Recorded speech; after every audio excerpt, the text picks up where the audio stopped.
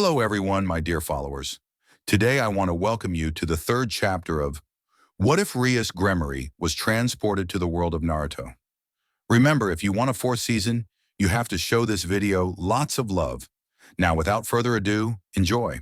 Tomorrow at Training Camp 23, Naruto and RIAS were relaxed and lying on the grass. It was already 9 in the morning and they must have remembered who told the time. Naruto pouts, "Damn it, Kakashi-sensei, I should have known.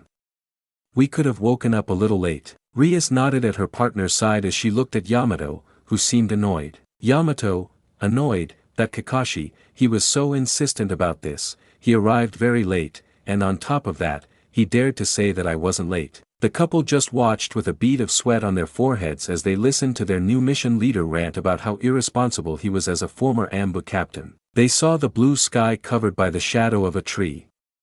They would have slept a little, but before they could, sunshine appeared in the training field, where Kakashi emerged with a nervous smile, scratching his head. Kakashi, embarrassed, "Sorry for the delay.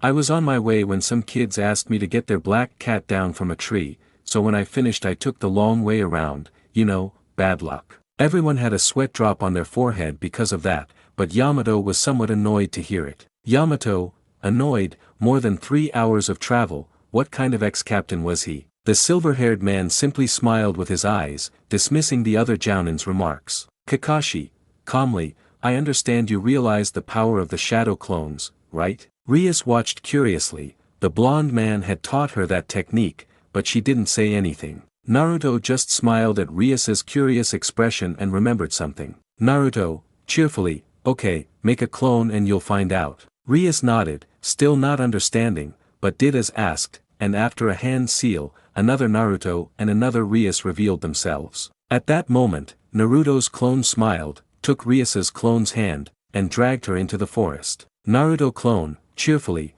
"Follow me and you'll find out soon." The redhead's clone just nodded, still unaware. RIAS curiously watched where her clones had gone. A gust of wind passed by, and RIAS blushed and looked at Naruto, embarrassed. RIAS, blushing, "Wait, you found them? How did I know?" Naruto had a light pink tint on his cheeks as he looked away. Naruto, embarrassed, "I was cleaning a bit in the closet and they fell out. Besides, it was just curiosity, and I hope you remember." RIAS nodded, but then gave that a playful look. RIAS, sensually, "And would you do something to me like you did in those books?" Naruto blushed, he wanted to play around a bit, embarrassing his girlfriend, but it seemed to be going very wrong. Naruto, stuttering, "Look, I wait, but if..." RIAS just laughed at her boyfriend's embarrassed expression, but suddenly a harsh cough emerged. Kakashi, coughing fakely, "Well, I think your dorm activities should be kept secret, don't you think?" Yamato just shook his head, but he also looked flushed because of what they were saying. The couple were saddened by this. They had forgotten that they were not alone here. RIAS, sadly, "I'm sorry." Naruto, embarrassed, "I'm sorry." The Jounin nodded, determined to extract that information in the future. He only looked at the couple for a few seconds before speaking. Kakashi, calmly, "Well, Master Jiraiya informed me that you, Naruto, possess all 5 chakra natures, and the ones you master most are wind, fire, and water. Is that correct?" Naruto nodded, still embarrassed as he recalled what he had read in those hentai manga he had found, though he also wondered why his girlfriend had some things circled with the word "try later" on them. It didn't help much. Yamato just blushed at what the hormonal teenagers were saying and coughed to calm herself down. Yamato, calmly, "Well, and Kakashi, may I ask why you summoned us here at 7 a.m.? The gray-haired man nodded, dismissing his fellow Jounin's clear accusation, and looked at the teenagers. Kakashi, calmly, "You see, from what I know, you already have a decent contract in the other abilities and just need to focus on completing the elemental wind training. Am I wrong?" Naruto nodded. He was an expert in elemental wind manipulation. Naruto, happily, "Yes, I was able to complete that, and for some reason it was very easy for me." Kakashi nodded, "That was progress." Kakashi, calmly, "Well, that's not very common, since most Jounin only learn 1 or 2 elements. The possibility of using more than that is very rare. I think you remember the 3rd Hokage, right?" Naruto opened his eyes in understanding. He knew that the old man could use all the jutsu that existed in Konoha. Naruto, cheerfully, it's true that the old man was good at those techniques. At that moment, the Jounin saw the redhead next to Naruto. Kakashi, calmly, as for you, Rias-chan, the girl looked at him, now you understand the purpose of the clones. Rias raised an eyebrow, but suddenly realization struck her and she looked at her boyfriend. Rias, shock, wait, that's why I knew. What a clone learns is passed on to the original when it dissipates. Naruto smiled at her and kissed her cheek as a reward for her happiness. Naruto, cheerfully, you got it. This will be good, don't you think? Rias took this opportunity to make fun of her boyfriend. Rias, sensually, you know I don't mind making some clones for tonight, you know, winking, you can make some for me too. The Jounin had those images in their heads until Naruto hit them, somewhat jealous and blushing. Naruto, annoyed, stop that and what are we going to do? Kakashi and Yamato rubbed their heads from the blow. After a while, the silver-haired man just smiled with his eyes. Kakashi, with a smile, good for now, Rias-chan. Pointing at the tree, I want you to take the leaves from that branch. The clone is demanding, but do what you can without overexerting yourself. The redhead nodded, creating 10 clones, much to the surprise of the Jounin, and Yamato stopped her. Yamato, calmly, wait, I want you to know that migraines are dangerous. Remember that when they dissipate, everything will come crashing down. Rias agreed that was a problem but dismissed it. Rias, cheerfully, well, if that happens I'll try with less. Without further ado, she took 10 leaves from a tree, and the original approached her master. Naruto smiled and was about to speak when Kakashi covered his mouth and put him in a hold to prevent him from saying anything. Kakashi, calmly, good, you should try to cut it by concentrating your wind chakra and, pointing at Naruto, I think you understand why I have it like this. Rias nodded, determination dancing in her eyes. Rias, determined, I understand, I'll do it. Looking at her boyfriend, trust me, please, I won't let you down. Naruto relaxed from his former sensei's grip and sighed, but in the end he had a big smile. Naruto, cheerfully, I've always done it, but, with a gentle smile, I'll be nearby.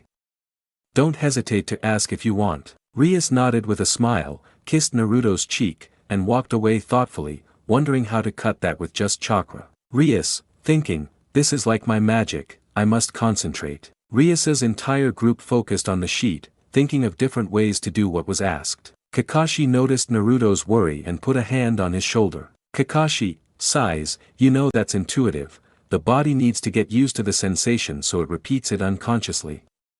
You can't ruin that. Naruto nodded, he knew perfectly well that if he told her how it was done, she would develop slowly. Naruto, sighs, I understand and I trust her. Kakashi nodded and looked at Rias. He chuckled a little as he watched her burn the leaves, one after the other, going for another. What worried him a bit was the girl's strange smile as she seemed to curse the leaf in her hands. Kakashi, thinking, I still can't believe how much they look alike. Then I hear a noise and, like the original, it hits the ground leaving a crater. Yeah, they really do look very similar. Naruto merely shuddered at that and smiled calmly. He approached a pensive Rias who was sitting on the grass. Upon arriving, he sat beside her and took the leaf, and as he took it, it cut in half. Naruto, cheerfully, look, this is possible if you forget your magic for a moment. He smiled at her. You must concentrate on something new before combining it with what you've already learned. Rias pouted when she saw how easily her boyfriend made it, but her eyes widened as she realized it was true. Without saying anything, she stood up and dispersed her clones. She felt a sharp pain in her head when she saw so many images of the same thing all at once. Rias, rubbing her head, it's mild, and if I get rid of them little by little, it's bearable. Then she cheered up, okay, I know what I should do. Naruto smiled, he was about to say something, but before he could, he was tied up by some logs that came out of the floor. Yamato, calmly, remember that this training is intuitive. Rias giggled a little when she saw her boyfriend tied up, she just walked over and kissed his cheek. Rias, cheerfully, I know you trust me, and thank you, you've already given me a great clue. The blond man simply nodded with a smile, but it was only noticeable in his eyes since his mouth was still tied. At that moment, Kakashi created a clone and, together with Yamato, took Naruto's bound body. Kakashi, calmly, good, he'll supervise you. We have to do something with him, remember? Rias, cheerfully, I understand, I'll continue.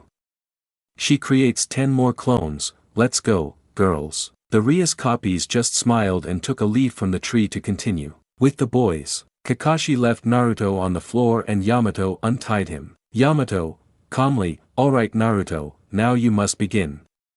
Remember that you have already mastered the first phase. The blond man nodded, crossing his legs and arms, waiting for an idea to come to him. In another part of the village, Danzo walked calmly around his base. He was annoyed a few hours ago to learn that Orochimaru no longer wanted the invasion. It was a nuisance that slowed down the pace and manpower, but he wouldn't let that frustrate him. Danzo, thinking, Orochimaru has backed down and the village is on high alert. The security contingents haven't changed, but now with the seal on Hayashi, he'll be my attack dog. Out loud, sigh. The pale boy from before stood calmly in front of his teacher and smiled falsely. Sigh, with a fake smile, say Danzo-sama. Danzo was annoyed to see the boy's fake smile but didn't pay it any mind for the moment. Danzo, calmly, sigh, from now on you will be under Tsunade's orders. I want you to give me reports whenever you can. Try not to be discovered. I want you to join the Uzumaki group. Do you understand? Sai nodded in agreement with his mission but wondered how to proceed, so he stood up. Sai, calmly, I understand, I'll leave then. Danzo, calmly, if you go to the hospital, you need a checkup for your registration. Go ahead. Don't give out any information about these places, so don't come back for anything. Now go. Danzo didn't even wait for a response, Sai didn't care about that either. He simply went to the apartment Danzo had provided for this mission. Konoha Hospital. Naruto and RIAS are seen sitting and waiting. Naruto, embarrassed, hey, I already apologized, remember? RIAS just hit him on the head and reproached him. RIAS, sighs, you know, you need to master that quickly. You can't just hurt people like that. Naruto nodded but crossed his arms with a pout. Naruto, pouts, Kakashi-sensei was the one who came up with the idea and said it would be fine. RIAS just sighed at that, but then they heard a greeting. Sai entered through the main entrance of the hospital and walked calmly until he bumped into Sakura. Sai, with his fake smile, oh, you're here, Sakura, right? The pink-haired girl looked up from some documents and noticed the pale boy. Sakura, serene, oh Sai, he really brought you here. Sai just smiled, handing her a sheet of paper. Sai, calmly but smiling, they said Hokage-sama requested a diagnosis for a team record. Sakura just grimaced at that and nodded. Sakura, calmly, okay, let's go. Lady Tsunade is in consultation. We can begin. Sai just smiled and nodded, he simply took out a social communication book. Sakura said nothing, she simply led him to the room where she was. Upon seeing the hallway, they noticed RIAS and Naruto talking, but before Sakura could say anything, Sai spoke tactlessly, as always. Sai, with his fake smile, look, the penisless, inflated-chested ones are here. Naruto and RIAS had tense smiles, and the blonde boy held her hand, but he also had a tense smile at the lack of tact. Naruto, with a forced smile, hello Sai, what brings you here? RIAS simply nodded, not trusting his voice for the moment, as she looked at her mission partner. Sakura just sighed at that and looked at the pale boy with a sigh. Sakura, sighs, look, Sai, that's not right.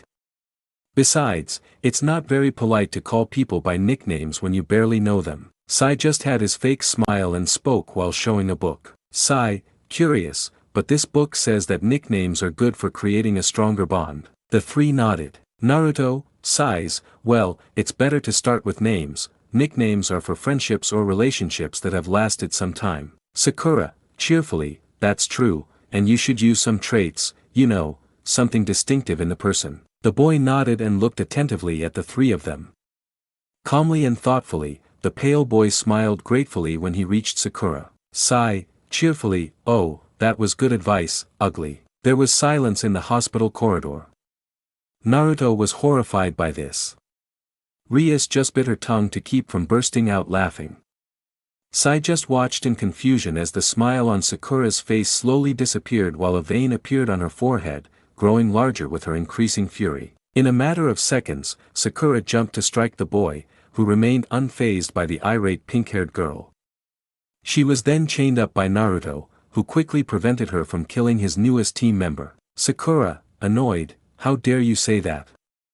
I'll cut your tongue out. Naruto simply held on to his golden chain to prevent her from doing anything to him. RIAS, for her part, leaned on Naruto to stifle her own laughter. She calmed down a little, she was embarrassed about it, but then she noticed Naruto's face. RIAS whispered, "We'll leave later, okay?" Naruto, who also had a serene face but was holding back so as not to strain his tongue, simply nodded. Sakura was still cursing and wanting to hit the pale boy. She didn't notice when someone came out of the office. Tsunade was annoyed at the outburst and stormed out furiously when she noticed her student making a fuss while being restrained by Naruto. She hit her on the head. Tsunade, annoyed, "Are they in a hospital or haven't they noticed?" Naruto and RIAS nodded, still holding back their laughter. The blonde, noticing how Sakura had calmed down, or perhaps realizing she wouldn't do anything, let go of her. Sakura, noticing how Naruto loosened her chains, rubbed her head from the blow and lowered her head in gratitude for the gift. Sakura, through gritted teeth, "Sorry, teacher." The blonde Senju just sighed at that and looked at the others, more specifically at Naruto. Tsunade, calmly, classifying that as S rank, "It shouldn't be used even for training in the village, do you understand?" Naruto nodded, sounding somewhat worried. Naruto, sighs, "I understand, but, worried, is Kakashi-sensei alright?" Then the silver-haired Jounin came out with a smile in his eyes. Kakashi, cheerfully, "He certainly has the potential to complete the fourth technique." Naruto smiled, he still didn't know how he hadn't been hurt on impact. Tsunade saw Naruto's hand and pursed her lips at something she noticed. Tsunade, would be, "Brat, raise your hand now." Naruto raised an eyebrow but obeyed. Tsunade took her hand and inspected it, pursing her lips. Tsunade, thinking, it still hurts him, but it's internal damage. He must master that too. Sigh, be careful. Naruto was confused but nodded anyway. Sakura, upon seeing her former sensei with a cast on his arm. Sakura, curious, what's going on? Did I miss something? Tsunade sighed and looked at Kakashi, somewhat annoyed. Tsunade, annoyed, "It's true, how did you come up with such a stupid idea?" Kakashi just smiled with his eyes and scratched the back of his neck with his good hand. Kakashi, cheerfully, "Let's just say I wanted to test the strength of that technique." Tsunade just sighed at that and raised an eyebrow when she saw Sai. Tsunade, sighs, "Alright, be more careful for now, get some rest." Raising an eyebrow, "Danzo has already given you permission." Sai nodded and handed over a sheet of paper. Sai, calmly, "If Danzo-sama said I should be here today." Tsunade nodded and pointed to the door behind her. Tsunade, serenely, "Okay, sit down and wait. I'll be there in a few minutes." The boy didn't protest and went into the doctor's office. Kakashi, sighed, "You can have lunch now. We'll see you in an hour." Without another word, the Jounin left in a sunshine of leaves. Naruto just shrugged and sat down to wait, much to everyone's curiosity. RIAS, curious, "Love," she was lost as Sakura's eyebrow trembled, "We only have 1 hour." Naruto smiled at her and took her hand, pulling her to sit down. Naruto, cheerfully, he said 1 hour, but it's Kakashi-sensei, we have at least 3 hours. Tsunade and Sakura simply denied it was true. Tsunade, sighs, "Well, that's not important." Looking at her student, "Come help me with this, and you can take your lunch break too." The doctor nodded and they both went in to perform the checkup. Akatsuki Lairs. The blonde girl is seen falling lifeless to the ground. Leader, calmly, "Good, with this we have 5-tailed beasts. The groups have been assigned, you can go." Without further ado, the shadows disappeared, and in a forest, the zombie duo of Akatsuki could be seen. Haydn, cheerfully, "Great, so what will we do now, Kakuzu?" The other man just walked on, ignoring the gray-haired man's shouts. Haydn was annoyed, following the other man, but he got tired of him and, seeing that he wasn't paying attention, he threw his scythe at him. Kakuzu, annoyed, "What do you want?" The silver-haired man mocked him, placing the scythe on his shoulder. Haydn, amused, "Well, you're not going to tell me what we should do until we get the information." The big man only started walking as I spoke. Kakuzu, calmly, "At the fire temple, a priest is worth a lot of money." The one with the scythe mocked him, but he didn't care much and began to complain. Haydn, annoyed, "This stupid heretic only thinks about money, damn it, it's only been 2 days, you're a piece of shit, damn it." He didn't finish because a fist aimed at his face knocked him down as he raised his scythe to block. Kakuzu, annoyed, shut up, I'll kill you if you keep this up. The other man just huffed as he followed his companion. With Kabuto, the gray-haired man smiled as he saw a purple-haired woman and a child. Kabuto, cheerfully, Guren, Yukimaru, here's the medicine so we can capture him. Kabuto, cheerfully, Guren, Yukimaru, here's the medicine so we can capture him. The woman nodded hesitantly. The boy beside her didn't understand much about it but seemed somewhat fearful. The woman nodded hesitantly. The boy beside her didn't understand much about it but seemed somewhat fearful. Guren, fearfully, well, if Orochimaru-sama asks for it, there's no. I didn't finish because a huge explosion was heard on the lake a few kilometers away. Sad-faced cheerfully, you see, art is explosive haha. Then a masked man is seen running through the water while being chased by a huge turtle. Sad face scared, no that was cruel Deidara senpai help. Sad face scared, no that was cruel Deidara senpai help. The blonde man sneered, but suddenly his bionic eye caught something in the distance, and he smiled as his clay bird approached, much to Kabuto's annoyance. Kabuto, annoyed, damn it, we have to go. Before he could run, the blonde artist was standing behind the Deidara, amused, well, go ahead and lead the way. I haven't seen Orochimaru in a while. It'll be nice to say hello, don't you think? Kabuto prepared himself, as did Guren, who had strange pink weapons and threw something into the sky. And Deidara laughed at that. Guren, annoyed, what are you laughing at, blondie? The blonde man growled at him for that, but smiled in the end. Deidara sighed, if you're looking for those 5 useless thugs who were keeping watch, you can go pick up their pieces over there. Guren growled upon learning what had happened to his subordinates. Kabuto just gritted his teeth, he was between a rock and a hard place. Guren growled upon learning what had happened to his subordinates.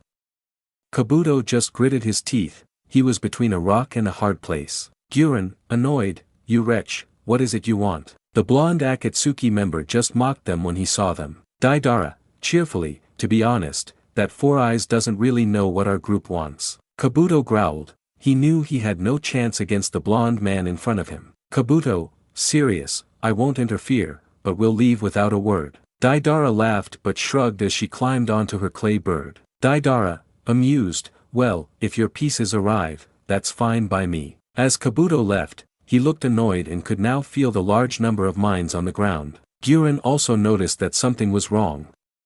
He created a crystal dome. Kabuto cursed and left in a sunshine that didn't notice what happened. The owner of the crystal element was unable to create her crystal dome and was slightly injured. Deidara smiled as he heard their explosions and the damage done. Deidara, amused, well, I hope that snake comes for its revenge. With a crazed grin, I hope I turn you into mush too. Before continuing with her joyful celebration, she heard something that made her sigh. Toby, running through the water, Deidara senpai this can't be. The blonde man sighed from the air as he watched his idiot companion get hit by one of the tails and sink. Deidara, annoyed, that useless guy. Without further ado, he went to capture the Biju. Kabuto was annoyed by this. He noticed Guren's shield and kicked the ground in frustration. Kabuto, annoyed, Orochimaru-sama won't be happy, and to top it all off, that brat and that glass girl are dead, damn it. Without another word, he left. He knew he had to do something to prevent his master from killing him. The silver-haired man left without noticing that the dust had not yet settled. Yukimaru was frightened by the explosion and panicked when he saw Guren holding his arm. Yukimaru, shock, wait, Guren, are you okay? The woman smiled and rubbed his head. Guren, sighs, yes, calm down, let's go, we should be together. The boy nodded, a hint of sadness in his features. The woman merely tore a little of her clothing and wrapped her arm. Guren, cheerfully, come on, I have money. Looking up at the sky, I'll take care of you. From now on, we'll never hear from Orochimaru again. The boy breathed a sigh of relief and hugged the woman, happier than usual. Yukimaru, happily, thank you for that, mother. The purple-haired woman hugged the boy and wept silently on his shoulder as she kissed his head. The purple-haired woman hugged the boy and wept silently on his shoulder as she kissed his head. Guren, thinking, I'm sorry for separating them, but I'll never leave him alone. The woman took the boy in her good arm and ran towards one of the most distant villages to start a new life. Orochimaru's lair. The Sannin was in bed, somewhat exhausted, and the worst part was the discomfort he radiated. Orochimaru, annoyed, Danzo made sure Tsunade didn't send a team and you're telling me they didn't succeed? And to top it all off, Guren and that brat are dead. Kabuto nodded in response. Kabuto, fearfully, if Orochimaru-sama, it was the Akatsuki group who captured him. Orochimaru grunted and sighed as he lay back. Orochimaru, annoyed, well, it's better you didn't bring him. It was a high price to pay, but now he'd be easy prey for them. Kabuto, sighs, we can prepare the jutsu. Orochimaru growled at him and threw a bottle. Orochimaru, annoyed, shut up, it'll only take a week, he'll be ready and the perfect body will be mine. Just bring my medicine to help me endure this pain. Kabuto nodded and went to prepare the medicine, both of them unconscious, their eyes red in the darkness. Sasuke, mind, never Itachi and Naruto, I will be the one to kill them. Without further ado, she left, she had to pack. In Konoha, he walked calmly towards the information booths, he had a letter to pick up. The old man smiled as he passed through the checkpoint.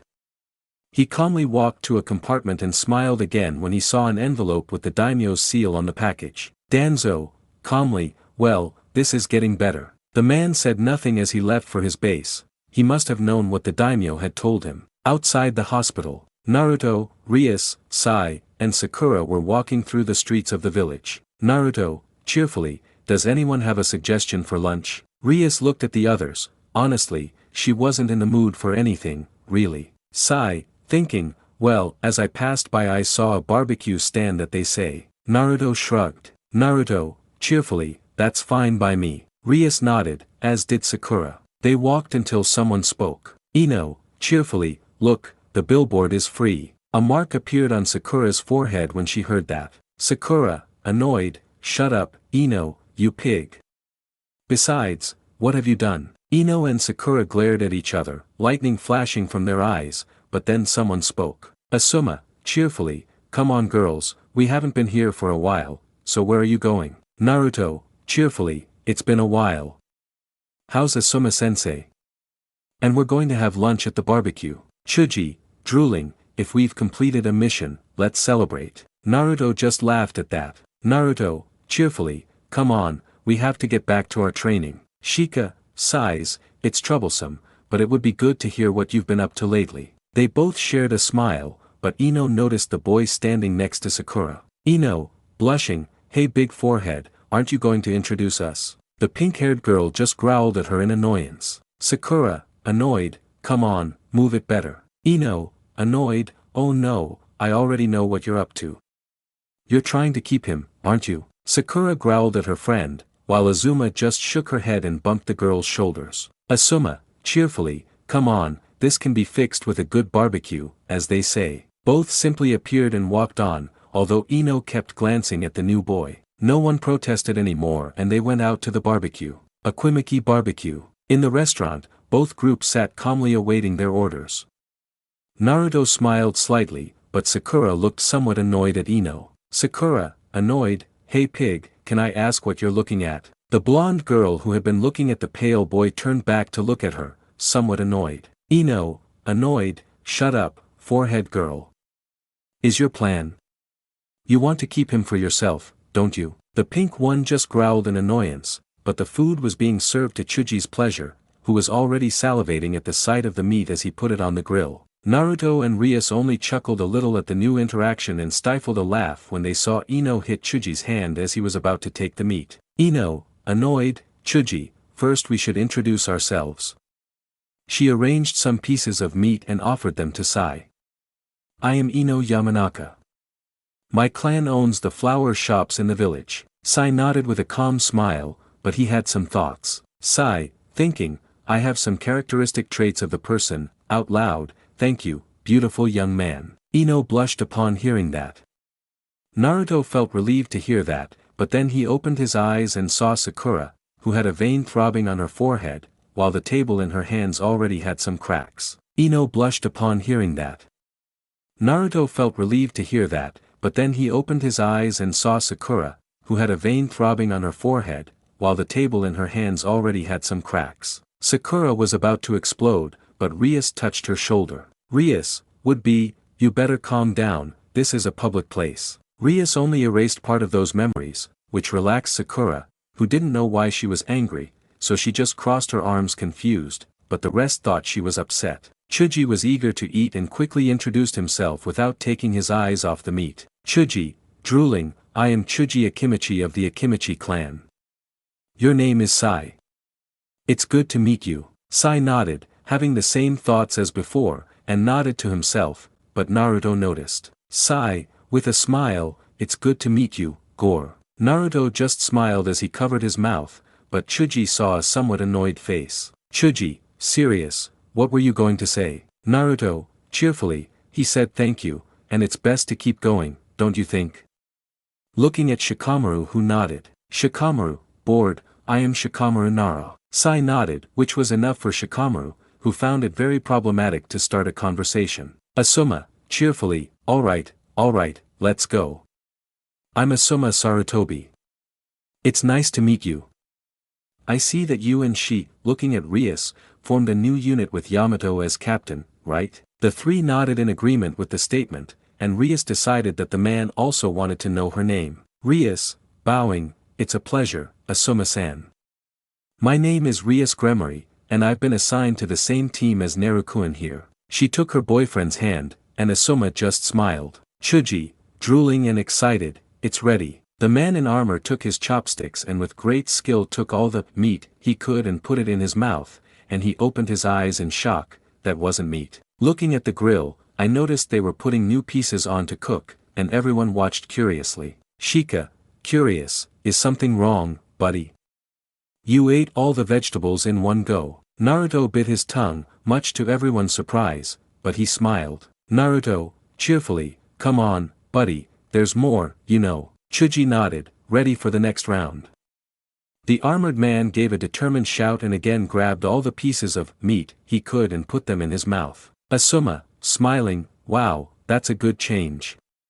Finally, my advice is paying off. I'm glad you're starting to take care of your health, mind, and my wallet. Ino, cheerfully, that's true, don't you think Sai is good for lunch with friends? The pale boy just smiled a calmer, more genuine smile. Ino blushed at that and smiled too, taking a plate for herself. Shikamaru only saw that, he noticed Naruto, who seemed focused on some things and smiled to himself from time to time.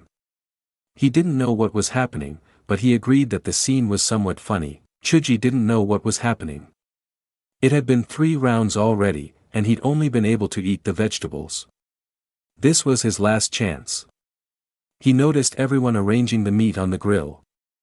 He had a gleam in his eyes, he didn't care anymore if they didn't eat this round. Naruto noticed Chuji's intentions and chuckled a little, raising his fingers under the table, waiting. Chuji had his will at its peak, ready to take the meat on the grill. Chuji, determined, she's mine. The shinobi from Team 10 took all the pieces from the grills, leaving nothing, but then opened his eyes, that wasn't meat either. Naruto just laughed and raised his hand when a waitress approached. Waitress, cheerfully, would you like to add anything to your previous vegetable order? Naruto, cheerfully, yes, 1 order of ribs please. The waitress nodded and went to prepare the order, and Chuji watched Naruto. Chuji, shock, wait, what vegetables? Naruto just laughed and removed a piece of paper from Chuji's back. Naruto, cheerfully, reality perception alteration seal was a success. Asuma sighed, knowing that it might not be good for the health of his wallet. Chuji was simply horrified at the idea that instead of the 4 orders of meat, he had only eaten vegetables today. Shika, sighs, that was a good one, old man. Looking at competing with Chuji's willpower for meat is admirable. RIAS just sighed but took out a sheet of paper she had in her pocket. RIAS, mind, will I be able to cut it? Asuma raised an eyebrow at the sight of the redhead on the sheet and was thinking about something. Asuma, curious, your chakra nature is wind, stand still. RIAS put her thoughts aside and nodded. RIAS, sighs, yes, I have 3 chakra natures, but I'm only going to complete the elemental wind manipulation for now. Asuma nodded, he already had some ideas for paying for his team's barbecue outing, but suddenly Naruto had an idea. Naruto, happily, oh, I've got it. I'll give you the main clue, you can take out the kunai I gave you. RIAS raised an eyebrow, but to Asuma's disbelief, the redhead placed a 3-pronged kunai on the table. RIAS raised an eyebrow, but to Asuma's disbelief, the redhead placed a 3-pronged kunai on the table. RIAS, curious, what for, and what does that have to do with this? Naruto smiled and took out one of his kunai and held it in his hands. Naruto, cheerfully, these are special because when I went to the land of iron with that perverted sage, I forged them with a special metal. Now try infusing the chakra. RIAS nodded, and as she did so, she noticed a blue aura surrounding him, but she was curious. RIAS, curious and with effort, this is something tiring, what does this have to do with my training? RIAS, curious and with effort, this is something tiring, what does this have to do with my training? Naruto smiled and did the same with his kunai, but RIAS noticed immediately, that energy was sharp and clearly more powerful. Naruto smiled and did the same with his kunai, but RIAS noticed immediately, that energy was sharp and clearly more powerful. Naruto, cheerfully, this element is best for long-range combat, but with control and concentration, it can be good for close-quarters fighting.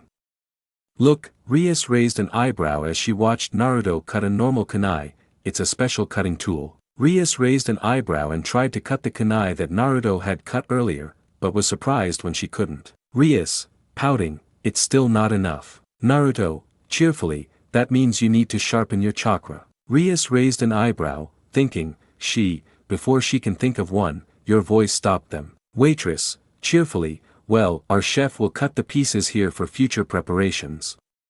Observe the skill of our cooks. RIAS sighed, but noticed a rather large man approach a piece of meat for the show.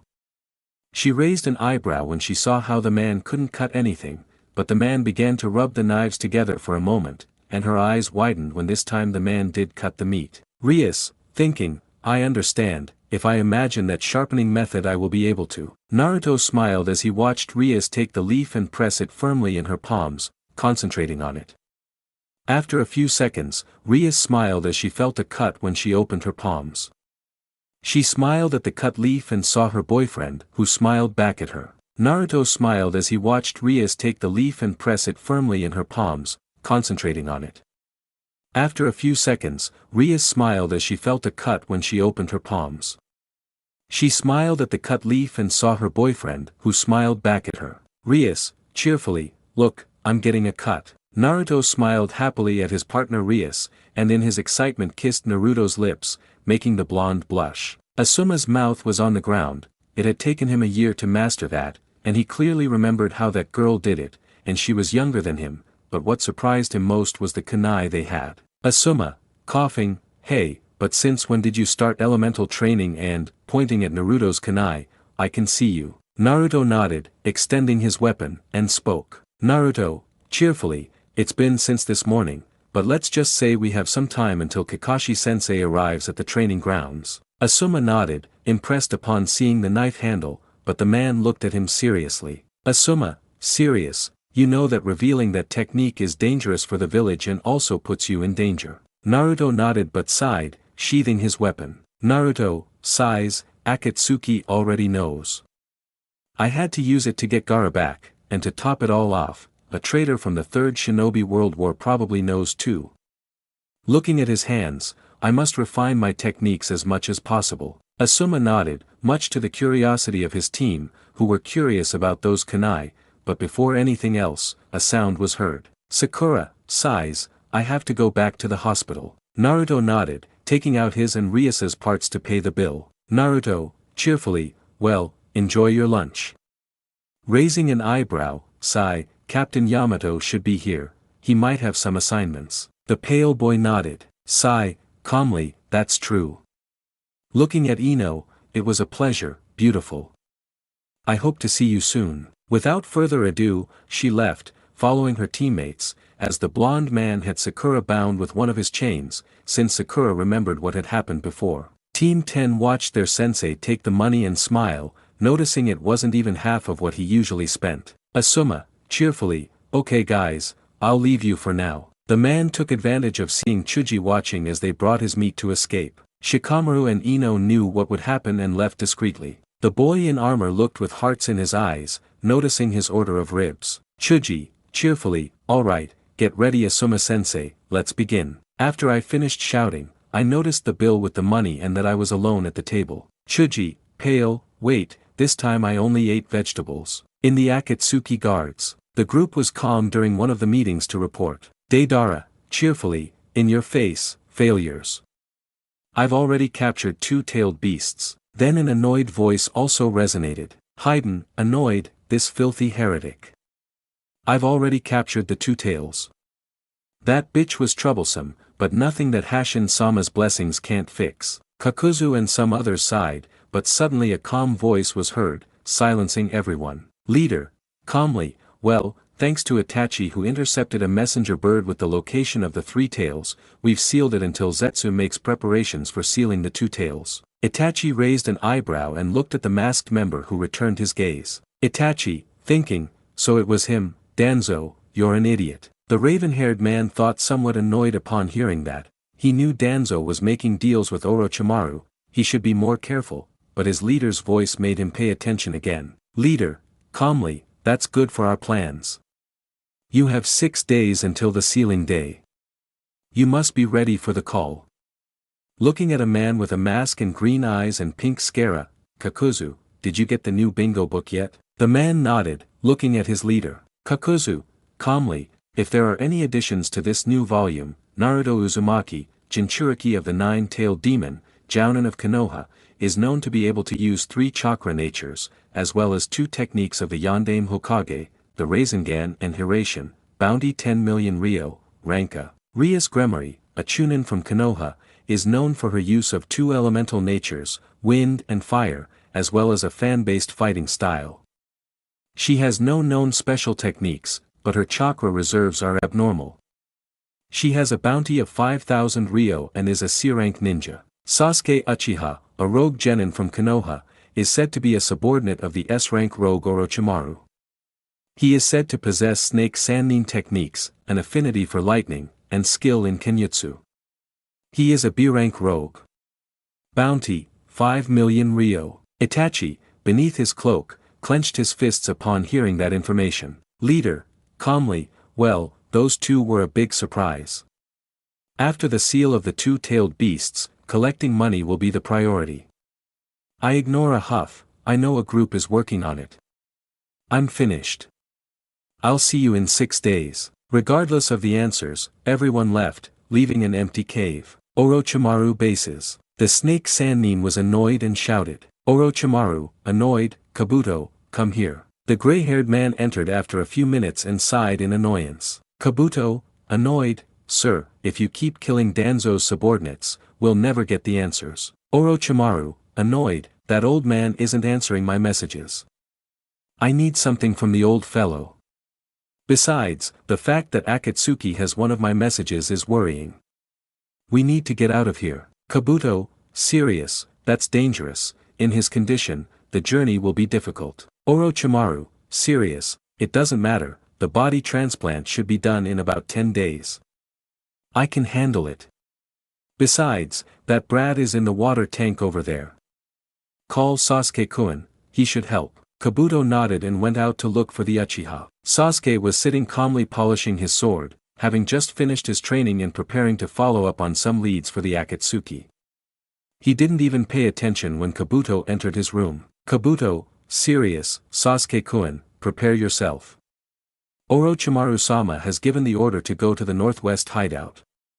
We'll depart in 3 hours. Prepare yourself.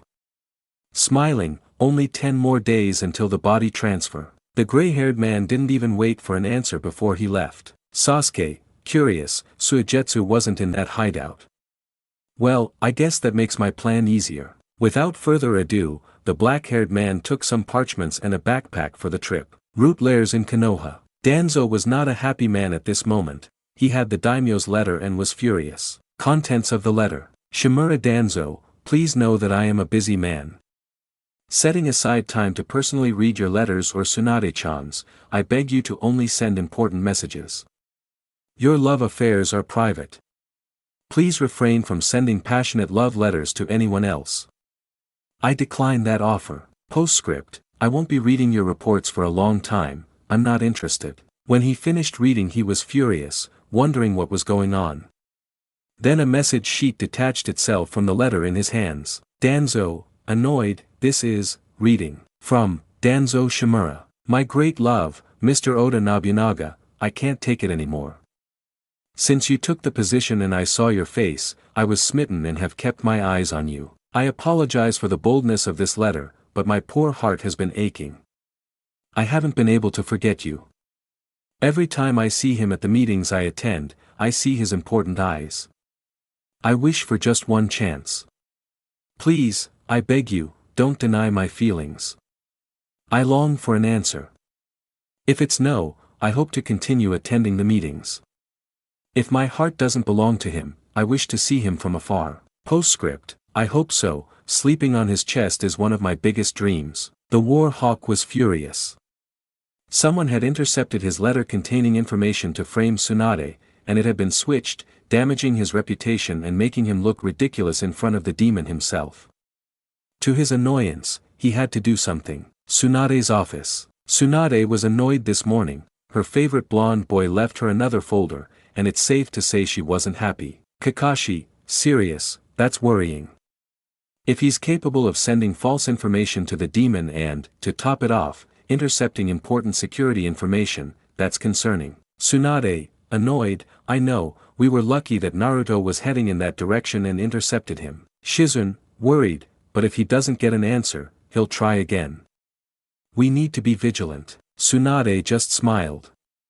She knew Naruto better than anyone, she knew the brat wouldn't let that happen. Tsunade, calmly, calm down, but if anything happens, I'll request a shipping log for those cases. Looking at her student, tell them that discreetly. Shizun nodded and Kakashi spoke. Kakashi, calmly, well, it's been almost 2 hours, I'll go check on my students. Tsunade simply shook her head, she knew the man wouldn't come immediately. Tsunade, sighs, take a few minutes and distract yourself with something healthier. They'll be upset if you're punished for that. The Jounin said nothing as he walked towards the door. Tsunade simply sighed, and with a hand seal, the barrier dissipated, allowing the Jounin to leave. Shizun, sighs, it's depressing to see him like this. I'm sure they can't rest when they see him like this. Tsunade leaned back in her seat and glanced at her student. Tsunade, amused, oh, let's be sure a release would be good, pointing at Shizun's chest. They have a good pair to use. Shizun blushed upon hearing that and covered her chest. Shizun, embarrassed, Tsunade-sama, I'm sure he, sadly, doesn't like small ones. Tsunade scoffed and stood up, looking at the village. Tsunade, would be, the years never return, besides, smiles at the sky, it would be fun to see a child running in the office, it wouldn't be bad. Shizun blushed, but she knew it was true, she was already 31 years old and knew she wasn't getting any younger. Shizun, sighs, but Tsunade, serenely, let's rest. We can have lunch first. The dark-haired girl was absent, following her teacher towards a restaurant for lunch. At training camp 23, Yamato's team was waiting for Kakashi again. Yamato, sighs, well, it's been 2 hours already. Does anyone need anything? RIAS shook her head and focused on her blade. She was sitting with 10 of her clones, each of which still had a small cut on its blade. Sigh, calmly, to be honest, I'm not just expecting an assignment. Naruto, sighs, if he influences me by causing me to release too much of my energy, it's difficult for me to concentrate and prevent the escape. Yamato, calmly, I understand, then I'll help you with that. We have 2 days before we have to leave on a mission. The two boys nodded. RIAS was too busy to pay attention. Sigh, calmly, then I'll go. I need to get some supplies, I'm almost out of my special ink. The team captain nodded, and Naruto smiled and handed a piece of paper to Sai. Naruto, cheerfully, give that to your master, he's probably desperate to know. Sai shrugged and put the paper in his pocket. Yamato, serious, alright, now Naruto, we can begin with that. Naruto nodded and began to create his new technique, Temple of Fire. It was a normal day for the monks at the fire temple. Everyone was working on its maintenance. Some were walking peacefully while observing the newcomers who were learning the temple's ways. A man standing at the top of the stairs had a serious expression, which aroused the curiosity of one of his subordinates. Monk, calmly, Chiriku-sama, excuse me, but is there something wrong today? The monk looked up at the sky for a moment and saw his subordinate. Chiriku, sighs, something gives me a bad feeling, call it premonition, but something is going to happen. The monk nodded to the sky. Monk, calmly, he wants me to have some preparations. The man next to her sighed and shook his head. Chiriku, serious, it's too late. At that moment the temple door shattered into pieces and a mad voice was heard. Haydn, cheerfully, look at all the blasphemers to offer as a sacrifice to Hashin-sama. Kakuzu, sighs, you're very impatient, idiot. The man put the scythe on his shoulders and mocked. Haydn, amused, says the idiot who punched the door to pieces. The man didn't pay attention and noticed the man standing on the stairs. Kakuzu, calmly, Chiriku, monk of the fire temple, reward of 30 million rios. Haydn mocked and sneered like a manic mint. Haydn, crazy, okay, I just need to protect his face so he's recognizable. Without further ado, the man with the scythe lunged at the monks who had gone to confront him. The monk high above prepared himself, he couldn't stand it for long. Being so high up, he noticed how easily the two men finished off the monks who were fighting below. Haydn was about to hit one of the monks on the ground when he was struck by Chiriku. Chiriku, serious, those who are not injured, take the injured to the medical area. I'll take care of it. Monks, obedient, hey Chiriku-sama. Haydn smiled at that, but Kakuzu stopped him. Kakuzu, calmly, not so fast. This man is special. This temple is said to have a special energy, especially this one of 30 million ryo. The proof is the sash around his waist. Haydn, mockingly, haha, coward. No heretic can overcome Lord Hashin's will. Haydn, mockingly, haha, coward. No heretic can overcome Lord Hashin's will. The man simply assumed a fighting stance, but the two men noticed a kind of Buddha on his back. However, as the image appeared, it transformed into a demon, and many fists crashed against them.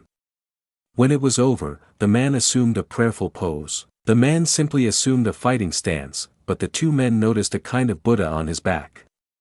However, as the image appeared, it transformed into a demon, and many fists crashed against them.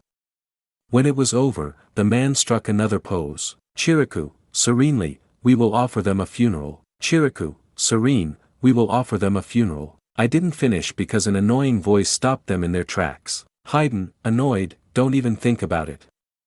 If you hold a funeral without Hashin-sama's rules, I'm sure to be punished. Chiriku was serious, that would surely kill a normal person. Chiriku, serious, what do you want here in this temple?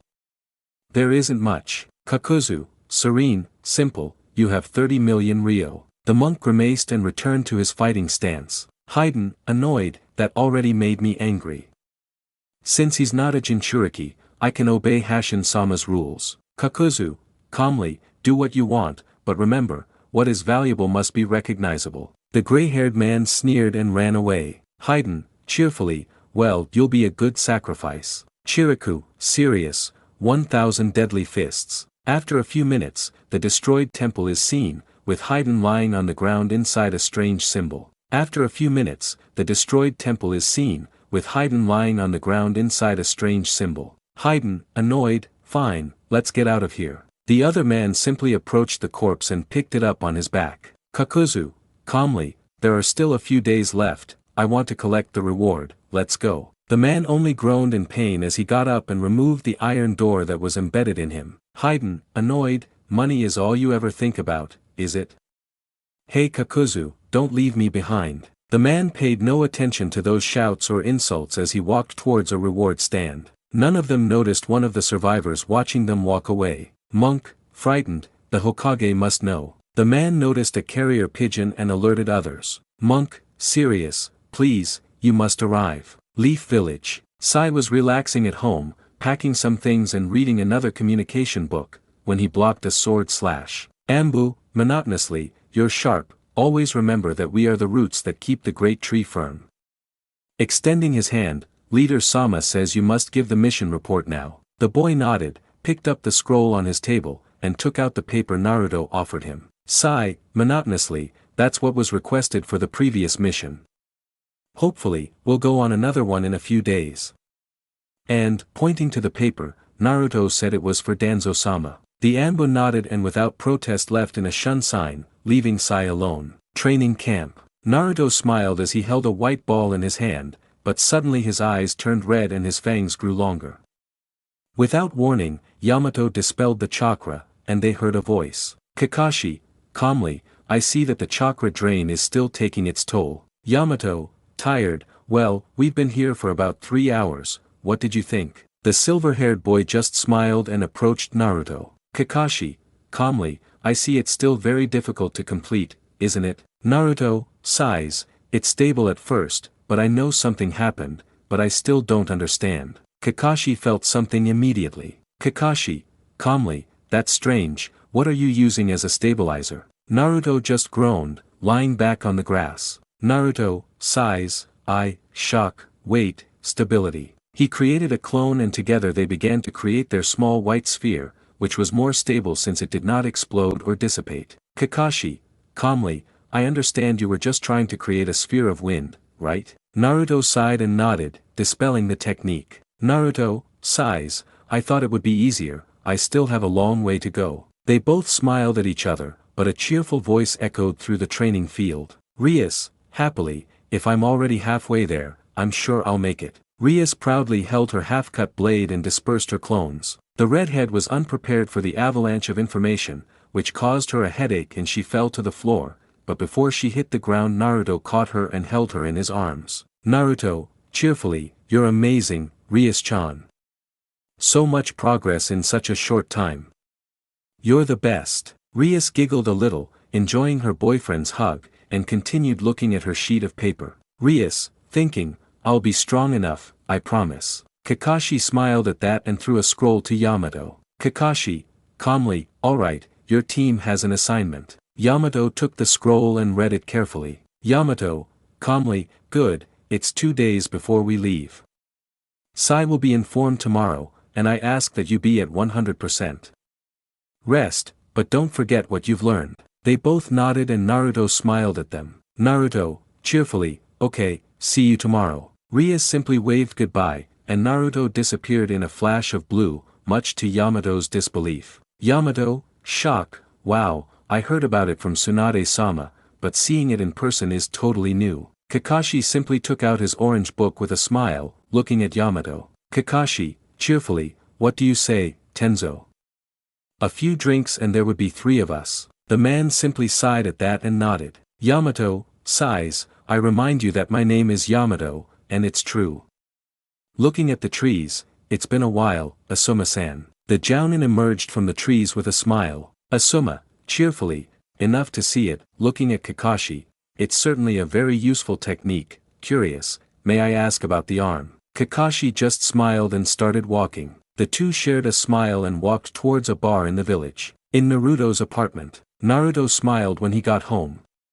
He laid RIAS down on the sofa and smiled when he saw her almost asleep. Naruto, cheerfully, relax, you can sleep. I can prepare something, what do you say? The redhead laughed and took Naruto's hand. RIAS, tired, no, we have instant ramen. Rest next to me. Naruto smiled at that, picked up his girlfriend, and went to his room. Naruto, cheerfully, well, since we'll be like this for a while, I prefer to be comfortable. RIAS laughed as she was laid down, feeling Naruto beside her, she snuggled against his chest. RIAS, tired, thank you, darling. Naruto just smiled, he put his arm around her and kissed her head. Naruto, cheerfully, you're welcome, love. Upon hearing that, RIAS smiled and fell asleep in Naruto's arms, which didn't last long. Root bases. The Ambu was kneeling in front of a decidedly unhappy Danzo in his seat. Danzo, serious, he already gave you what you asked for. I asked for mine in the morning. Ambu, calmly, if Danzo-sama, extending the scroll, is on it, he said he might have an assignment in the next few days. Danzo took the scroll, nodding his head and setting it aside. Danzo, calmly, I understand something new. The Ambu extended a folded sheet of paper. Ambu, calmly, Sai said the Jinchuriki gave it to him, that's all, I'm leaving. Danzo raised a curious eyebrow, hoping it wasn't another blackmail attempt, he cared little for the Ambu who had left. Danzo, serious, I must be careful, that boy is more than he seems. The man unfolded the note and his blood boiled with rage. Contents of the note. Hey you old fart, I found a little bird on my way somewhere. It had some interesting things for the old lady. Postscript, I hope your feelings are reciprocated. At the end there was a drawing of a chibi Naruto smiling, sticking out his tongue, and showing 2 fingers. The war hawk of anger pressed the note hard. Danzo, annoyed, that dwarf is a danger, he knows too much. If I fall, the safety of the village will suffer great damage. The old man simply stood up, he had to do something to prevent his plans from changing any further. Streets of Konoha. Naruto, RIAS, and Sai walked toward the village gates for their assignment. RIAS, curious, Naru, don't pay attention to where we're going today. Naruto, cheerfully, it's not much, it's a B-rank mission. We're just going to collect some supplies for the village. RIAS nodded, but Sai also spoke. Sai, calmly, I also said that another team will be going with us. Naruto raised an eyebrow.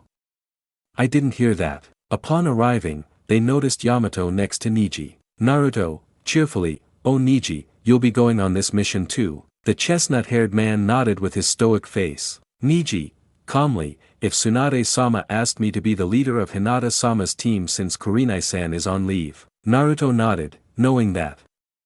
RIAS just smiled at the jounin, and Sai said nothing. Naruto, cheerfully, that's good. Looking at his leader, then they're the only ones left. Yamato, cheerfully, yes, Niji-san here is a very skilled jounin. I had the opportunity to work with him before, but since I was an ANBU, he didn't know my identity. Before they could continue their light conversation, 3 people and 1 dog appeared. Shino, calmly, I apologize for the delay, I had to do a quick inventory of my hive. Kiba, sighs, well, I went to the Akamaru vet, I need a dewormer. Hinata said nothing as she stared at the floor, not wanting to be there. Niji, calmly, well, the mission isn't high-ranking, but it's still a 2-day journey, and we'll be going with Yamato-san's team. Yamato, cheerfully, well, Lady Tsunade asked us to come as support. Let's just say there might be people who don't want that to happen. It seems you already know each other, but I'll introduce myself.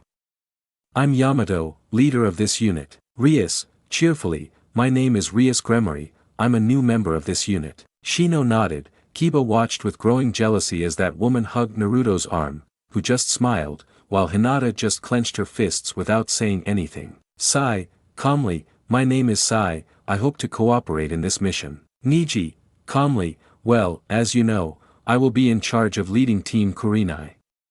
I am Niji Hyuga. Shino, calmly, my name is Shino Aburame, I am an insect handler. RIAS raised an eyebrow, that was a new skill for her. Kiba, cheerfully, my name is Kiba Inazuka and this is my partner Akamaru. RIAS grimaced, she was more of a cat person, having always had Kaneko, dogs weren't to her liking. Kiba raised an eyebrow at that. Kiba, smiling, you know, don't be shy, you can pet him, he doesn't bite. Akamaru sighed a little because of that. RIAS, shaking her head, I'm more of a cat person, to be honest. I don't like dogs. Kiba pursed his lips at that. Niji just glared at the man, annoyed. He had fought so hard to win Hinata over, and now he was shamelessly eyeing another woman, but she wouldn't even give him the time of day. Hinata, calmly, I am Hinata Hyuga. The girl said nothing in response.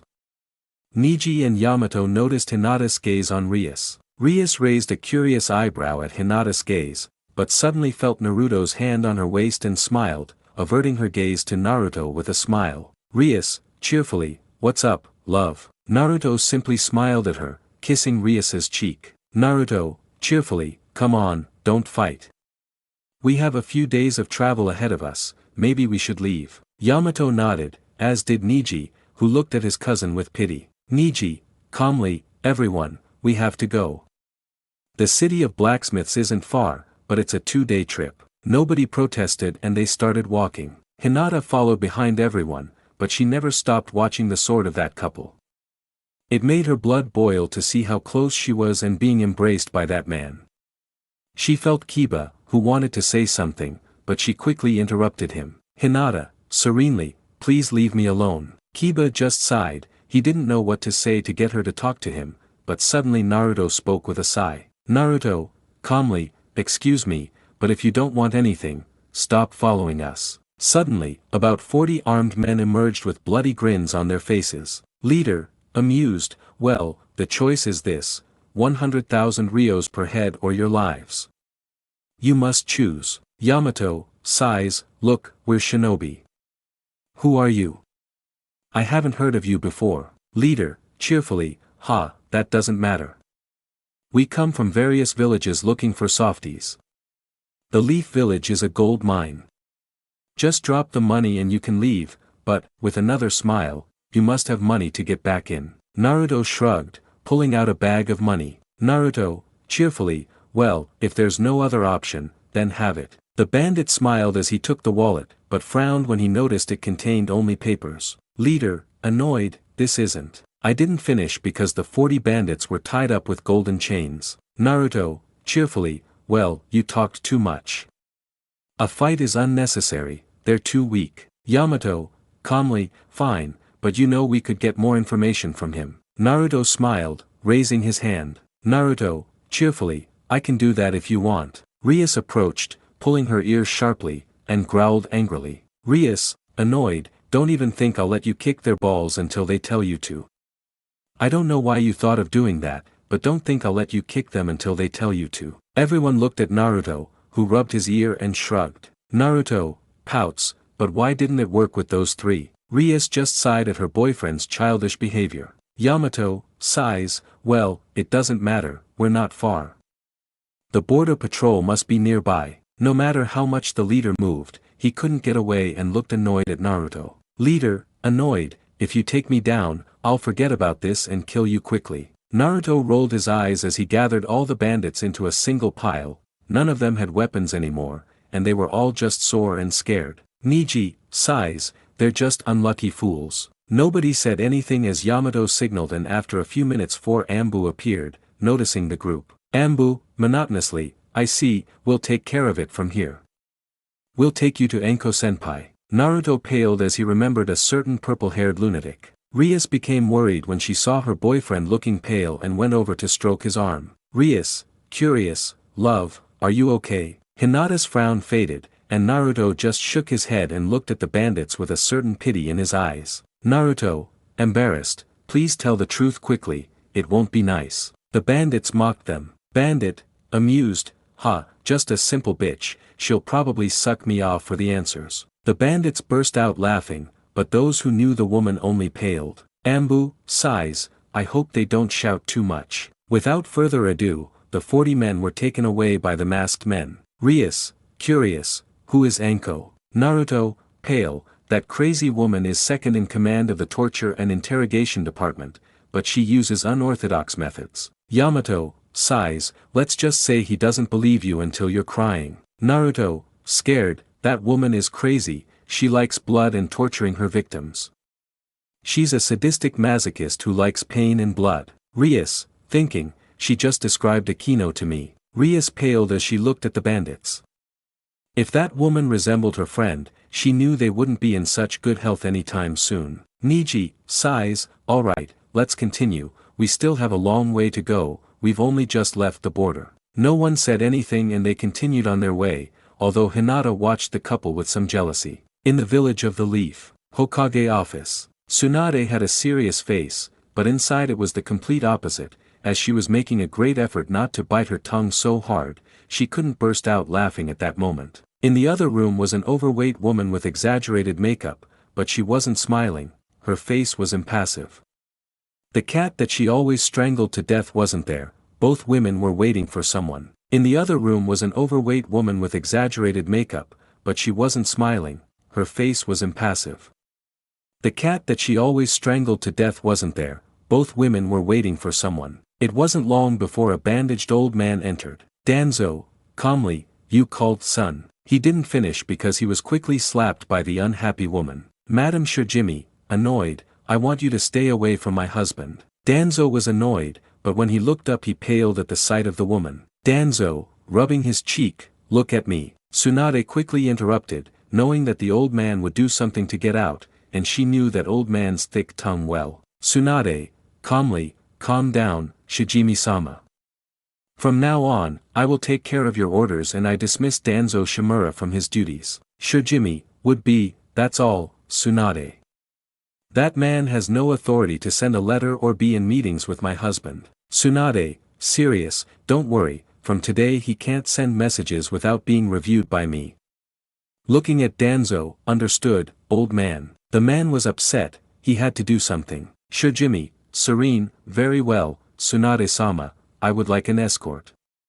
I must return to the palace in the land of fire. Danzo thought frantically that if she didn't arrive, he could get away with it. Tsunade smiled as she saw Danzo. Tsunade, cheerfully, you needn't worry, my lady. Kakashi Hatake and Guy are available right now. Just then Kakashi and Guy appeared. Kakashi, calmly, don't worry, Madam Shojimi, will be happy to take you home. The woman smiled happily and said goodbye to the Hokage. Shojimi, cheerfully, thank you, Tsunade-chan, and I apologize for making you look for a new advisor. I hope you understand my reasoning. Tsunade simply smiled as she bid farewell to the woman. Tsunade, thinking, you have no idea what a favor you're doing me. Out loud, don't worry, from today on, Danzo-san will not have his privileges here, and I will be monitoring him through his letters. Danzo couldn't be more furious. This was bad, now that he was dismissed and, to top it all off, under surveillance. The old man was about to retire. He knew that if that pair went as his escorts, he wouldn't do anything by sending shinobi, and he knew that that woman would tell the demon that it was his fault, and he couldn't take the risk. Danzo, calmly, I'll leave Tsunade. Tsunade, would be, from now on I am your Hokage, not my advisor, so you must treat me with the respect due to my position. The old man frowned, but he was in no position to do anything until his plan bore fruit. Danzo, annoyed, fine, Tsunade-sama, I'll go home now. Tsunade shook her head, held up a sheet of paper, and made a superhuman effort not to laugh. Tsunade, holding back her laughter, how could you send that? Danzo read the contents and pursed his lips angrily. Danzo, serious, I know you're behind this, but remember this, the blade doesn't need that soft will. Command must change, and I'm the one for it. You'll see. Tsunade simply smiled, placing the letter on the table. Tsunade, with a smile, I don't know what you're talking about, I don't know what you're plotting, but you should know that I'm prepared. Taking a more serious tone, if I must exterminate the traitors, I'll start with you, and believe me, you won't just die. I'll try to humiliate you as much as I can. Danzo just clenched her fists and turned away, slamming the door. Tsunade just smiled. If she won this round, that deserved a drink.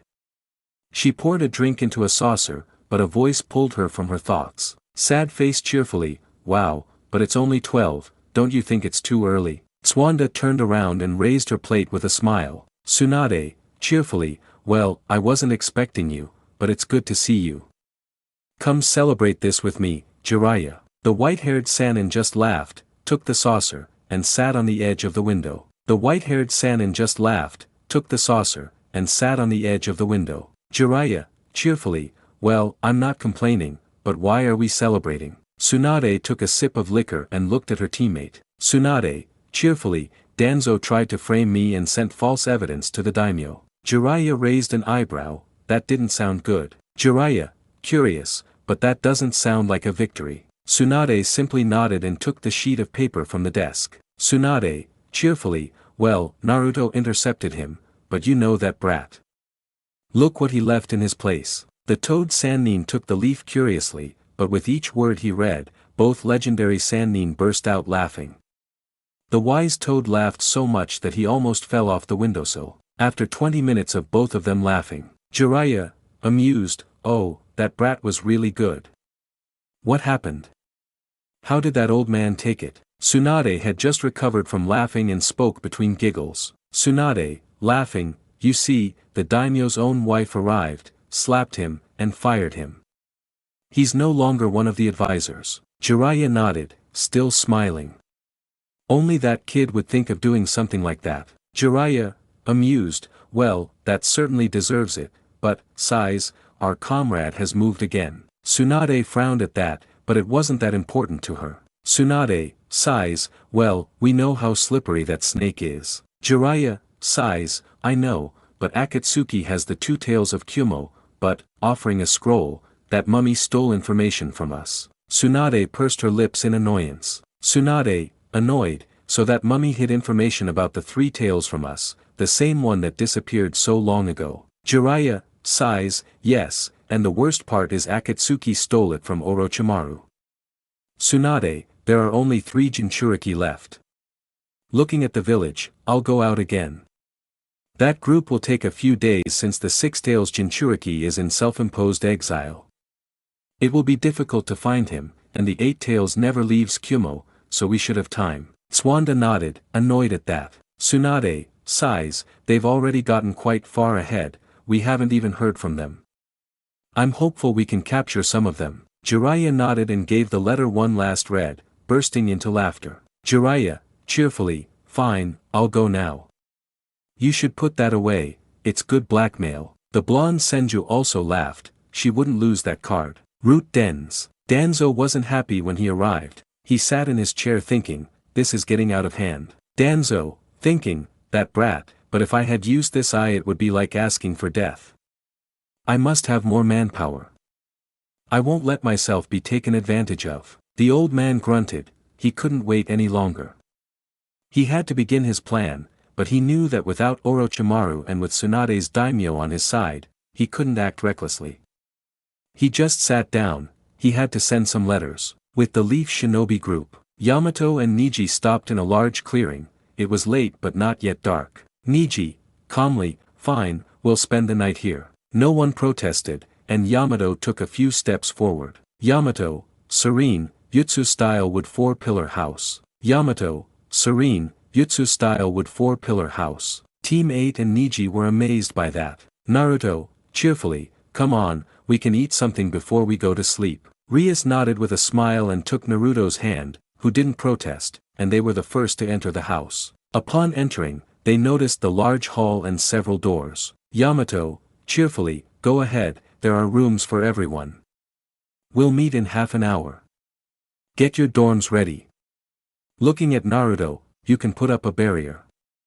It would be better if no one stood guard. Naruto nodded and created 4 clones which left immediately. Naruto, cheerfully, okay, there's nothing to worry about anymore. Let's go, we need to put the futons on. Nobody said anything and they followed the 3 boys to their rooms. Hinata wanted to say something, but she noticed Naruto and RIAS enter the same room. She just clenched her fists and went into the first room she saw. Kiba smiled as he saw which room his girlfriend entered. He wanted to say something, but Hinata spoke first. Hinata, would be, I want to sleep alone. Kiba just grunted in annoyance at that, but went to another room as he noticed Niji looking from the other side with a sharp gaze. 25 minutes had passed and everyone noticed a pleasant smell coming from the kitchen. Shino and Kiba, who were the first to go downstairs, noticed Naruto and RIAS, who were wearing aprons and preparing dinner. Kiba, mockingly, wow, you're one of those guys who lets his girl dominate him, huh? Naruto just smiled and scratched his head shyly. Naruto, cheerfully, what can I say? Kissing RIAS, there are things worth enjoying as a couple. RIAS just smiled, looking at her boyfriend's friends. RIAS, cheerfully, come on, you can sit down, this will be ready soon. Both boys nodded, curious about the well-equipped kitchen in the house, and Niji, who had just arrived, spoke. Niji, curious, Captain Yamato's style can do this. RIAS, cheerfully, I can't seal things in my pocket dimensions. She winked at Naruto, who laughed. Naruto, cheerfully, you know I can seal anything. Thinking, that magic she uses is amazing. After about 20 more minutes, the rest appeared, drawn by the smell of the food. Yamato, cheerfully, well, I see they even brought that. Curious, don't you think the food pills were enough? Naruto, annoyed, I refuse to try those mud balls. Sai, serenely, Sakura-san made them. Naruto paled upon hearing that, knowing that if he ate them his health would be in danger, but if someone told him to, he would also be in danger. Naruto paled upon hearing that, knowing that if he ate them his health would be in danger, but if someone told him to, he would also be in danger. Shino, calmly, they look normal, I'll try one. Naruto prepared a glass of water and Shino took a bite. He quickly regretted it, taking the glass of water that Naruto had. Kiba, disgusted, is it that bad? Naruto, sighs, ever since Sakura studied with Tsunade, she doesn't test what she makes, she just adds as many vitamins as possible. Yamato, who also tried them, could only thank whatever deity heard him because those two brought decent food. RIAS, cheerfully, come on, we can eat. The mission members smiled at the dishes on the table. RIAS and Naruto smiled, they were eating more peacefully than the others at the table. After a while, Naruto noticed that not everyone was there. Naruto, curious, and Hinata won't eat. Neji just sighed at that. Neji, sighs, he didn't say he wasn't in the mood. Naruto sighed at that, and RIAS took his hand with a smile. RIAS, calmly, I know you feel guilty, you can go. Naruto took a plate and left, much to everyone's curiosity. Neji, curious, do you think that's a good idea? RIAS, sighs, he feels guilty about what happened, discovering about Counselor Danzo and the interception of his letters to her. Kiba almost choked when he heard that, but he quickly covered it up. Naruto calmly went upstairs. When he reached the door, he knocked twice. Naruto calmly went upstairs. When he reached the door, he knocked twice. Hinata, annoyed, go away, I don't want anything. She opened her eyes upon hearing Naruto's voice. Naruto, calmly, I understand you hate me so much, but you need to eat. I've left your dinner here, but if you want to go downstairs, I can go myself. He stopped, unsure, but then sighed. Food tastes better with company, you know. Naruto didn't know if he had any answers, so he walked towards the dining room. Hinata opened the door and saw the food on the floor. She picked it up, sat on her futon, and ate it sadly. Hinata, thinking, after what I did to her, she still cares about me. She ate with tears in her eyes. In the dining room, RIAS noticed her partner's figure enter the dining room. She wanted to say something, but was silenced by a kiss from Naruto. Naruto, happily, thank you for being my light. RIAS smiled as she noticed Naruto sit down, took some meat from her plate, and offered her chopsticks to Naruto, who tasted the bite. RIAS, cheerfully, you like it. Naruto nodded as he took a piece of his fried tofu and offered it to RIAS. RIAS blushed but smiled as she tasted her bite. Naruto, cheerfully, you see things better than I do. RIAS just kissed him, leaning against his side. RIAS, cheerfully, what you cook is the best in my opinion. Naruto just smiled sheepishly at the stares in the dining room. Yamato, coughing fakely, okay, forget that. We'll arrive tomorrow for the merchandise.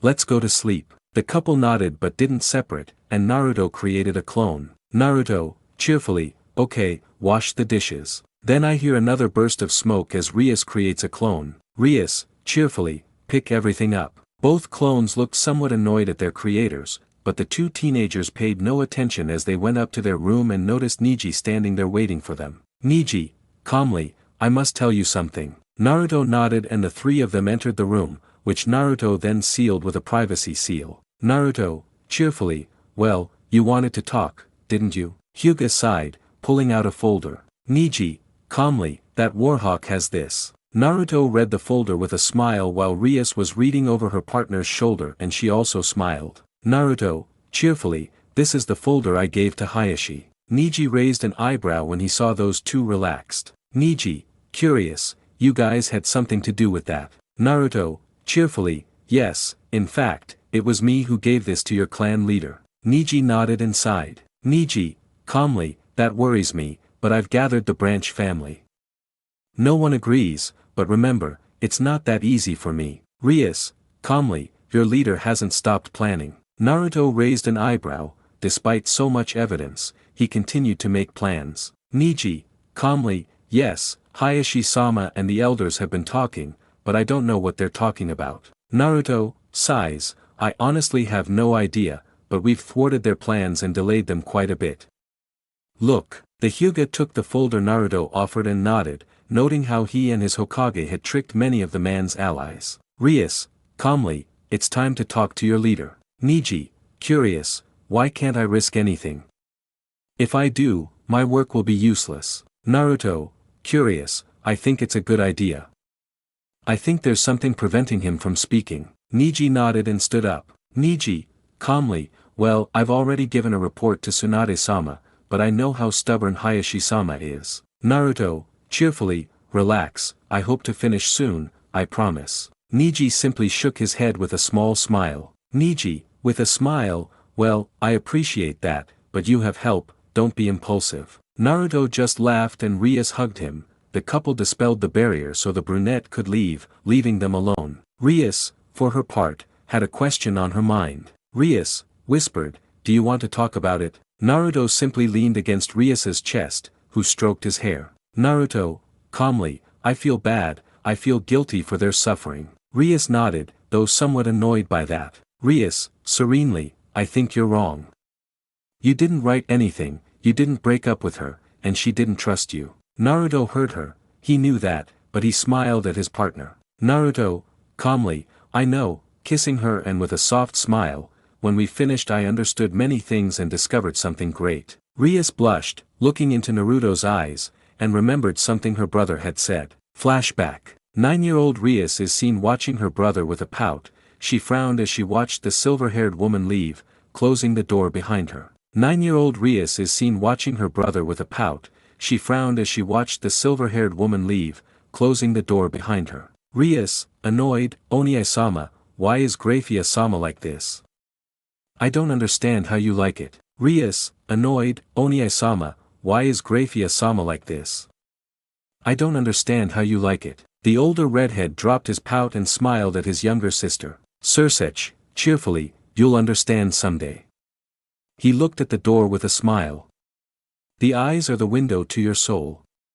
Grafia has trouble expressing her emotions, but, with a big smile, I wouldn't trade the woman who brings me so much happiness for anything. The little girl pouted as she looked at the door and saw her brother come out with a happy smile behind his wife. RIAS, sighs, I don't understand anything.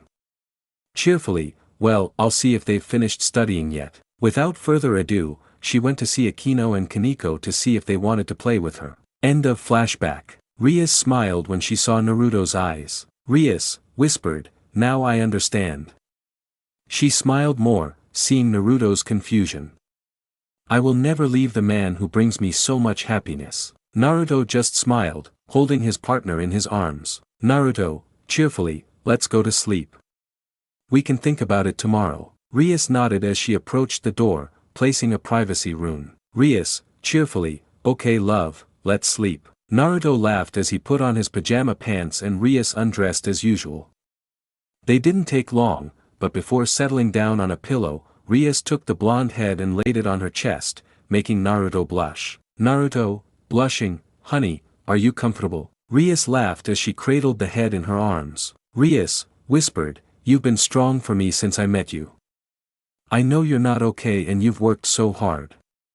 Today I'll be strong for you. Naruto smiled, raised his head, and his lips met his girlfriend's. Naruto, sleepy, I love you RIAS. RIAS opened her eyes upon hearing that, she shed a tear, kissing her boyfriend's head. She noticed her boyfriend was asleep and settled in to do the same with a big smile on her face. RIAS, thinking, I will never leave you. Without further ado, the couple went to sleep, preparing for their mission in the morning. The following morning, the group of shinobi were outside the house. They had eaten a light breakfast and were ready to arrive at the new village. Yamato, cheerfully, great, everyone's ready. We'll arrive by noon at the latest. They all nodded and began their journey. Kiba glared at Naruto and RIAS, annoyed. They seemed like the perfect couple. He never wanted to see the blonde boy unhappy, but Hinata belonged to him. He was always with her, helping her train and saving her on missions. But it angered him that she only grew stronger for Naruto, only practicing for him. If she saw something, she was always thinking, does Naruto like it? That frustrated him. Kiba, thinking, how can he not understand that I'm a better option than him? Hinata was unaware of Kiba's thoughts as she watched the couple laugh and chat. She simply observed their happiness from afar. Hinata, thinking, I was the one who brought them together, but why does it hurt so much? Niji looked at his cousin with pity. He hoped that when Naruto arrived he would clarify things, but then he noticed the Inuzuka boy. Niji, thinking, he just took advantage of Hinata-sama. No one said anything as they walked to their destination. Leaf Village. At the Yamanaka flower shop, Ino was cutting some stems from a bouquet in her hand when she heard the shop's bell ring. Ino, cheerfully, welcome, Azuma-sensei. How are you? The Jounin seemed happier than usual and approached his student. Asuma, cheerfully, oh Ino, it's good to see you. Could you give me a bouquet of roses, please? The blonde girl smiled and quickly prepared the bouquet. Ino, cheerfully, look, it's great, isn't it? The man smiled and took out his wallet, offering the money. Asuma, cheerfully, it is, I'd like to chat but I'm in a hurry. Ino dismissed her teacher and pushed away the man's hand with his money. Ino, winking, I know she's going to Kurenai-sensei's. A woman knows certain things. The Jounin frowned and took a step back in surprise. Asuma, shocked, wait, but how do you know? The man took a step back and heard the bell again, but he froze when he heard another familiar voice. Shika, calmly, hey Ino, Tsunade-sama, curious, oh, you're going to Kurenai-sensei. Tsunade-sama needs us this afternoon, I think we have an assignment. The Jounin nodded and left the flower shop, leaving his curious students behind. Chuji, curiously eating some chips, it's been kind of strange, don't you think? Ino, cheerfully, it's a woman's intuition, but to what do I owe your visit? The man in armor also saw his pineapple-haired friend who pulled out some documents. Shika, sighs, Tsunade-sama asked me for a few things about the clans.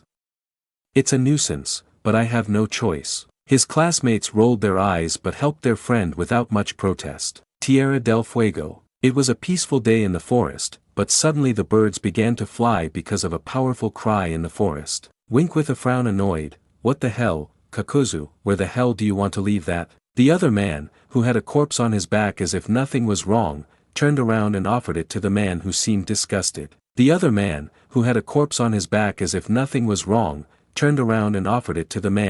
disgusted. Kakuzu, calmly, here, it's your turn to carry it. The gray-haired man sneered. Haydn, disgusted, you don't think I'll touch that? I don't want the reward, you fucking heretic. If you don't want to carry it, throw it away. Kakuzu, annoyed, this body is worth 30 million rios. I'll kill you if you don't carry it. The lonely man smiled because of that. Haydn, cheerfully, well, something to do. The man just sighed, adjusted his body, and continued walking. Kakuzu, annoyed, you'd better move, we still have a day's journey ahead of us. That seemed to annoy the other man even more. Haydn, annoyed, a day's journey, this is bullshit. The man with the body didn't pay attention to him. Hey Kakuzu, can you hear me, you stupid heretic? Hey, can you hear me? The man just sighed and walked away, listening to the man's insults and shouts. Kakuzu, annoyed thoughts, I don't know if I'd pay anything, but I'm willing to make an offer to whoever tells me how to kill him. Without further ado, they continued on their way to the nearest bounty station. Leaf Village. It was late in the village and Team 10 headed towards the Hokage Tower. Ino, sighs, you know, your job is stressful, you know. Shika, annoyed, you'd better shut up. I still have several things to do as the Leaf Village delegate for the Sand Village. Damn, to top it all off, I have to meet with that troublesome woman. Chuji, eating, you know, you spend a lot of time with her, you should be careful. Shikamaru raised an eyebrow at that. Shika, curious, what are you talking about? There's no problem with the Echo Sand, the relationships are stronger than ever. Ino, laughing, that's not it, idiot.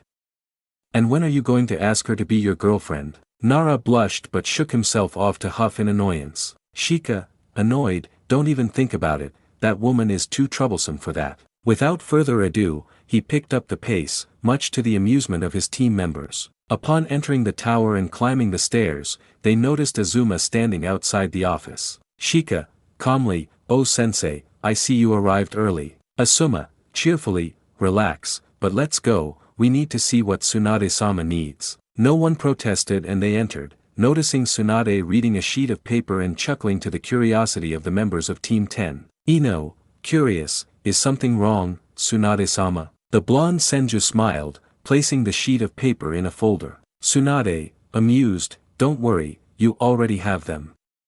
I'm sorry to burden you, but it was urgent. Shikamaru simply nodded and placed the folder on the table. Shika, calmly, it doesn't matter, but in the Hyuga clan I had some problems since Hayashi-sama was somewhat annoyed when I answered. Tsunade nodded, she had expected that. Tsunade, calmly, don't worry, here. Handing her a letter, it's from Temari-san. It's the meeting point for the delegates' meeting. Shikamaru nodded and Ino laughed, noticing the slight smile on her friend's face. Before the teasing, Asuma laughed and patted Shikamaru's head. Asuma, cheerfully, well, Lady Tsunade, why did you call us this afternoon? Tsunade, serene, it's just about a few things. Daimyo-sama's wife was here, and Kakashi and Guy were escorts.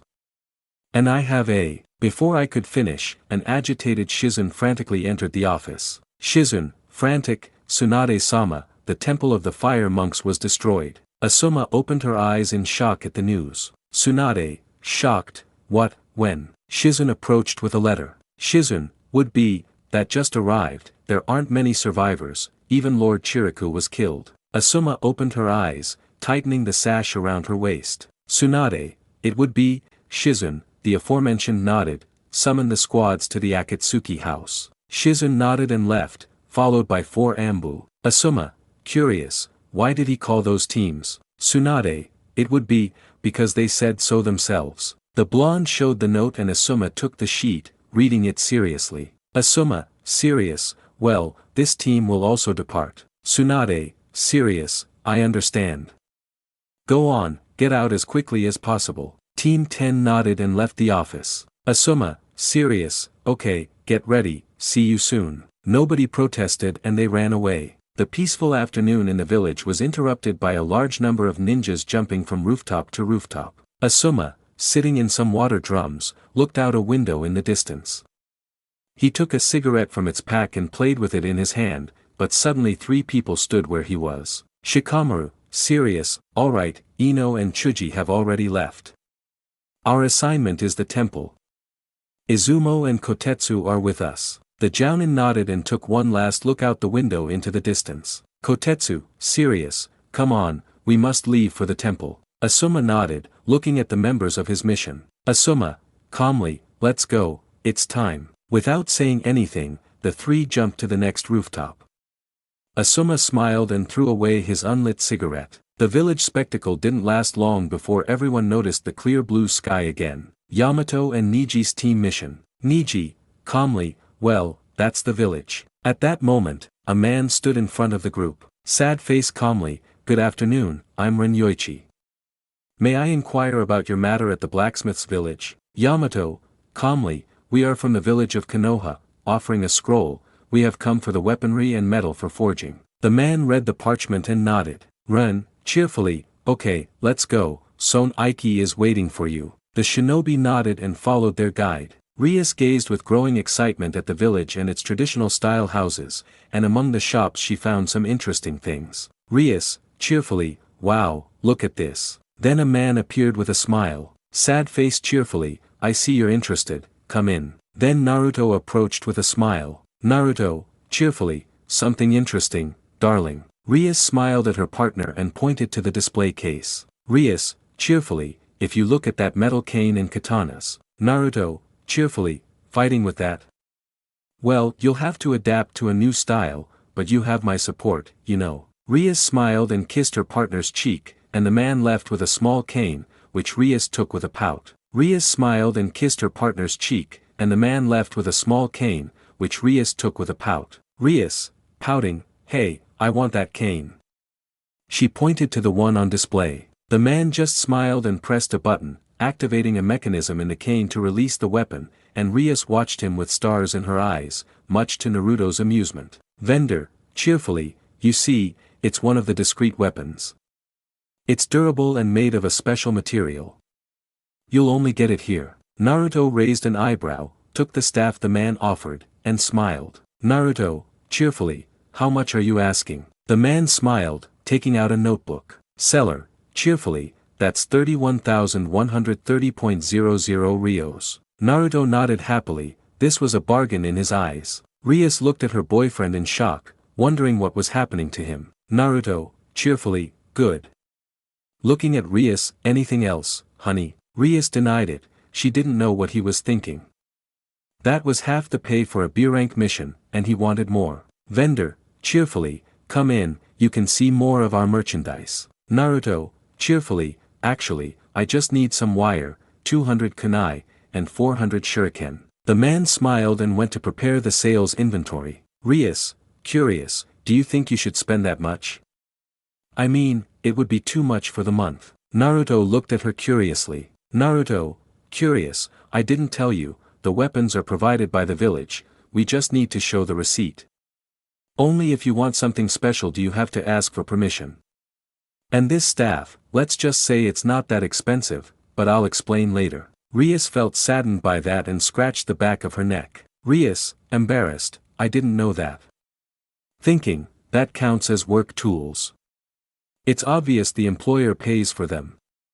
How could I not have noticed? Then a voice made itself known. Sigh, calmly, that's true, I'll take advantage too. I need some wire and some rolls. The couple screamed in surprise. RIAS, holding her chest, where did you come from? Naruto, panting from the scream, put on a bell, will you? The pale boy just gave her a fake smile. Sigh, with a smile, a shinobi must be alert at all times. Naruto and RIAS just pouted and went into the shop to do the paperwork. Vendor, cheerfully, the first bill is 54,477.50 rios, here's the invoice. Naruto smiled and sealed the weapons, storing them away. Naruto, happily, thank you, sir. He smiled when he saw RIAS, who held her cane with a smile. Vendor, cheerfully, this is the invoice for the parchments and wire, it's 23,347.50 rios, here's your invoice, kid. Sai just smiled and took his things for inventory. Without saying a word, they left the store, and the man smiled. A curious gentleman entered, noticing something was missing. Sad face curious, hey, and did you keep the chakra metal staff? Vendor, cheerfully, yes sir, it was sold recently, sir, look. The man smiled, but then he began to crumple the sheet of paper, and a mark began to appear on his forehead, but he smiled in a sweet way. Boss, smiling, you sold the staff forged with a material that costs more than 1,556,500.00 rios per kilo for less than a quarter of its value. The salesman paled at what he knew would happen to him. With Naruto's group, Naruto smiled when he saw the staff in his girlfriend's hands. Naruto, thinking, thanks for that, Fox. Inside, only a snort could be heard. Fox, annoyed, shut up. I only did it for myself. I hate that my chakra is scattered and used by any idiot. Naruto, curious, what do you mean by chakra? Fox, calmly, long ago, in the Great Wars to obtain the Biju, some of our attacks created a mineral that you humans will use as weapons. Naruto smiled, he had to investigate. Just then, he felt a tap on his cheek and noticed RIAS's worried face. RIAS, worried, are you okay? I spoke to you and you didn't answer. Is something wrong? Naruto smiled and took her hand. Naruto, cheerfully, relax, but come on, there's something you need to know about this. Let's go. The group of shinobi walked to a nearby forest to talk, and they didn't notice the frightened and panicked man. Vendor, scared, where did they go? They didn't go this way. The man looked around frantically and ran to the opposite side of the road from where the three had gone. In the forest, Naruto smiled and took the staff from RIAS's hands. Naruto, cheerfully, this metal is special, love, it's more resistant and look. RIAS raised an eyebrow as she watched Naruto advance towards a huge rock, his staff glowing blue as he struck the rock, shattering it into dust. RIAS raised an eyebrow as she watched Naruto advance towards a huge rock, his staff glowing blue as he struck the rock, shattering it into dust. RIAS and Sai watched in disbelief. RIAS, shock, but how did you do it? Naruto smiled at him and offered it to him. Naruto, cheerfully, I told you, that one's special, but you need to learn elemental manipulation to master it. RIAS nodded with determination in her eyes, putting away her cane. RIAS, would be, fine, I'll cut the leaf, you'll see. Naruto smiled at her and watched with a smile as RIAS picked some leaves from a nearby tree. A few hours had passed when Yamato appeared. Yamato, sighs, I found them. Hey, come on, we have the equipment, we'll be out soon. Naruto nodded, as did Sai, who approached, but soon a scream was heard. RIAS, happily, yes, I did it. The red-haired girl approached her boyfriend with a big smile and the sheet torn in half. The red-haired girl approached her boyfriend with a big smile and the sheet torn in half. Naruto, cheerfully, that's great, honey, your hard work has paid off. The redhead smiled, kissing her partner, and pulled out Naruto's three-pronged kunai. RIAS, cheerfully, if I've channeled the chakra here, I can see and sharpen it better if I see the edge here. RIAS, cheerfully, if I've channeled the chakra here, I can see and sharpen it better if I see the edge here. Naruto just smiled and hugged her, approaching his teacher who gave him a subtle smile. Yamato, cheerfully, now you understand why Naruto shouldn't have interrupted. Everyone has their own way of learning and different methods for achieving it. Naruto just pouted at that, as his girlfriend giggled and kissed him on the cheek. RIAS, cheerfully, well, the important thing is that you gave me good advice, even if that's still nothing. Naruto blushed but smiled at what RIAS said, and that eased his pride. Yamato, calmly, alright, let's go. Neji might be at the door ready to leave. The teenagers nodded and followed their teacher to where the other team members were. With the group of shinobi from Konoha. The shinobi had mobilized and surrounded the entire perimeter of the fire temple while Azuma and Shikamaru stood in front of some survivors. Sad face sigh, yes, after that massacre they left, but only one mentioned Lord Chiriku's reward. Asuma nodded curiously, but then Shikamaru raised an eyebrow as he saw Izumo and Kotetsu arrive. Kotetsu, calmly, Captain Asuma, there's a trail to the north. It seems someone dragged a pointed object. Monk, serious, it must be a scythe. There was a foul-mouthed silver-haired man carrying that weapon. Shikamaru, calmly, well, as they say about rewards, they're probably looking for where to collect their reward. Asuma, serious, that may be true. There are collection centers at the borders. We must leave. The monks nodded and no one said anything when Asuma sent a messenger bird to tell them to check the gathering houses. With the Akatsuki duo, Kakuzu had a vein throbbing in his forehead as he walked, he couldn't take it anymore. Haydn, annoyed, hey you fucking heretic, you Kakuzu, I'm talking to you, Kakuzu, you fucking bastard. The man couldn't take it anymore and threw a backhand that Haydn dodged with a smile. Kakuzu, annoyed, what do you want? I can't stand you anymore. Haydn, bored, that doesn't make me happy either, you know. Seeing that stiff face is boring. And where are you taking him? Just throw him away. Kakuzu, annoyed, there's only half a day left, I have to collect the money. Haydn was angry and put his scythe on his shoulder and continued ranting and insulting the other man who wanted to kill him. With the Leaf Shinobi, they were all hidden in the various cities, waiting for them to arrive. Asuma's team was running towards a place. Shikamaru, thinking, I've never seen Asuma-sensei like this, he looks so serious. Kotetsu, serious, so that Chiriku is the one who took you out of your rebellious phase. I assumed a responsiveness but smiled. Asuma, cheerfully, if Chiriku was more than a teacher, he touched the sash at his waist, I'm surprised he's dead. The three of them looked curiously at the man standing in front of them. They knew he wasn't easy to deal with, and when he said those words, they began to think they were in trouble. Asuma could only see the path ahead, and mental images of his encounter with Chiriku and his time at the temple came to his mind. With Niji's team, Kiba, size, it wasn't that bad, and if those failures were the ones who disagreed, it was very easy. Shino, calmly, well, it was Naruto who finished off those 40 bandits. Kiba saw him upset, and Niji joined them. Niji, calmly, it's not just that, a single team couldn't carry all this. The cargo wagons will arrive shortly. Then they saw behind Niji more than 30 huge crates full of weapons and metal. Kiba, size, that's true, it would be complicated. Then Yamato's voice became known. Yamato, calmly, I see that everything is here, they already ordered the transport. Niji, calmly, yes, I think they'll arrive soon. Naruto, amused, relax, we can save that time. He took out a scroll, you'll see how it's done. Before that, I noticed a red light and everything entered one of Rias's pocket dimensions. Rias, cheerfully, I think I've gained affection, so it's easier. Naruto just pouted but hugged Rias around the waist. Naruto, cheerfully, I forgot, but I didn't want to put any burdens on you. Rias just smiled, leaning on Naruto with a big smile on her face. Hinata just frowned at the couple's intentions. Rias, cheerfully, don't worry, love, it's nothing. Besides, whispering, there's very little I can do for you. Naruto just smiled at her and pulled her closer.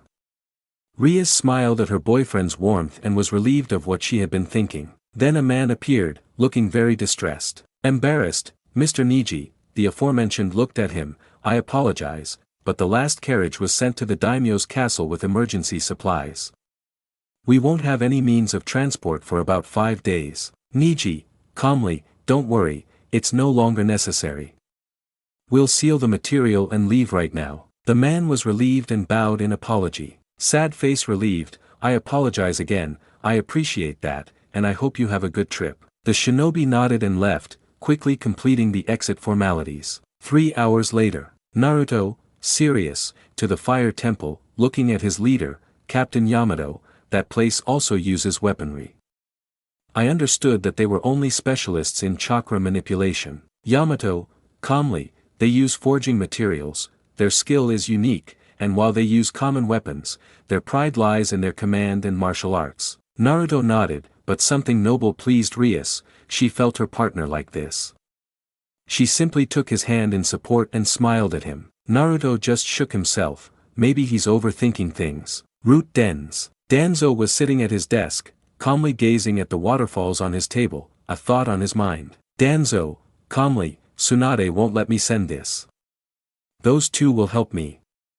I hope they're available. He shouted, ANBU. A man knelt in front of him without saying anything. Here, you know where to go. The exit will be free for 3 minutes. You must be quick. The man just smiled behind his mask as he took the cards and left in a shun sign. Upon leaving and arriving at the tower, he immediately noticed the 2 old men he was waiting for. Hamura, calmly, why did you call us? Besides, the meeting with Tsunade is in 10 minutes. Where have you gotten yourself into? Hamura, calmly, why did you call us? Besides, the meeting with Tsunade is in 10 minutes. Where have you gotten yourself into? Koharu, serene, it's true, you've never been late before, besides, you haven't told me what's going on. Then a voice made itself known. Tsunade, cheerfully, why isn't that old man my advisor anymore? Danzo, annoyed, it's true, someone wants to harm this place. They know that without me, they have an easy path. Tsunade scoffed and drew 3 cards. Tsunade, with a smile, really, then you don't mind me reading this, right? Danzo grunted in annoyance and noticed the Ambu behind him who had the mission. Danzo, serious, you know that's treason. Then Naruto's voice became known, and the ANBU transformed back and smiled at him. Naruto clone, cheerfully, I never swore loyalty to you, bag of bones. Now I know they're on your side too. She danced, and the elders sweated because of it, and Tsunade nodded. Tsunade, calmly, you may dissipate very well. Thank you for leaving the clone. The clone dissipated, smiling. The meeting was for your destruction. You may go to your rocking chairs and enjoy a bowl of porridge. The blonde Hokage burned the cards and threw them a piece of paper. The 3 old men watched this angrily as the old woman picked up the paper from the floor, looking upset. Koharu, annoyed, this is from the daimyo, raising an eyebrow, what did you do here? It says that thanks to your judgment and methods of thinking, he considers us unfit for this role. Danzo clenched his teeth, noticing the ashes on the floor. Danzo, thinking, she's very close to my plans, but I'm always 1 step ahead. That brat doesn't know who she's playing with. Hamura, serious, what are you planning? You know this is bad. If the daimyo considers us incapable, we won't be able to send anything he believes, since he's on Tsunade's side. Danzo, annoyed, that kid Naruto, that kid can't leave the village anymore without supervision. The elders nodded and each went their separate ways to think of something to do to regain their positions and make the daimyo see the truth, but the 3 of them were unaware of who was watching them. Tsunade, calmly, that's your next mission, Kakashi. The Jounin was still reading his Aika. Kakashi, calmly, very well, Tsunade-sama, my ninja will be after them day and night. Tsunade, serenely, well, thank you for that. Rest for now. Without further ado, the Jounin went off to see how he could kill time with a thought on his mind. Kakashi, thinking, there aren't many staff members, it must have something to do with the temple. He was just thinking, but not for long. Before anything else, he stretched out his hand and caught Shizun, who almost fell. The brunette was in a hurry and to make matters worse she had a large number of documents. Shizun, fearfully, no, I won't make it. I'm sure Tsunade-sama will scold me. She didn't finish because she tripped over something, but before she fell, an outstretched arm caught her by the waist, preventing her from falling to the ground. Kakashi, calmly, are you okay? Nothing happened to you. Shizun, sighs, no, but thank you for that. But I have to go. If I don't get there quickly, Tsunade-sama will scold me, or worse, I'll lose her.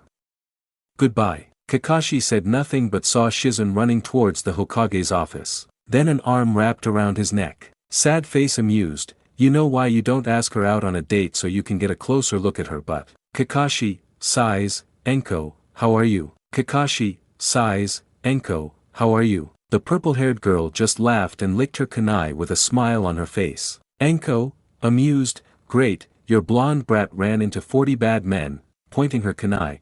Can you believe one of them had the balls to tell him to suck it for the answers? Amused, after 5 minutes he sang like a pretty and bloody canary. Kakashi just rolled his eyes. Kakashi, thinking, who was foolish enough to bother this crazy woman?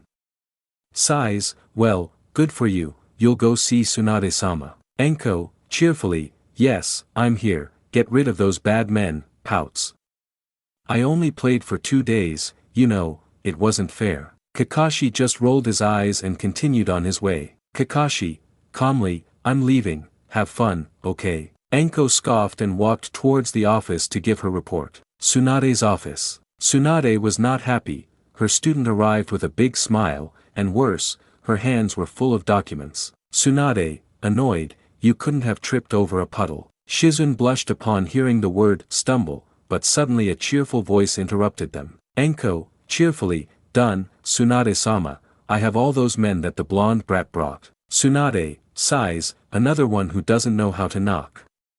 Calmly, well, here's a summary. Enko nodded and handed the scroll to her leader. Enko, cheerfully, they're from the land of grass, they're just novice bandits who wanted to try their luck in a big village.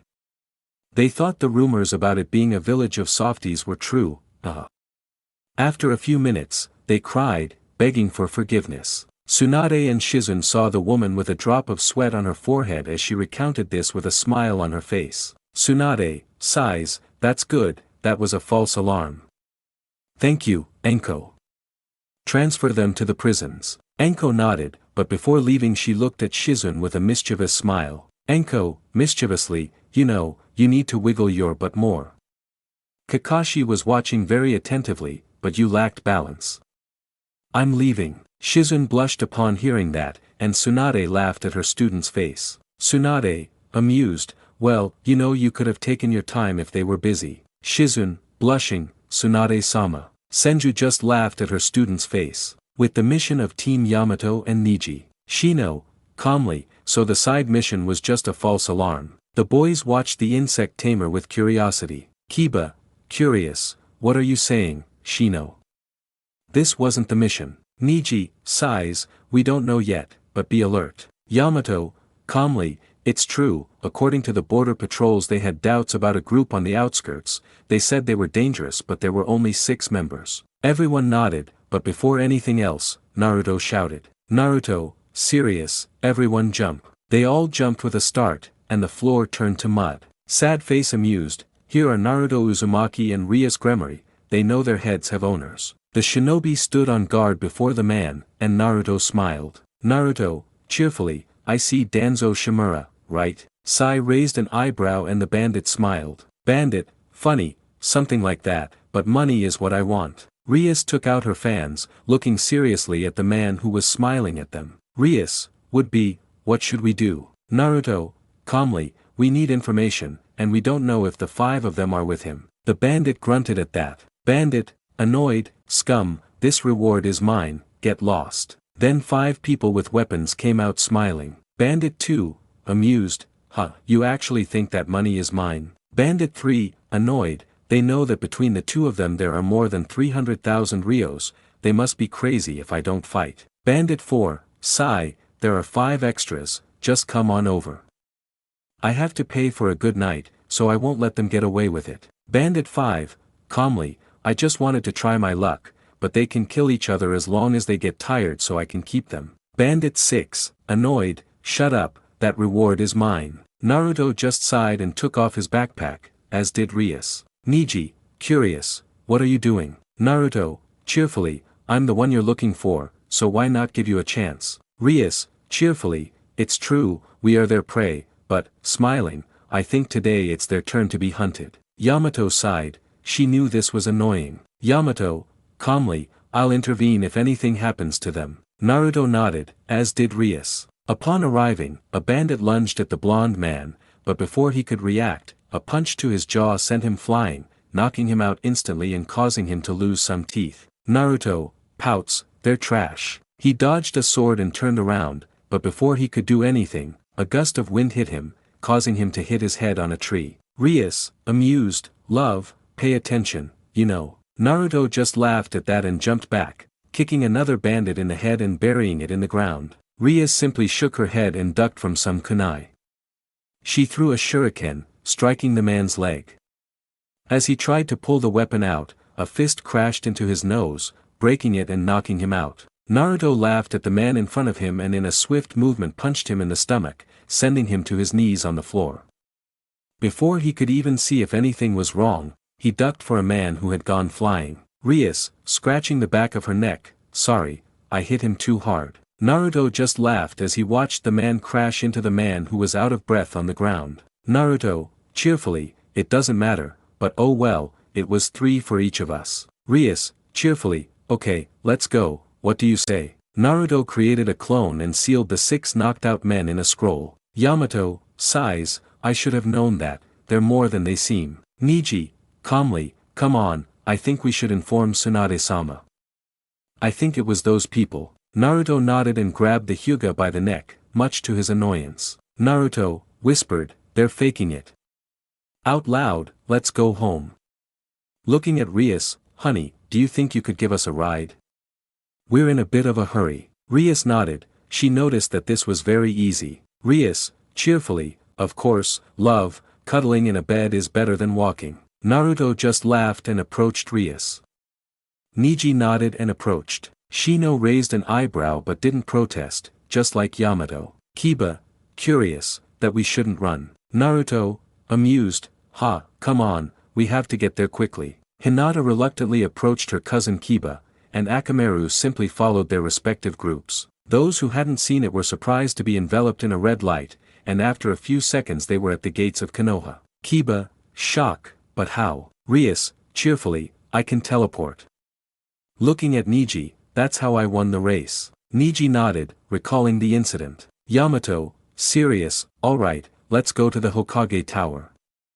The accumulation of bandits on the borders is something that needs to be reported. The teams nodded and walked towards the tower after completing their entry paperwork. Tsunade's office. Tsunade nodded calmly, the materials arrived peacefully, along with 6 more bandits. Tsunade, serenely, well, your mission is a success, but why didn't you wait for a carriage? Niji, calmly, we did it, but they said the fire temple requested a large amount of materials and they left urgently. Tsunade nodded and downplayed the mission so that no one would find out. Yamato, calmly, the important thing is that we're here and the materials have arrived, but the worrying thing is the number of bandits in the area. Tsuanda sighed and threw the scroll to one side where there were already some, and nodded. Tsunade, sighs, that's true.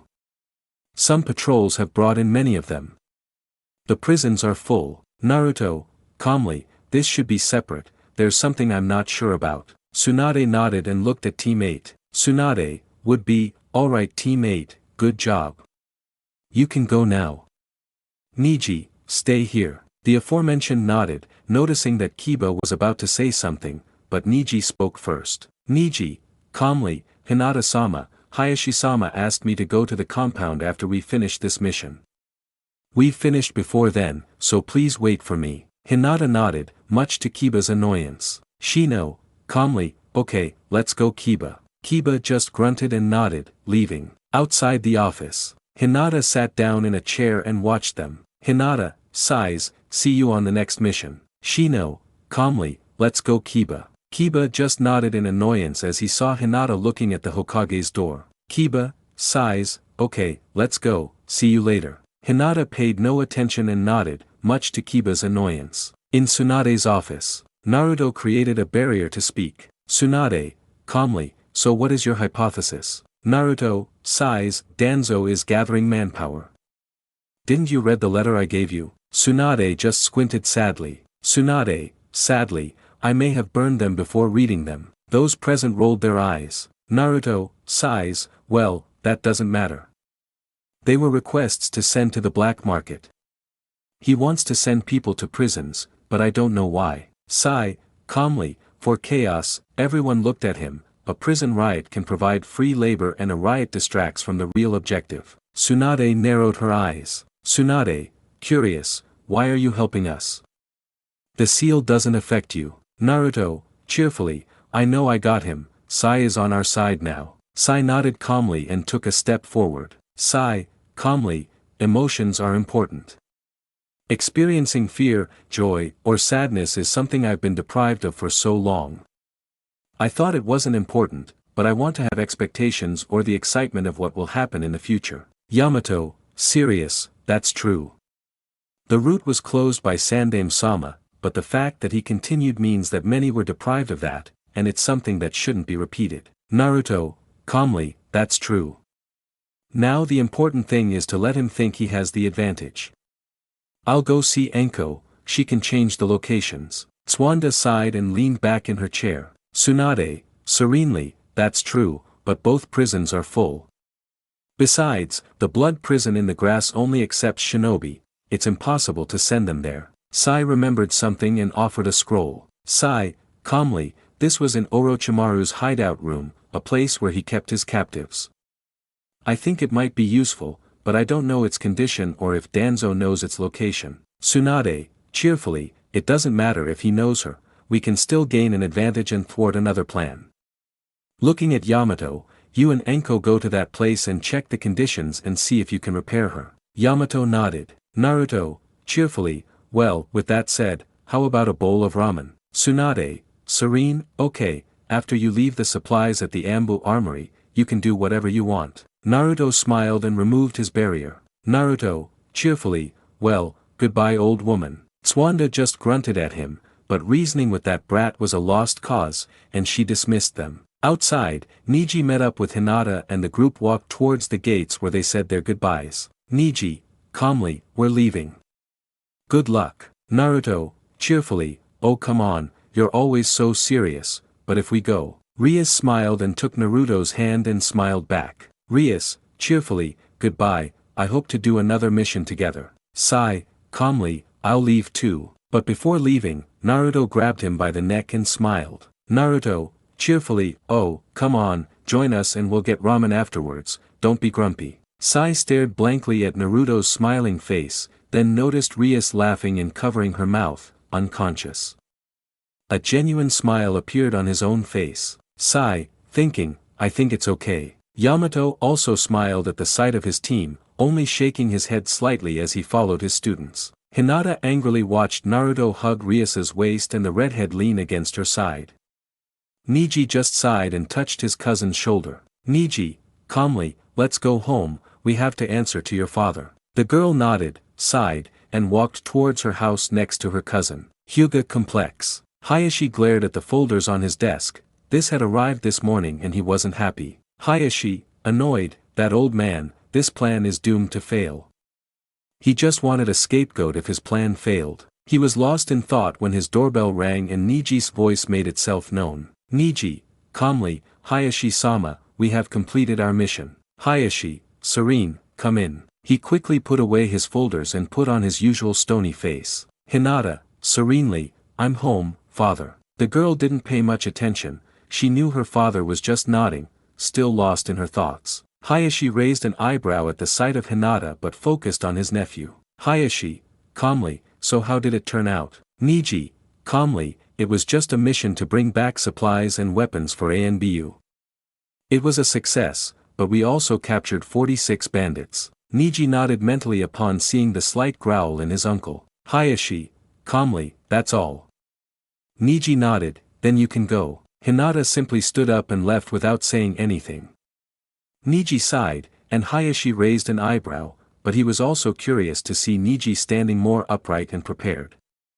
The Hyuga raised an eyebrow at the sight of a barrier. Niji, serious, it's time you talked about the betrayal of the village. Hayashi opened his eyes, serious. Hayashi, serious, you're more perceptive, but why do you want to know the date of the coup? Niji, serious, Tsunade-sama already knows. I've given her the information, and the branch family won't be involved. Even if I die, I won't fight against this village. Hayashi, thinking, perhaps you would have been a better leader.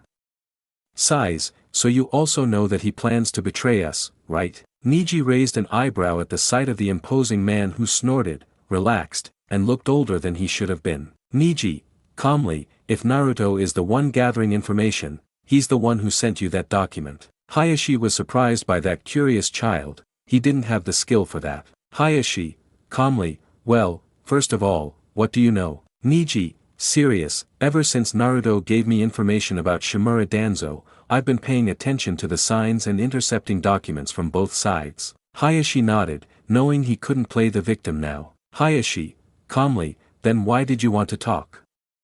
Wouldn't it be easier to go to the Hokage? Niji, serious, she knows it. In fact, Danzo's advance has been thwarted by Naruto and his girlfriend. Hayashi, sighs, why talk? You could have killed those involved. Perhaps that way this clan can continue with its head held high. Niji, curious, when did you change your mind? Hayashi, calmly, the truth is, the power he offered was a good advantage.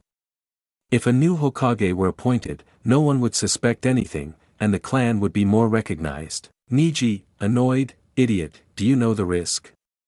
All those years wasted on an idiotic idea. Hayashi didn't flinch, he knew he deserved that and more. Hayashi, calmly, I know this is wrong, I knew it when I saw the evidence in the folder, but there's no going back. Niji, calmly, there is, in fact, Naruto and his girlfriend are working on it. They've delayed the plan and even managed to deceive Danzo about something, which is leading him to desperate actions. Hayashi pursed his lips in annoyance, remembering the seal on his forehead. Hayashi, calmly, fine. He stood up and began to walk without saying anything.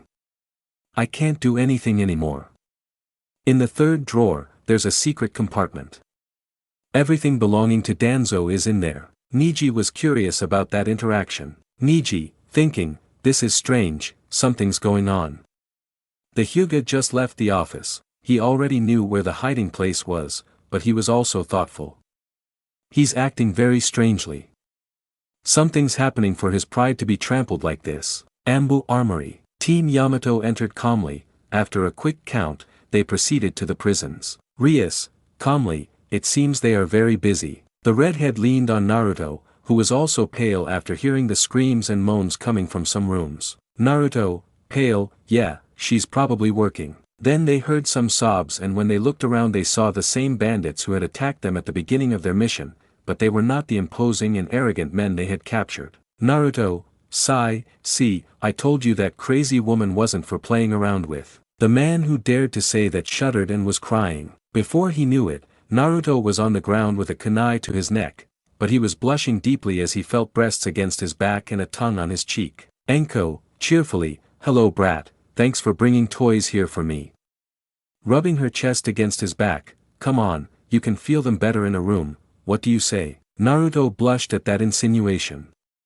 Sai took a few steps to the side when he saw RIAS holding a black ball in her hand and sporting a big smile, but with a vein throbbing prominently on her forehead. RIAS, smiling, honey, what's going on?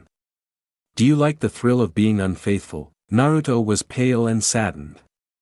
The purple-haired woman saw the girl and got up from behind Naruto. Enko, curious, hey brat, who is this girl? RIAS raised an eyebrow at the sight of the woman, who seemed completely unintimidated, but before she could do anything, she felt the older woman touch her chest and buttocks, dissipating her technique. RIAS, blushing, what are you doing? Moan, don't touch me there. Naruto blushed at the lascivious sight but shook himself off, separating his girlfriend from the woman. Naruto, embarrassed, what are you doing, you crazy snake? The woman just laughed and stretched her arms out in the air, opening her trench coat and revealing her breasts. Enko, cheerfully, you've got that girl with a nice pair, you know, pointing to her chest. We can work together at your place. What do you say I help you take a step towards adulthood? Naruto was confused by that, but RIAS hugged Naruto's hand and stood protectively in front of her boyfriend. RIAS, annoyed, he's my boyfriend, we'll take that step together. The purple-haired girl just pouted, but before that could escalate, Yamato appeared. Yamato, calmly, Enko, I would appreciate it if you would leave my students alone. We are under orders from Tsunade-sama. The purple-haired girl pouted when she heard that, but she didn't protest. Enko, pouting, well, man, what a piece of wood. Yamato, calmly, there's a place for prisoners, let's just say someone we know had some secrets yet to be revealed. Anko took the scroll and grunted as she read the description. Anko, annoyed, that bastard, I'll leave right now. Naruto, cheerfully, okay then, you'll do it later. I'll leave you to look after 6 of my new friends. What do you say? The blonde man opened the parchment and threw it toward an empty prison. Bandit, annoyed, where are we, trash? Bandit 6, annoyed, I'll kill you if you don't let me go. Before that, a cheerful voice interrupted them. Anko, cheerfully, thank you, and don't worry, Professor Anko-chan is taking care of the bad kids. Now think about your actions. I'll come back and torture you until I feel like believing you. RIAS, thinking, she's the spitting image of Akino. The woman just smiled and grabbed Yamato by the neck. Anko, cheerfully, alright tree man, let's go, I have a class later. Yamato just snorted. He knew she wouldn't change and he wasn't stupid enough to say something that would anger her. Naruto, blank, let's go to lunch, what do they say? No one has yet voiced any criticism of the woman's attitude. With Hinata, the girl went for a walk after reporting to her father, she simply wanted to clear her mind. Hinata, sighs, it's best to talk to Kurenai-sensei about it. The girl walked past a store and smiled when she saw some small, very cute plush toys, in her opinion. Vendor, cheerfully, hello, these are imports from the land of snow. A lovely little girl will be very happy with them, you know. Vendor, cheerfully, hello, these are imports from the land of snow. A lovely little girl will be very happy with them, you know. Hinata smiled and nodded, it was true. Hinata, happily, that's right, could you wrap it as a gift for me please? The vendor smiled and nodded, took the plush toy Hinata pointed to, and packed it up very quickly. Salesperson, cheerfully, thank you, please come again soon. Hinata smiled as she took her box, she was distracted for a moment, but soon her sad expression returned. Hinata, sighs, I don't know if it's a girl or a boy, but it will be a nice decoration. The girl was distracted but stopped abruptly when she heard something. Annoyed, it's bad, sensei. She's been unwell ever since her illusion dissipated. Kurenai-sensei, do you think that genjutsu can be used again? Kurenai, sighs, Kiba, I'll help you, but you need another plan. You already stole Naruto's cards, she won't believe that. You have to do something else. Hinata covered her mouth upon hearing that, she didn't let herself be seen. She had tears in her eyes upon learning that, but she continued listening. Kiba, cheerfully, don't worry, sensei, I'm a better option for her. Someday she'll know I only did what was best for her. Hinata clenched her fists, she couldn't take it anymore. She grabbed the gift for her teacher and threw it at Kiba's head. Kurenai raised an eyebrow when she saw the box on the floor. Kurenai, annoyed, what are you doing? The woman stopped talking when she saw Hinata's tearful face. Kiba rubbed his head and picked up the box, but before doing anything he swallowed hard when he saw Hinata's face. Kiba, shyly, sweetheart, look at this. Hinata, annoyed, shut up. They both shuddered at the loud shout. Did you know I was happy? They both looked at her. I threw the man I loved more than myself into the arms of another woman. I feel like scum because I destroyed the self-esteem of an innocent man. Kurenai, frightened, Hinata, calm down, listen to me, it's only for your own good, just look. Hinata, annoyed, she was like a mother to me. Kurenai's eyes widened, I trusted you.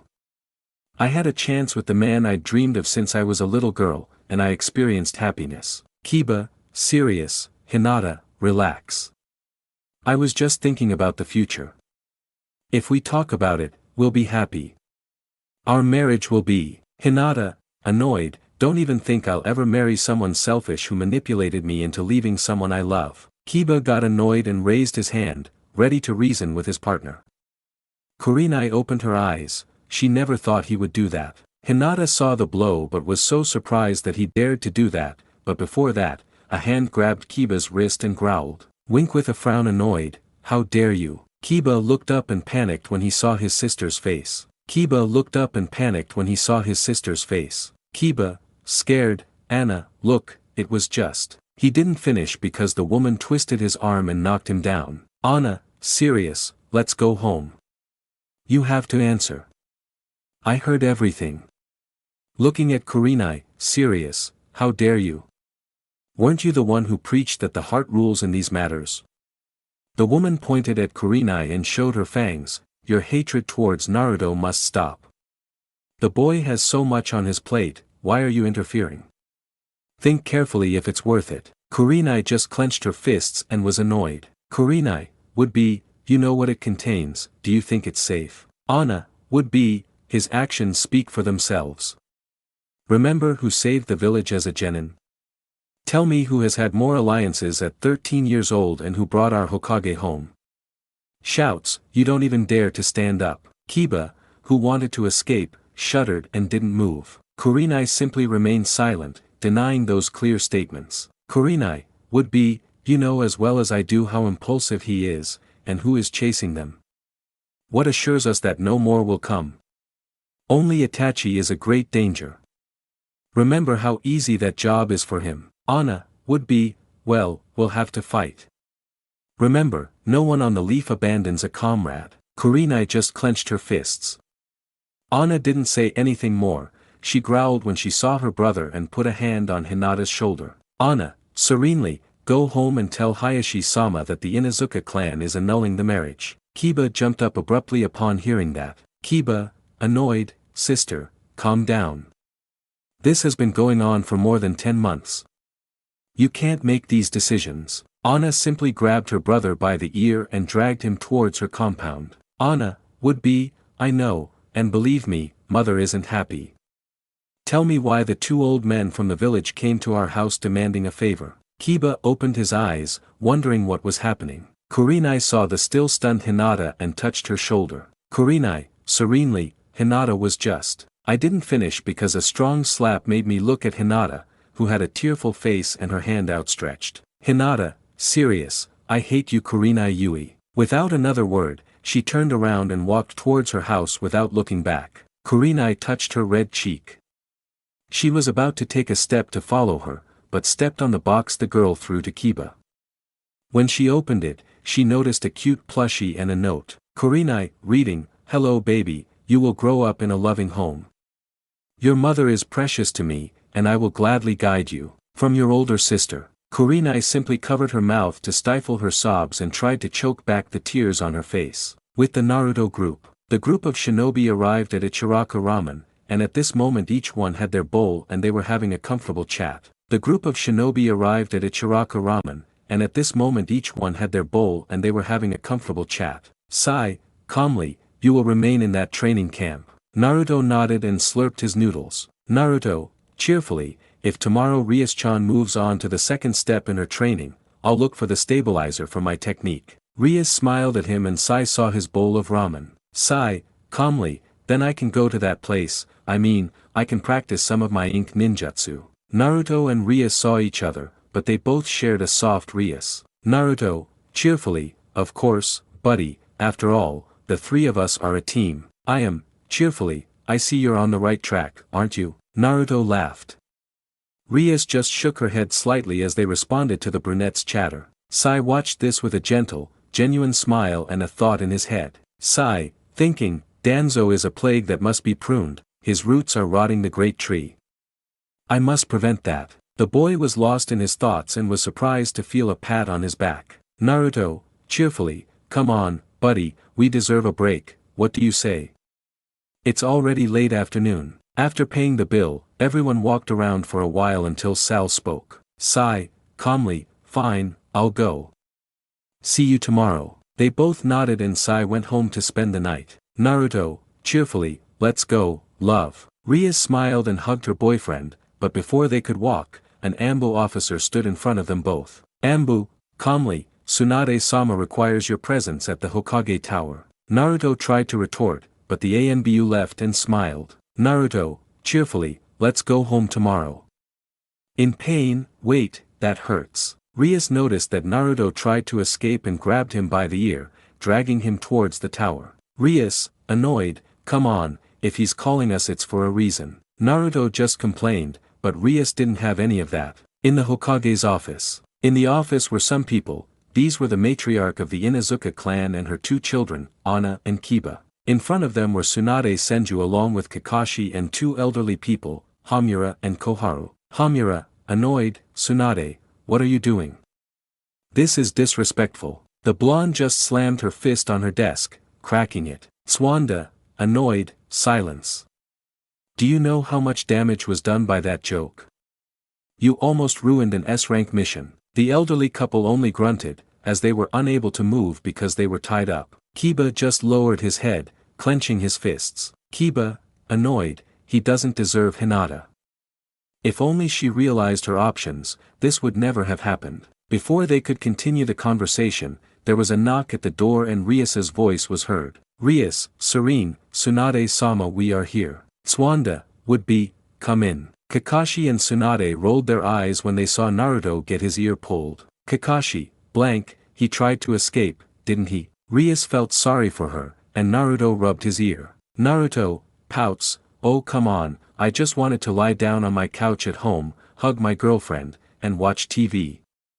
I'm not asking for much, you know. Rias laughed and snuggled up next to Naruto, who just hugged her.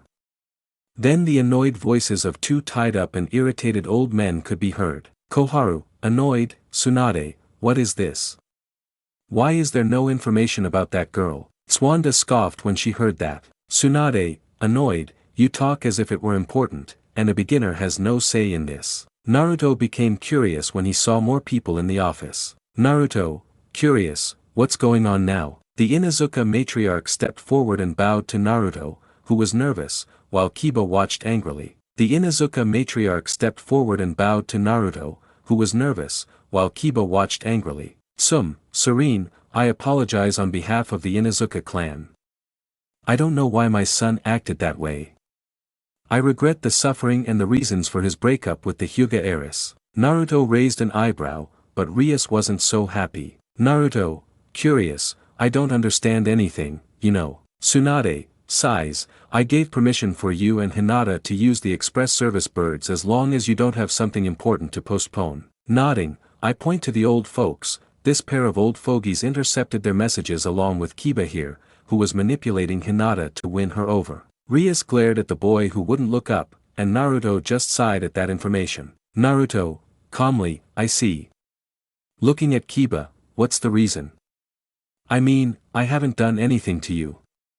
In fact, I consider you a friend. Kiba just clenched his fists at that. Kiba, serious, I was always there for her, I helped her, I comforted her, I saved her, but she was only thinking about you.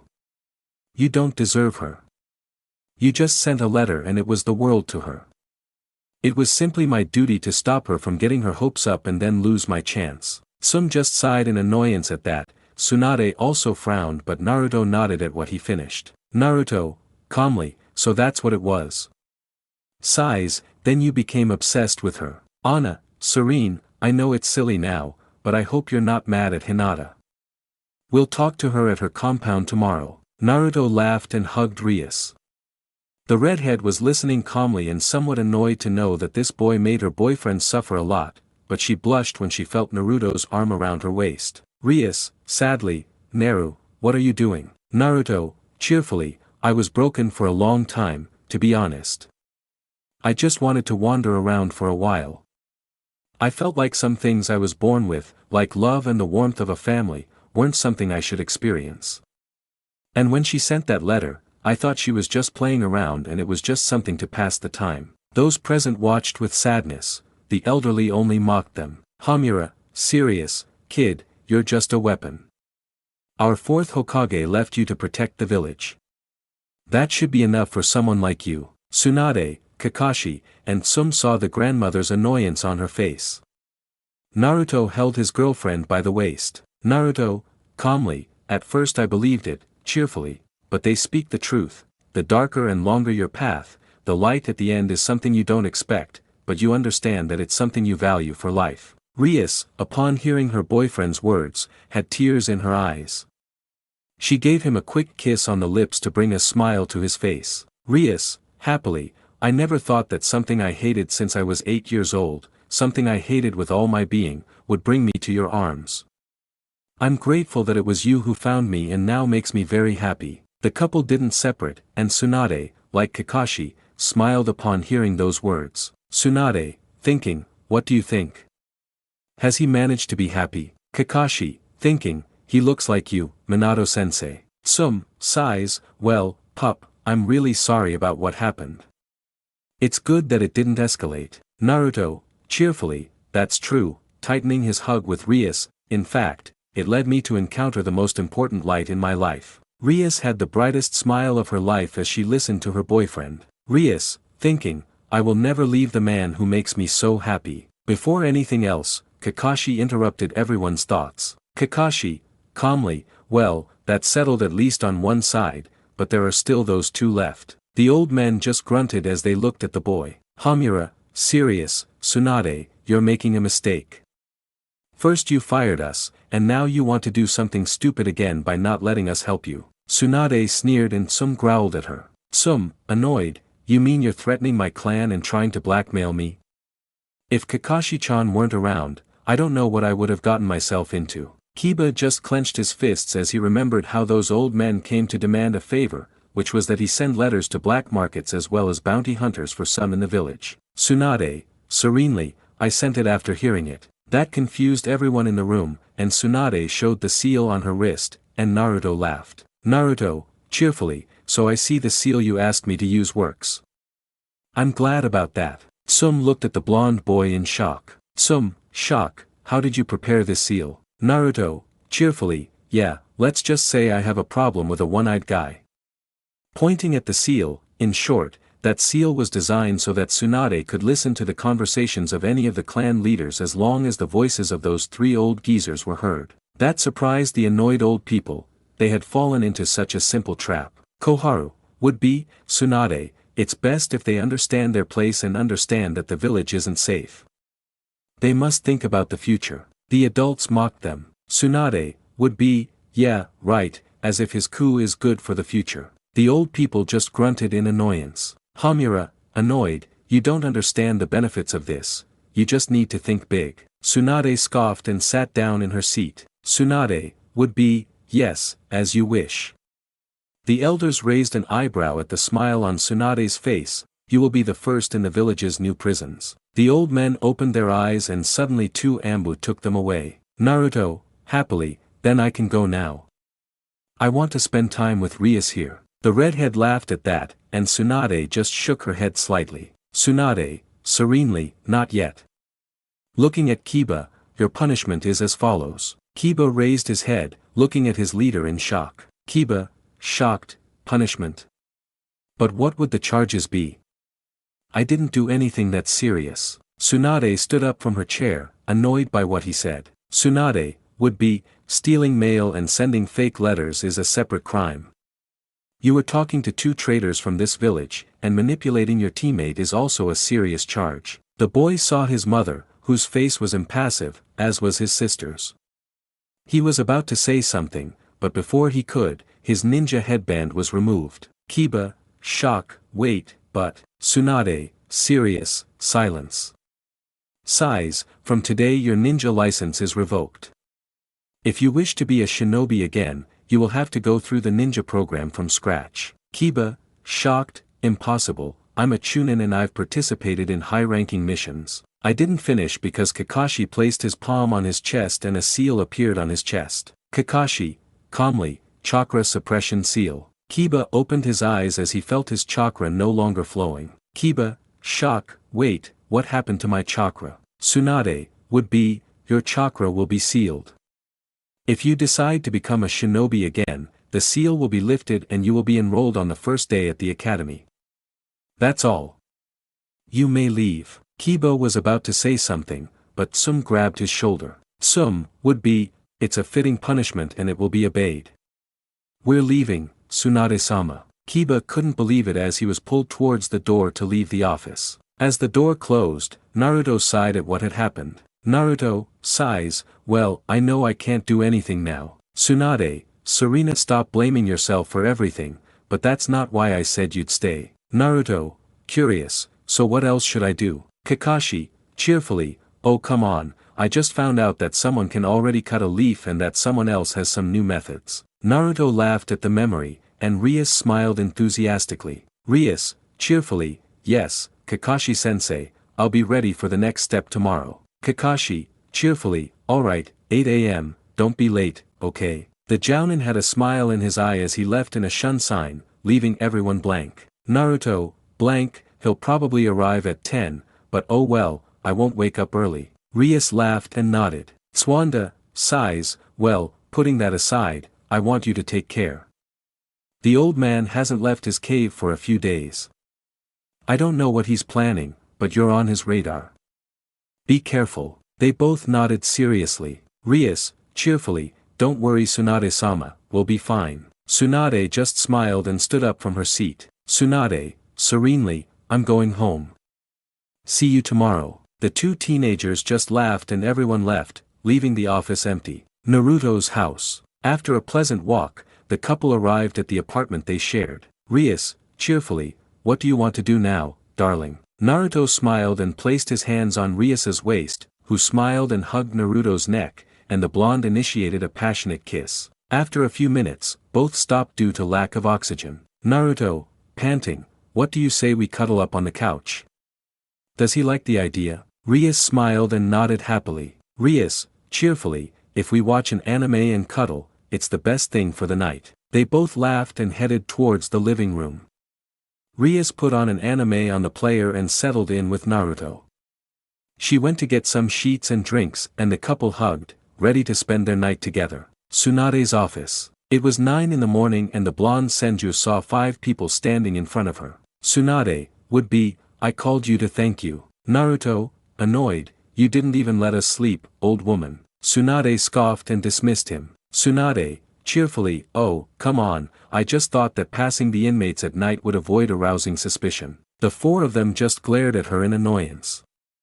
It wasn't funny for the couple that an ambu had arrived before they went to sleep, saying they had a job to do. Shizun, tired, that's true, Tsunade-sama, besides, she hasn't completed her work. Naruto smiled and placed a scroll on his desk. Naruto, happily, that's right, here are the documents from the 3 advisors. Tsunade scoffed and opened the scroll. As she did so, a large pile of papers landed on the desk. Tsunade, shock, what is this? Shizun, sighs, it seems the elders were withholding information. The reason she had so much work was that they were piling up papers to distract her. Pointing to the pile, that one only belongs to one counselor. When Tsunade saw that, she wanted to hit those old people. Tsunade, annoyed, those old fools, taking a sheet of paper, mission request to bring Tsunade. The blonde woman just crumpled the sheet of paper in her hands, annoyed. The other occupants could only stifle their laughter at seeing their leader like this. RIAS, sighs, I think I'll help a little. Everyone looked at her curiously. Naruto, curious, how come those documents are only for high-ranking officers? RIAS smiled, and behind a magic circle on the desk were 3 stacks of papers. RIAS, cheerfully, my brother is also a leader, and he created a simple spell that separates papers by importance, allowing him to finish quickly since some requests are old or have already been resolved and are therefore unimportant. Tsunade took some papers from the largest mountain and laughed. Tsunade, thinking, this is about an expansion that's already been done, this is about the burial of some shinobi, fake coughing, it's good, I'll ask for your help more often, that's useful. Shizun, sighs, are you sure Tsunade-sama, what do you think will happen if someone finds out about your reputation? Tsunade rolled her eyes at that, opened a bottle of sake, and put her feet up on the desk. Tsunade, amused, ha, you talk like I care. If I don't have all that paperwork, that's fine by me. They all got a drop in their head because of that. Yamato, sighs, well, if Tsunade-sama doesn't mind, we'll go to the training grounds. Kakashi might be thinking of going too. The blonde didn't care and nodded. After that they left. Outside the office, Naruto and Yamato looked curiously at the snake tamer, who only clenched her fists. Yamato, calmly, are you okay? You're acting strange. The woman just sighed, relaxing a little. Enko, serenely, yes, it just brought back some memories, that's all. No one said anything as they watched the snake charmer leave, but after a few seconds the woman's steps faltered slightly. RIAS, blank, it doesn't seem so depressing now. Looking behind her, she notices 2 pale figures. Is something wrong? Naruto, pale, I think he remembered 6 idiots in prison. Yamato, pale, those 6 are more than fried. RIAS only shuddered at the memory of that and her friend's very similar personality. RIAS, calmly, how about we go to the training field? No one objected to that, and they left the tower and headed towards the training field. In the streets of Konoha, Kiba walked to one side, his faithful friend Akamaru watching with some sympathy. In front of him were the clan matriarch and her Ninken. The four of them walked towards the Hyuga clan. Kiba was annoyed and clenched his fists in his pockets. He didn't want to go, he didn't want this to end. Kiba, thinking, we just have to give him time. In the end, Hinata will realize it's for the best. She just needs to realize that he's not the right one, not like me. He was lost in thought about how this was a mistake when he was surprised to hear a loud, shrill voice. Lee, cheerfully, come on 10-10, we must train. We can take advantage of every opportunity, even if we're just going to watch Niji. Kiba shuddered upon hearing that name. 10-10, sigh, okay Lee, we just need to ask him about Gai-sensei and let him know about the next mission. We can rest. The dog tamer just cursed in his mind. He hadn't wanted to run into any of the shinobi of his generation, and now there were two of them approaching. He hoped they wouldn't see him, but that went to hell when the same shrill voice greeted him. Lee, cheerfully, oh look, it's Kiba too. You're going to Hinata-san's house, we're going for Niji. Kiba, sighs, yeah, let's just say we're going to see something in that clan. 10-10 sad-faced cheerfully, wow, how lucky, a day off. I haven't had time for myself in a long time. Maybe I should request a vacation. Kiba just clenched his fists tighter, knowing he didn't have it. He wanted to say something, but his mother spoke. Would be, we're here, knocking on the door, be a man and face the consequences of your stupidity. Kiba just grunted, but the doorbell rang and Niji opened it, letting them in. Niji, serious, Hayashi-sama is in his office and is waiting for you. Nodded and Kiba walked past, his head bowed, but he didn't like Niji's whisper. Niji, whispered, I stand by my statement. I owe Hinata-sama a great deal, and I will destroy whoever caused her that unhappiness. The boy shuddered. He knew that before he couldn't do anything to the boy if he fought seriously, and now without chakra he was just a punching bag to the brunette. Niji said nothing more as he joined his two teammates who were curious about the tension between the two, so they said nothing and followed the boy to their meeting place. With the Naruto group, Naruto, RIAS, and Yamato were walking peacefully when they saw someone walking in the same direction. Naruto, cheerfully, sigh, wait. Upon hearing that voice, the pale boy turned around and looked with a subtle smile at the members of his team. Sigh, calmly, well, according to what I was told, they should have been at the training field an hour ago. Naruto, annoyed, don't remind me. I haven't slept at all. The boy looked at them curiously, noticing how Ria seemed just as tired and had dark circles under her eyes. Sigh, with a smile, if you knew you had to train, why did you sleep with her? You should have waited to have sex, you know. Naruto and Rias blushed even more when they saw how people were looking at them on the street, but it was the comments. Boy, annoyed, look at that brat would definitely be better for her. Boy, annoyed, silence, I'm better. Besides, you know my family owns a hotel chain. Girl, dreamily, look at that, a blonde ninja is kind of exotic, don't you think? The other teenagers also sighed dreamily at the implications. Despite her embarrassment, Rias hugged her partner's arm and glanced at her teammate. Rias, would be, sigh, you shouldn't say that in public. Naruto, blushing, shut up, sigh, that's private. Sigh, curious, so they did fuck. The couple blushed again upon hearing those implications. Yamato, calmly, come on guys, we have work to do, it's best to go. Naruto and Rias glanced at him, but he looked away, not wanting to face their accusing stares. The couple just sighed in annoyance but didn't break their embrace and continued on their way to the training field. With the Asuma group, Shikamaru and his two companions were running towards the location their leader gave them. Kotetsu, serious, we're almost there, but do you think we'll find anything? Before anyone could answer the question, a loud scream was heard. Sad face annoyed, Kakuzu stupid miserable wretch that shit is a fucking public toilet. Upon hearing that, the group quickened their pace. Collection and Reward Center. Kakuzu just snorted and spoke. Kakuzu, calmly, we've arrived here, they'll give us the money. Haydn, who had his eyes closed and his hands on his head, opened his eyes, sniffed, and pursed his lips.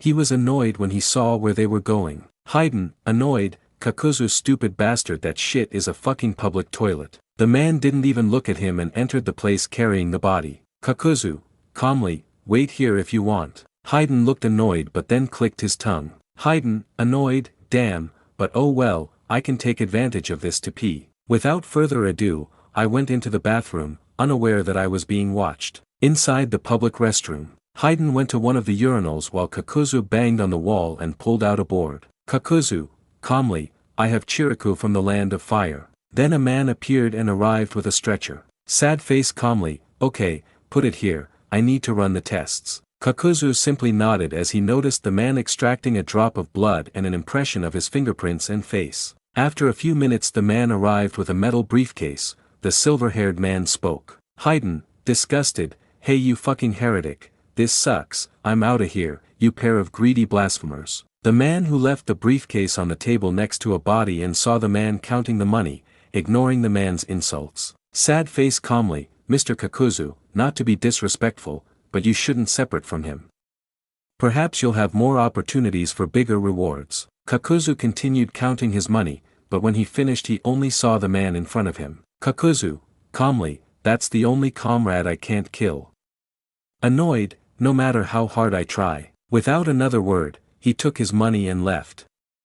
The man just shrugged and put the body in a refrigerated chamber for preservation. Outside the collection center, Haydn sat down on one of the steps, sniffed his cloak, and turned his face away in disgust. Haydn, annoyed, damn it, I only took a quick look and my cloak stinks, how disgusting.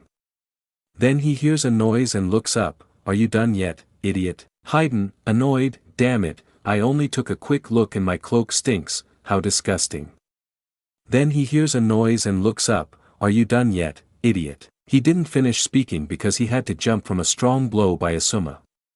He raised his scythe, but before he could strike, he couldn't move and two-leaf shinobi pierced his sides. Shikamaru sighed a little from the roof. Shika, calmly, we have one less to. I didn't finish because the man who had been pierced spoke to them very calmly despite being in that state. Haydn, annoyed, that hurts, idiots, what's wrong with you? This astonished the two men who were embedding the swords. Kotetsu, shock, but how? Izumo, serious, we make sure to hit vital points, is he immortal or what? Haydn laughed at the terror on the two men's faces, much to Shikamaru's confusion. The young Nara frantically considered the options before him. Shika, thinking, if this one doesn't move, it won't be too much of a problem. We should capture him, but the report said there were two. His train of thought was interrupted because he had to dodge a powerful punch that made him jump towards the others and the ceiling where he was standing was destroyed. When Izumo and Kotetsu saw how the man was about to strike them with his scythe, they jumped, leaving their swords embedded in the man. Haydn, annoyed, these damned blasphemous heretics, how dare they?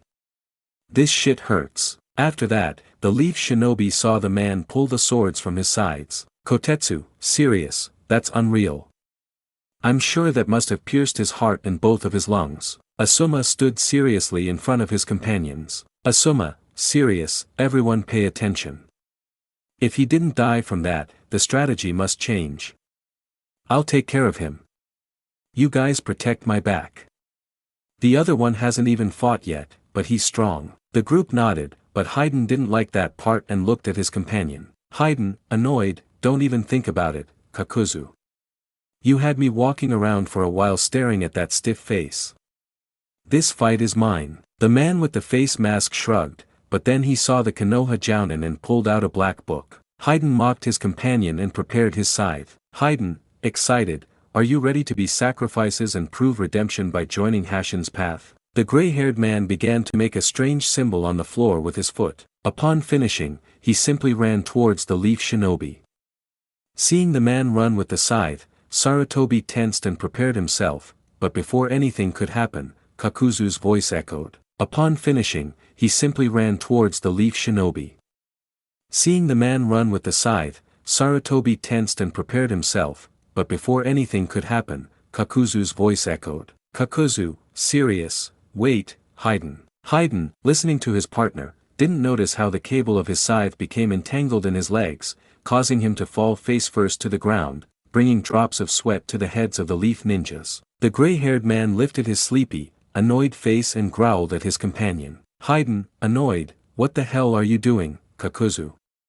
Let me sacrifice those blasphemers. The other man paid no attention to his companion's annoyance as he looked at the bearded jounin. Kakuzu, serious. He is Azuma Sarutobi, former member of the 12 Guardian Ninja, expert in wind-style jutsu, bounty of 35 million ryo. The man just scoffed and got ready again, annoyed with his partner. Haydn, annoyed, that stupid greed and need for money, you're a disgusting blasphemer.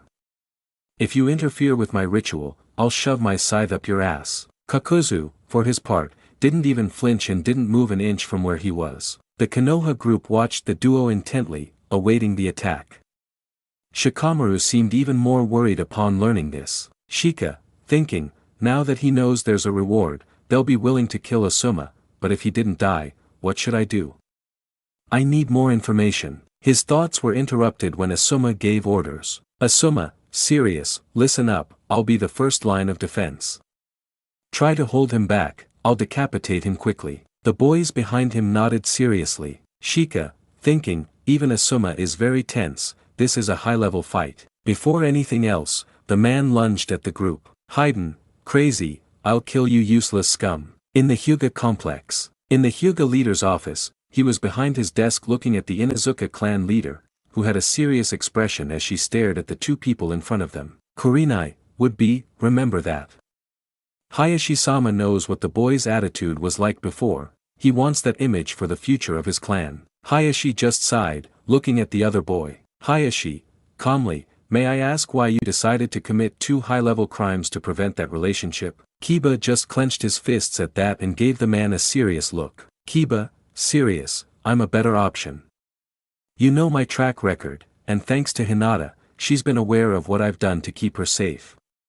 Perhaps Naruto has higher-ranking missions, but they're only for personal gain, related to capturing or rescuing a traitor. Kurenai, would be, that's true, we only did that for the long-term good. The Hyuga leader could only sigh. Learning that the boy he wanted kept away from his daughter had prevented him from committing a betrayal, and furthermore, had given him information that allowed him to stay away from that man, was something he never expected. Hayashi, calmly, the marriage is more than cancelled. Even if I don't accept Uzumaki, I cannot allow my daughter to marry a civilian. Kiba gritted his teeth at the reminder of his punishment. Would be, we understand that. Kiba will accept his punishment if he decides to wait until next year for his first day at the academy to become a shinobi again. The chestnut tree growled again at that. Kurenai could only look at her student with a hint of pity.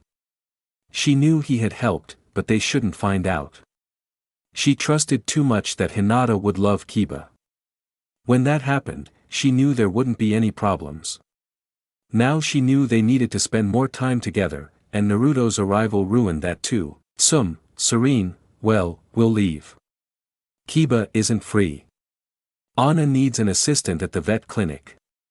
You won't be slacking off, and you know it. The boy nodded and stood up after a bow. The representatives of the Inuzuka clan then left for their compound. Kurenai looked seriously at the patriarch of her student's clan. Kurenai, serene, I should check on Hinata, she must be unwell right now. Hayashi looked at her seriously, which intimidated her, but she didn't back down. Hayashi, serious, no, I'd prefer you stay away from her. Hanabi has been with her, and according to her, she cried non-stop until she fell asleep. Our maids have tried to get her to eat something, but she hasn't touched a thing since yesterday. Standing up, after you leave, she won't be welcome back to the compound. Good afternoon. The woman's eyes widened at that, and as the man left after saying that, she just clenched her teeth in annoyance. Kurenai, thinking, if he had stayed out of it, that pair would be happy and none of this would be happening. The woman, after that, went out and now couldn't make plans to enter that current state. In Hinata's room, Hanabi looked sadly at her older sister, whose eyes were red from crying almost all night. She had a tray with lunch. Hanabi looked sadly at her older sister, whose eyes were red from crying almost all night. She had a tray with lunch. Hanabi, worried, sister, you need to eat something. You didn't even have dinner last night. Hinata just sat on her bed and sadly looked at her hands, glancing at her sister with sorrow in her eyes. Hinata, sadly, I'm sorry Hanabi, but I'm not hungry. You can eat it. The girl just sighed dejectedly, but before she could say anything, someone knocked on the door and her father's voice echoed before she could say anything. Hayashi, calmly, you're awake now. You should eat something. You didn't even have dinner yesterday. The girl just lowered her head and sighed sadly. Hinata, sadly, I have no appetite, father. The two of them just looked at the girl sadly like that. Hayashi, sighs, I know I haven't been the best father figure lately. I focused on some unimportant things and neglected others, and I was unfairly harsh with you. But the arranged marriage is no longer going to happen. Perhaps Uzumaki is no longer within your reach. You can still find someone else. The woman clutched the sheets as images of Naruto hugging RIAS reached her. Hinata, serene, I know, but it hurts to know that I could be like her. The Hyuga leader merely sighed at that and handed him a scroll. Hayashi, calmly, Tsunade-sama has given you a week off. If you wish, you can leave the village, but think about it. It's not fair to you to spend your time lying in bed thinking and hurting yourself unnecessarily, you know. The woman sighed and nodded, looking at her sister with a broken smile. Hinata, with a smile, I'll be by your side for that time. Come on, we can have lunch together, what do you say? Hayashi simply nodded as he watched Hanabi climb onto her sister's bed and they both ate the lunch Hanabi had prepared for her sister. The patriarch nodded and left, leaving his daughters alone. Hayashi, thinking, it's time for me to face my mistakes. Danzo, don't think you'll get away with this without consequences. The patriarch went to his office. He had to prepare himself to disobey a traitor. With Naruto and RIAS. Naruto and Sai were at this moment in a practice match supervised by Yamato. Then the silver-haired Jounin appeared behind the Kakashi, calmly, I see they're good. I'm sure you have a good team. Yamato just laughed at that. Yamato, calmly, well, you'll remember that they were that strong before. I don't have that merit, but I will certainly take care of them and guide them with everything I have, and you know it. Kakashi smiled with his eyes but ultimately raised an eyebrow upon seeing three Narutos sitting in the lotus position. He clearly noticed the barrier in that place. Kakashi, curious, that's a positive thing about her, don't you think? Yamato just sighed as she remembered this morning. Flashback. Upon arriving at the training field, Yamato sighed upon not seeing the silver-haired man there. Yamato, calmly, since Kakashi isn't here, we can begin. Looking at his only kunoichi, this is your practice for elemental manipulation. RIAS and the other two were speechless as they watched the man create a waterfall with a bridge right in front of them. RIAS, shock, but how? And what should I do to make the waterfall? Naruto, cheerfully, the leaf is a weak fiber, water requires total concentration. Plus, you have the opportunity to guide chakra across uneven surfaces. RIAS nodded thoughtfully, wondering how she would do that now. Yamato, calmly, it's true, how do you know it's like it was at the beginning, and only you will discover it. The redhead nodded and took a step forward, snapping her fingers and emerging in a beautiful bikini, much to Naruto's amazement. But he became jealous when he heard Sai. The redhead nodded and took a step forward, snapping her fingers and emerging in a beautiful bikini, much to Naruto's amazement.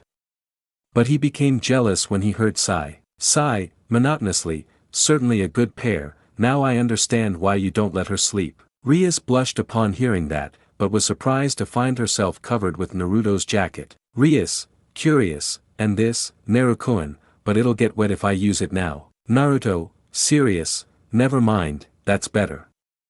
With red eyes, what are you looking at? RIAS blushed when she saw how he had that air of seriousness and possessiveness towards his partner when he looked seriously at the other men. She just laughed and kissed her partner. RIAS, cheerfully, relax, love. She whispered in his ear so no one else could hear, you know you're the only one with certain privileges. Naruto shuddered at what his partner said. He shook himself and glared at the other two who were watching their interaction. Naruto, serious, fine, I'll put up a barrier. Do you disagree with that? RIAS, seeing the seriousness and composure the blonde man displayed towards her as he gazed at his partner's back, rubbed her thighs slightly, feeling a faint itch down there. RIAS, noticing the barrier when she was alone, shook herself. RIAS, blushing, I don't know how long I can hold out before I do it. Realizing what she was thinking and seeing images of Naruto around her, she shook herself and took off the jacket Naruto had left for her. I must do it. I must concentrate on the chakra's edge. End of flashback. Seeing how Naruto was able to knock Sai down and place a kunai at his neck, Yamato declared victory. Yamato, calmly, well, Naruto wins the spark. Naruto nodded and smiled, offering his hand to Sai. Naruto, cheerfully, you're amazing. That was a really tough fight. Sai also gasped as he stood up, that was a lot for him. Sai, with a smile, it's true, fighting without restrictions is something very different. Now I know you were more skilled than me. Naruto just smiled and looked at Kakashi. Naruto, cheerfully, wow, before it was only 3 hours, how many old ladies did you help cross the street? The Jounin merely smiled at that clear accusation. Kakashi, calmly, well, let's just say we had some things to do at the Hokage Tower, that's all. Naruto and Sai nodded, knowing that perhaps Tsunade had given him an additional assignment. Yamato, calmly, well, now that we're here we can continue with that technique. They nodded, and Sai sat down to rest a bit while sketching the scenery to pass the time. With Guy's team, Niji was sitting next to 10-10, who was looking with a sigh at her 2 teammates. 10-10, Sai, they're too intense for me, I wish I had a day off. Niji just sighed as he recalled the revelations of the previous night and the truth about Hinata's relationship. Niji sighs, the insurance won't let her go for Hinata-sama.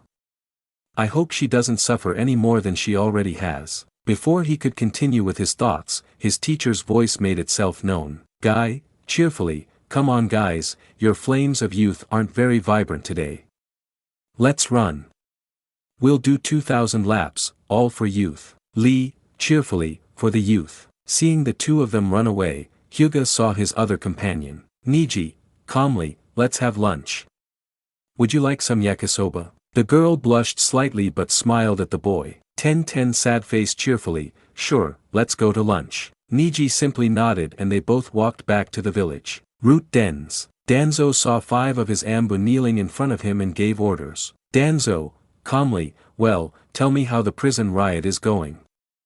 I hope it's subtle, so it escalates little by little before you strike. Then an ambu spoke. Ambu, calmly, the truth is that the ambu contingent was increased and the expected number of bandits have not arrived. In fact, the prisons are almost half full. Danzo raised an eyebrow and looked at the other ambu. Danzo, serious, tell me that the Inuzuka boy is going to do his part and give the reports. Ambu, calmly, I don't know. Hamura and Koharu-sama haven't arrived home yet, and the rumors around town say that Kiba Inuzuka was eliminated from the shinobi program and his chakra was sealed. Danzo clenched his fists upon hearing that. Danzo, serious, Sai is due to give the weekly report tomorrow, but I know he hasn't left the village, and Tsunade doesn't trust him. Serious, then we must hold off the attack. There must be more bandits on the borders.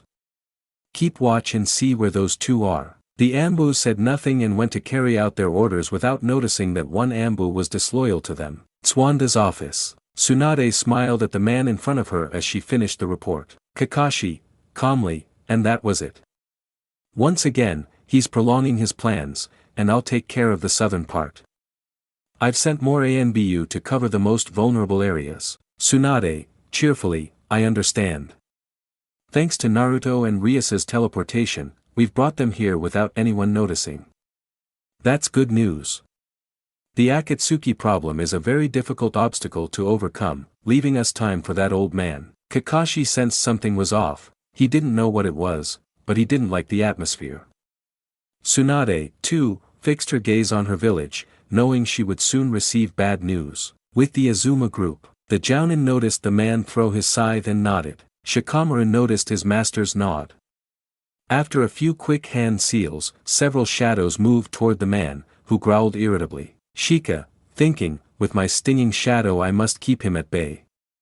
If that weren't enough, only Asuma is the most tempting bait and he's the only one capable of standing up to them. Before he could continue with his thoughts, Asuma's voice made him pay attention. Asuma, serious, alright, Izumo and Kotetsu, protect Shikamaru from surprise attacks. Stay alert. I'll finish this in a moment. Haiden sneered as he leaped skillfully, dodging the shadow, his big, crazy grin on his face. Haiden, cheerfully, they will be a great sacrifice to my god. Asuma blocked the man's blows upon noticing that the weapon was not normal, and his kunai glowed blue, revealing his skill in elemental wind manipulation. Asuma, serious, you won't escape. When Haydn took a slight step to jump out of the shadows, he dodged a punch with those blades. Sensing the danger, he raised one of the great swords that those two had used on him earlier to block the following blow, annoyed to see his borrowed weapon shatter into pieces. Kakuzu, calmly, you're still being reckless, you want help. That made the others tense, but Haydn scoffed as he dodged the attacks. Haydn, amused, yeah, right, stay out of this, idiot. Kakuzu just shrugged as he took the wad of bills from his pocket. Kakuzu, calmly, well, I'm not finished telling this yet. Shikamaru, thinking, it's lucky he's not involved in this, but if he's immortal, how can we do anything? Izumo and Kotetsu just watched them seriously, although the other didn't seem to care about the fight as he arranged the money in the briefcase. Kotetsu, serious, the message was sent about 10 minutes ago, but it will still take a while to arrive since they were half an hour away. Izumo, serious, if Captain Asuma manages to decapitate one and the group arrives, we can capture the other. I ignore the snort of the man who was counting the money. Haydn growled in annoyance and took a step back, leaving Asuma further away from his group. He smiled as he dodged the scythe. The Akatsuki member distracted Asuma with a rather peculiar strategy. Izumo and Kotetsu noticed Haydn turning his back on them, so they launched a large number of shuriken towards him along with Asuma. Shikamaru, serious, now he has nowhere to escape. Haydn mocked and threw the cable of his scythe at an unsuspecting Asuma, who managed to block it, but his face was cut, much to everyone's frustration. Haydn, amused, idiots, I have no reason to run away. The man turned around and ran, paying no attention to the weapons that were thrown at his chest and back. Upon seeing that, Asuma became worried as the man ran towards the group that had prepared. Asuma, serious, no, if that doesn't work, then ranged attacks will be. He threw his weapons into the air and after a few hand gestures, fire-style jutsu, incendiary ash. The man just chuckled to himself. He didn't run towards the other shinobi, being at a distance, he pulled the scythe while licking the blood from the second sharp blade. The man just chuckled to himself. He didn't run towards the other shinobi, being at a distance, he pulled the scythe while licking the blood from the second sharp blade. Haydn, cheerfully, the ritual has been completed. Before they could do anything, they saw how the man ignored them and ran straight towards the black cloud without caring about anything. Asuma smiled as he saw the man using his technique and clicked his teeth against his weapon, creating a spark that caused a huge explosion. The leaf shinobi looked more serious at the man who put the last bundle in the briefcase and stood there, impossible, without saying anything. Shika, thinking, something's wrong. He and the others opened their eyes upon hearing a cry of pain from the other side. In the village of the leaf, Naruto and RIAS had finished their training and were walking peacefully through the village streets. The couple was walking calmly when they saw curious people who appeared to be part of Team Guy, Niji and Tenten. Naruto, cheerfully, oh Niji, where are you going? The Hyuga turned back, curious to see the blonde. Niji, calmly, we decided to have lunch before seeing Tsunade-sama.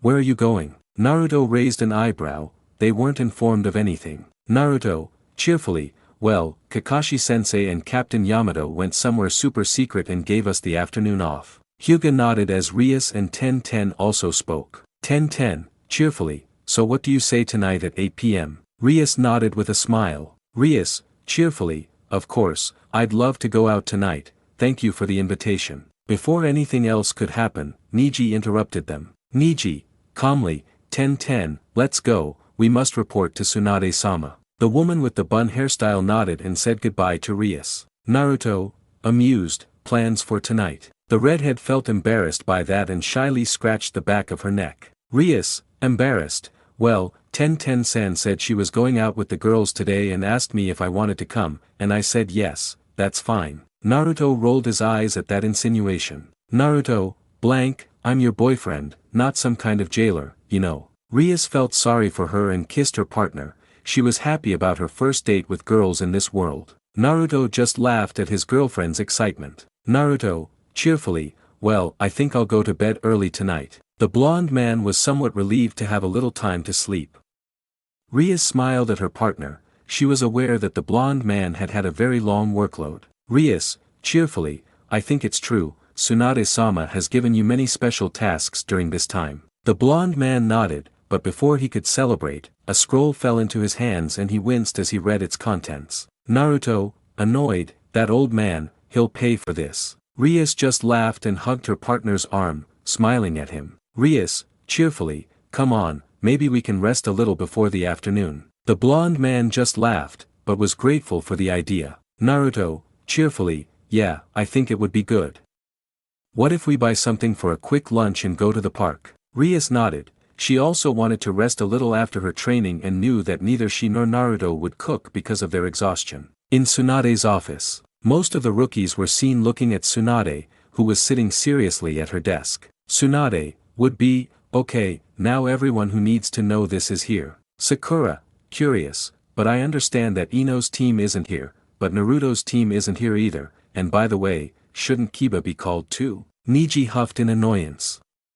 Hinata just clenched her fists upon hearing that and looked at her Hokage, who nodded and sighed. Tsunade, serenely, Yamato's team is a special unit, they have some rather secret missions. Everyone nodded upon hearing that, but there was still one more for those who didn't know about the previous problems. Lee, cheerfully, that's great. Naruto-kun's vitality is very strong. Kiba should definitely come, we have something to do, and it will be for the greater good. Upon hearing that, Hinata clenched her hands and lips tightly, annoyed at hearing that name. Tsunade simply sighed and looked at Hinata. Tsunade, serenely, it's your decision. If you decide to reveal it, you can do so now. Hyuga simply held back her tears and clenched her fists. Hinata, angry, that idiot Kiba was taking the letters Naruto-kun sent me and switching them with the ones I read. Kurenai, gasped, overcome with hatred, created an illusion so I wouldn't realize what was happening. When Naruto arrived, he freed me, but he didn't know what was going on either. Finally, I overheard them, and when I confronted them, they confessed. Those present opened their eyes in shock upon hearing that. Sakura, annoyed, that flea-ridden brat, and Naruto too. Niji was also annoyed to hear that. Shino approached his companion and touched her shoulder. Shino, calmly, I apologize, I didn't notice Kurenai-sensei's chakra. I apologize for not noticing it either. Hinata nodded with a sad smile. Hinata, sadly, it's not his fault. I should have been stronger and trusted him more. Tsunade sighed at the chaos in her office and called everyone's attention with a shout. Tsunade, it would be, silence. Everyone looked at her and she sighed. Well, upon learning this, Kiba was removed from the shinobi program due to some additional secret charges, but the reason I called you here is because you're a chunin and some jonin, right? The boys nodded, already knowing what would happen. Sakura, curious, I will return to missions outside the village. Tsunade, serenely, your work at the hospital is paramount, but if you wish to take on a mission or if a team needs a member, you may join. Sakura smiled, that sounded good to her. Shino, curious, I understand Kurenai-sensei is on leave and Kiba is no longer a ninja. What will happen to Hinata-san and me? Tsunade nodded, looking at them calmly. Tsunade, serenely, they are both chunin. If they choose, they can join other units or lead their own teams. They are both experts in tracking and can choose a specialty. As you know, to be a jonin, you don't need a team. They both nodded as they remembered that. Sakura, curious, changing the subject, Ria-san is a genin.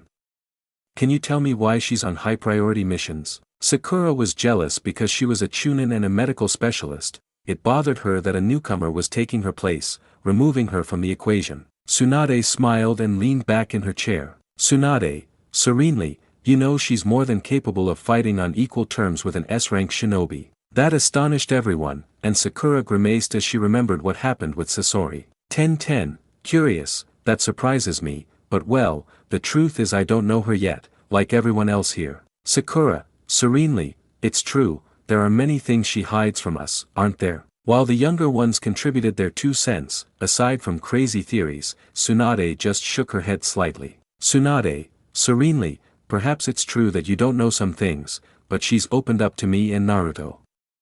Looking at Sakura, you also know why I can't risk revealing those abilities. Sakura nodded, her jealousy growing as she recalled how she had done nothing against the puppeteer of Tsunade. Niji, calmly, that's true, but I think there's another reason why she's in that squad, isn't there? Tsunade, sighs, yes, because of that problem with Kiba, his emotional control was severely damaged when he joined her. He has stabilized it now, it's no secret that he must keep something very dangerous at bay. Hinata gritted her teeth, knowing that that idiot had made her give away the man she loved, and now she couldn't even say anything since his actions were what brought them together. Hinata, serenely, then it'll be good to continue with the missions, right? The boys nodded, dropping the subject, knowing that Hinata was sad. Tsunade, serenely, if you can leave, the assignments will be given starting tomorrow.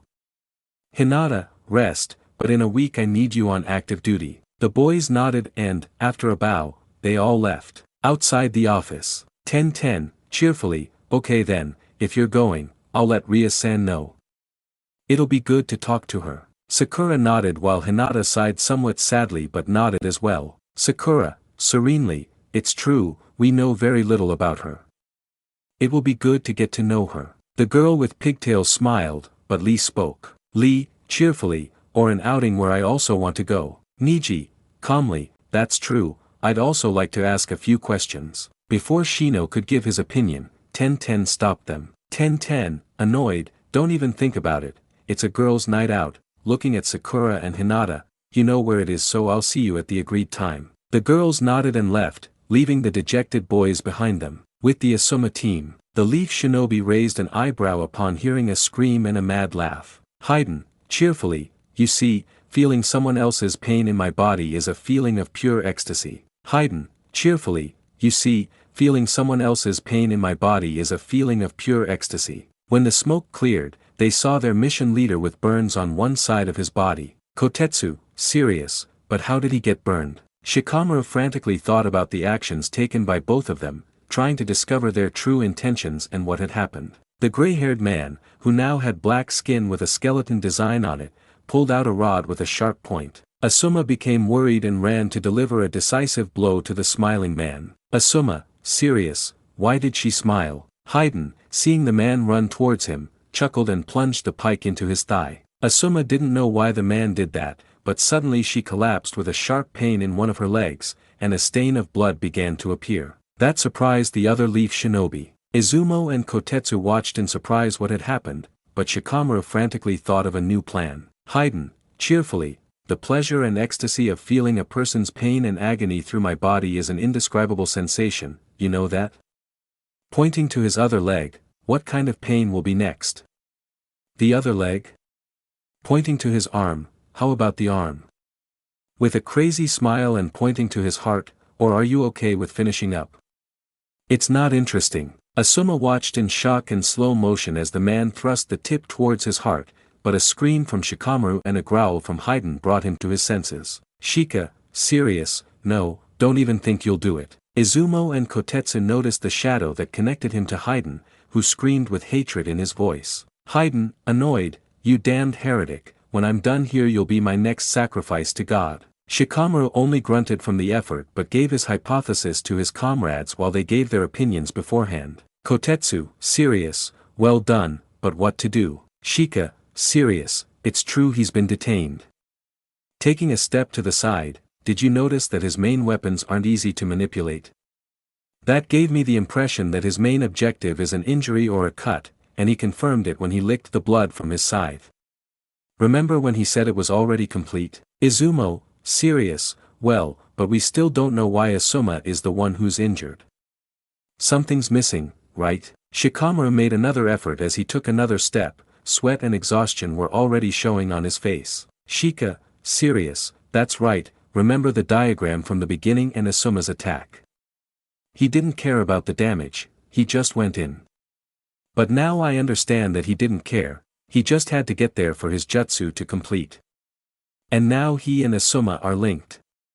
But if, taking one last step, leaving the Akatsuki member with his foot outside the diagram, but if that diagram is out of the equation, can we do something? Asuma smiled as he threw a shuriken towards Haydn's ear, which was cut, but Asuma was unharmed. Asuma, thinking, well done Shikamaru, shouting, now. Shikamaru changed his hand position and a bunch of his shadow tendrils came out and embedded themselves in the body of the scythe man who groaned in pain. Shikamaru, serious, come on, if he leaves we can win. Asuma swiftly grabbed the man's head, which rolled away from his body, and Shikamaru released his technique, letting the body collapse to the ground. Asuma swiftly grabbed the man's head, which rolled away from his body, and Shikamaru released his technique, letting the body collapse to the ground. Kotetsu, serious, well, Captain Asuma finished with one, but the other hasn't even moved from his spot. Izumo, thinking, that boy, now I understand why Asuma holds him in such high esteem. He deciphered all of that in a very short time. Shikamaru fell to his knees, panting from the effort, but glanced at the other man who had left the money in the briefcase and spoke, not really caring about the looks on everyone's faces. Kakuzu, calmly, you know, if you needed help, you should have just asked for it. The leaf shinobi raised an eyebrow, but then watched in shock as the severed head spoke in an annoyed tone. Haiden, annoyed, shut up, Kakuzu, it's your fault. Don't just stand there like that, you know how much it hurts. Haiden, annoyed, shut up, Kakuzu, it's your fault. Don't just stand there like that, you know how much it hurts. Asuma, shock, but how? Shika, thinking, that's impossible, but without his body he can't do anything. The other one seems unimportant, so it's just one. Before they knew it, Kakuzu had his head severed by his hair, much to Haiden's annoyance. Haiden, annoyed, hey bastard, I feel you pulling out my hair and your head getting cut off, it hurts like hell, why didn't you bring my body? Kakuzu, calmly, your head weighs less, but, seriously, let's finish this. At great speed, he struck Asuma's injured thigh, and after a backhand, he hit Asuma's face, sending the jounin flying.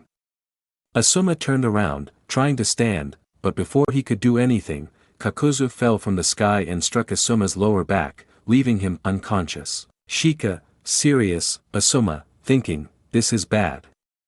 I never thought he was so fast. This is bad. What does he do? The other team members noticed how the man sat the body and put the head in place. After a few quick adjustments to fit it, a thread came out of his arm, fixing the head to the body. The other team members noticed how the man sat the body and put the head in place.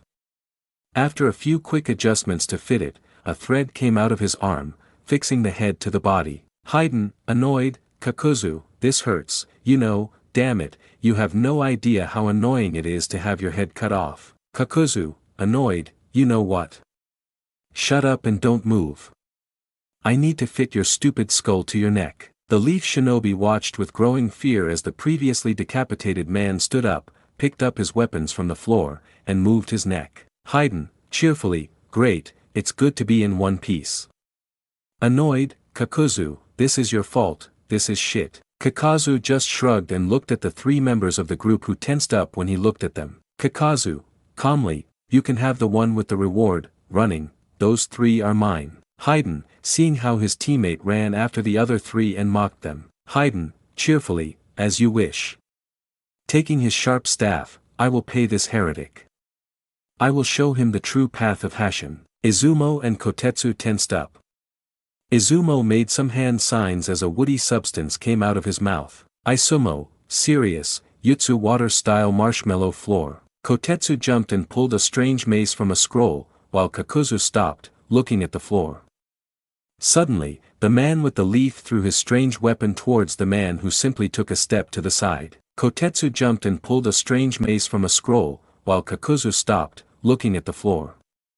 Suddenly, the man with the leaf threw his strange weapon towards the man who simply took a step to the side. Kakuzu, calmly, well, you thought I'd fall for that? The man opened his eyes as he took a step back when the gun almost hit the back of his neck. As he took another step, he groaned, unable to move. Izumo, serious, come on, now we have it. Kotetsu gripped his weapon and was about to strike Kakazu's head from the air, who also noticed how the other shinobi concentrated chakra in his feet and gripped a kunai for the attack. Kakazu, calmly, they are very naive. After saying that, the seams of his arm tightened and caught Kotetsu by the neck as he fell, while more of his seams bound the man. Izumo managed to jump back a few steps, but he couldn't block the threads and was tied up and grabbed by the neck by Kakuzu. Shikamaru watched in panic, not knowing what to do, as he saw two of his comrades being strangled by one of those two while hearing a giggle in the distance. Shikamaru watched in panic, not knowing what to do, as he saw two of his comrades being strangled by one of those two while hearing a giggle in the distance. Haiden, amused, well, Kakuzu is getting impatient. Extending his weapon, I suppose I'll get my revenge and, annoyed, you'll suffer what I went through. Haiden was about to deliver the final blow, but before he could, Asuma opened his eyes and launched one of his wind chakra weapons. Haydn growled as he threw his weapon to block, causing it to lightly hit Asuma's clothes. Haydn jumped back in annoyance but moved his hand with a discreet smile. Shikamaru, shouting, "Asuma, behind you." The Jounin opened his eyes and ducked, letting the scythe pass over his head. Asuma raised his head and smiled slightly as he watched the man spit out a little blood and saw the scythe embedded in the Akatsuki's stomach. Asuma, smiling, "Remember, I won't fall for that trick twice." Haydn just smiled and began to laugh slowly. Asuma raised an eyebrow, but suddenly felt a sharp pain pierce his stomach, making him spit blood. Seeing this, Haydn burst into laughter at the shocked expression on the man's face. Haydn, amused, "Huh, you miserable heretic, it seems you fell for the same old trick, didn't you?" Asuma's gaze was fixed on the man, who was incredulous at what had just happened. Shikamaru, shock, Asuma. The boy ran towards them, but he was tired and couldn't go very fast. He tried to speed up, but the man pulled out another one of those pointy bars and smiled maniacally. The boy ran towards them, but he was tired and couldn't go very fast. He tried to speed up, but the man pulled out another one of those pointy bars and smiled maniacally. Haydn, joyfully, "With this, Hashin-sama, your faithful and humble servant offers this sacrifice in your glorious name." Shikamaru, seeing how the man pointed the tip at his chest, without thinking, plunged it directly into his chest, exploding his heart. Shikamaru, seeing how the man pointed the tip at his chest, without thinking, plunged it directly into his chest, exploding his heart. Asuma only spat out a little blood, falling face down on the floor. Shikamaru, who was panicking at the sight, tried to run faster, but his feet caught, causing him to fall hard to the ground.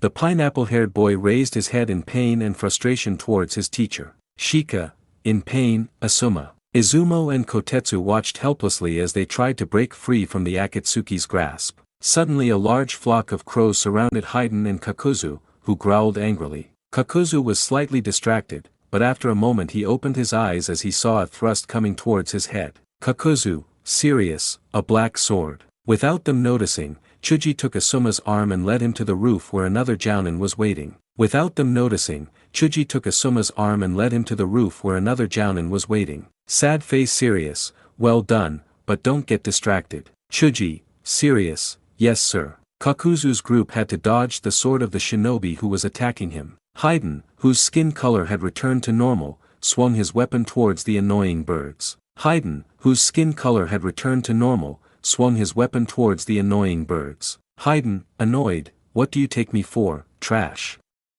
Some crows. Ino noticed her friend on the floor, breathing with difficulty. Ino, worried, "Shikamaru, are you alright?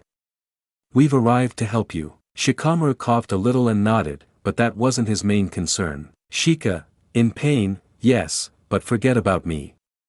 Asuma is the priority now." Ino nodded and helped her comrade reach the roof. When the leaf shinobi regrouped on the roof of the building where the shinobi were, they changed tactics and all the crows exploded into smoke. Haydn and Kakuzu simply took a strong leap backward so as not to lose their visibility in this fight. Haydn and Kakuzu simply took a strong leap backward so as not to lose their visibility in this fight. Upon seeing her master lying down, Ino quickly approached while making hand gestures under the watchful eyes of Shikamaru and Chuji. Ino, would be, "Okay, I'll start the medical ninjutsu." When Ino placed her hands on her master's body, she noticed the serious damage he had received in this battle. Shikamaru, seeing Ino's expression, saw his lifelong friend. Shika, serious, "It'll be better if Chuji carries him."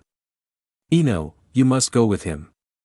Don't stop your medical jutsu until you arrive." They both nodded seriously, although Ino had other thoughts as she was still examining her body. Ino, thinking, "There are 3 vital points, if we don't hurry, we'll be." Her train of thought stopped when Kakuzu arrived very quickly at the roof where they were. Kakuzu, calmly, "I'm sorry to interrupt, but that corpse is worth a lot of money." At that moment, a shinobi attacked, striking Kakuzu. Shinobi, serious, "Go away, we'll stop you." Kakuzu just watched impassively as he punched and blocked the man's attacks, but he wasn't concentrating because they were both in a conversation that Haydn made public. Haydn, calmly, "But come on, just give us a few minutes." Unknown location. Sad face calmly, "Sealing the 3 tails is the priority, move it." Sad face calmly, sealing the 3 tails is the priority, move it. The man heard Hayden's voice, which sounded annoyed. Hayden, annoyed, please, just a little longer, we're almost done. Leader, calmly, they know what they must do, it's a priority, the preparations are complete, come immediately. Collection Center. Kakuzu simply kicked the ninja who attacked him and jumped towards an annoyed Hayden. Hayden, annoyed, damn, we're almost there, we can't stay for a few minutes. Kakuzu, serene, Hayden. The gray-haired man grunted in annoyance at that. Location unknown. The man only saw his place of residence and gave a slight smile and a chuckle. Leader, with a smile, those 2 troublemakers. Leader, with a smile, those 2 troublemakers. Collection Center. The shinobi of the Leaf Village watched on guard what those 3 were doing. Shinobi, serious, they're retreating, what's happening? Kotetsu, serious, I don't know, but those 2 are no joke. Shikamaru, serious, Ino, Chuji, go. You need to get to the village quickly. Kakazu, calmly, don't bother, we'll come back. Hayden, annoyed, that stupid dependence on money, blasphemous idiots. But that leader we have, one of these days I'll curse him. Amused, hey, don't get upset, after all he's going to die. The men above watched with annoyance Hayden's mocking smile. Kakuzu, calmly, let's go. Looking at the ceiling, we'll be right back. Don't move. Hayden, amused, that's right, it would be annoying to chase cockroaches, shouting, hey pagans, we'll be back soon, stay there. After those words, both of them exploded into smoke. The Leaf Shinobi just looked confused. Kotetsu, serious, they just left, what's going on? Before continuing with the train of thought, a shout brings them back to the important problem. Chuji, scream, Asuma-sensei. The 3 Jounin students were surrounding him, the others present approached. Shika, serious, Ino, Chuji should go, the trip isn't long. Ino and Chuji nodded, but a harsh cough and a broken voice made them see their teacher. Asuma, tired, calm down. Shikamaru. I think you, no. I won't, make it. Chuji, serious, Asuma-sensei, don't say that, I'm sure. Shika, serious, Ino, Chuji, both looked at him, you feel it too, just listen carefully, these are Asuma-sensei's last words. Chuji just cried and wiped his tears with his forearm. Ino covered her mouth and held back her tears as best she could. Asuma, tired, thank you, and Ino, the aforementioned nodded, not trusting his voice, are strong, please. Take care of those 2. They're a bit reckless, keep them in line. You want, also, never. Give up. Never. Let. Sakura. Win. Nibbon ninjutsu. Medical, or in love. Ino could no longer hold back her tears, so she cried at what her teacher had said to her. Ino, crying, I promise, sensei. The Jounin smiled and looked at the man in armor. Asuma, tired, Chuji, the armored man opened his eyes to see his master, who continued upon realizing he was paying attention, you are one of the strongest people I've ever met. You have a good heart. You have a noble soul. I trust that you will achieve whatever you set your mind to. Somehow. With a gentle smile, try to lose a little weight. The robust man wept and wiped his tears with his forearm as he responded to his master's words. Chuji, crying, I'll try, but I'm not promising anything, sensei. Shikamaru just had an impassive face and unshed tears in the corners of his eyes. Asuma, tired, Shikamaru, the mentioned nodded, I could never, beat you, at shogi, in life. You remember. I'll give you the answer, of, who is my king. Come closer. Shikamaru raised an eyebrow and approached his master's whisper. When he was close enough, he gave his answer, and Shikamaru opened his eyes and looked at his master in shock. Shika, shock, wait, if that's. He stopped because the Jounin interrupted him with a request. Asuma, tired, I promised I'd quit smoking. But I guess, it doesn't matter anymore. It's in my pocket. Shikamaru nodded and took out the tobacco. Ino placed the cigarette stick in his master's mouth while Shikamaru lit it. Team 10 and the others watched with tears in their eyes as the man consumed the tobacco. With each puff of the cigarette, images of the moments they shared with their teacher flashed through their minds. The sky seemed to share the feelings of the SH. Team 10 and the others watched with tears in their eyes as the man consumed the tobacco. With each puff of the cigarette, images of the moments they shared with their master came to their minds. The sky seemed to share the feelings of the shinobi and the leaf village, as dark clouds began to form over the land of fire, starting with light drops. The cigarette was half-smoked when the man took his last breath, and the half-finished tobacco fell to the floor where the water droplets intensified, extinguishing the tobacco as Asuma's eyes closed forever. Ino, painful cry, Asuma-sensei. Chuji also wept as the others lowered their heads in respect before the man who had fallen in battle. Chuji also wept as the others lowered their heads in respect before the man who had fallen in battle. Shikamaru just stood up, staring at the horizon, while he lit a cigarette and began to cry. Shikamaru just stood up, staring at the horizon, while he lit a cigarette and began to cry. Shika, crying, damn it, Asuma, the smoke is making my eyes burn. In the village of the leaf, everyone was taking cover because of the heavy rain. RIAS and Naruto had separated, and Naruto looked up at the sky while two shinobi watched him curiously. Shinobi, serious, hey Naruto, let's go, we have orders. The blonde boy nodded as he followed the two men who had the same mission as him and entered one of the root hideouts. Naruto, thinking, something happened, I hope it's not bad. RIAS was entering the Hokage tower with two bento boxes in her hands. As she went up, she ran into three girls who greeted her. Sakura, cheerfully, oh RIAS-san, what are you doing here? 10-10 sad-faced cheerfully, that's right, we were leaving a meeting and it suddenly started to rain. Hinata just kept quiet, ignoring her ex-love interest's girlfriend as much as she could. RIAS, cheerfully, well, Naru has a mission right now. Since I'm going out tonight, I brought lunch for Tsunade-sama and Shizen-san. Sakura, cheerfully, that's right, let's go. How about we have dinner? The sushi restaurant is very close. What do you say? No one objected to that as RIAS left the bentos for the village leader and her assistant. It wasn't long before the four of them looked at the sky with annoyance. 10-10 sad face pouts, darn, and with such a beautiful day, how strange the weather is. The other girls nodded, but RIAS raised an eyebrow. RIAS, thinking, something has happened. The girl looked at the sky thinking that this wasn't normal until Sakura bumped her shoulder. Sakura, curious, are you okay? Is something wrong? RIAS shook off the negative thoughts as she smiled and shook her head. RIAS, cheerfully, it's nothing, don't worry, just something unimportant.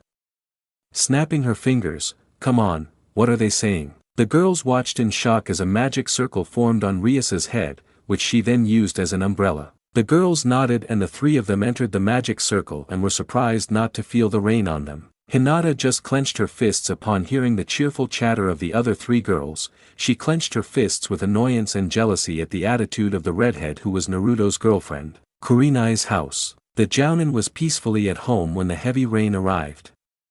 The red-eyed woman looked at the village with a sad sigh. Kurenai, sadly, what to do when she won't even let me talk to her?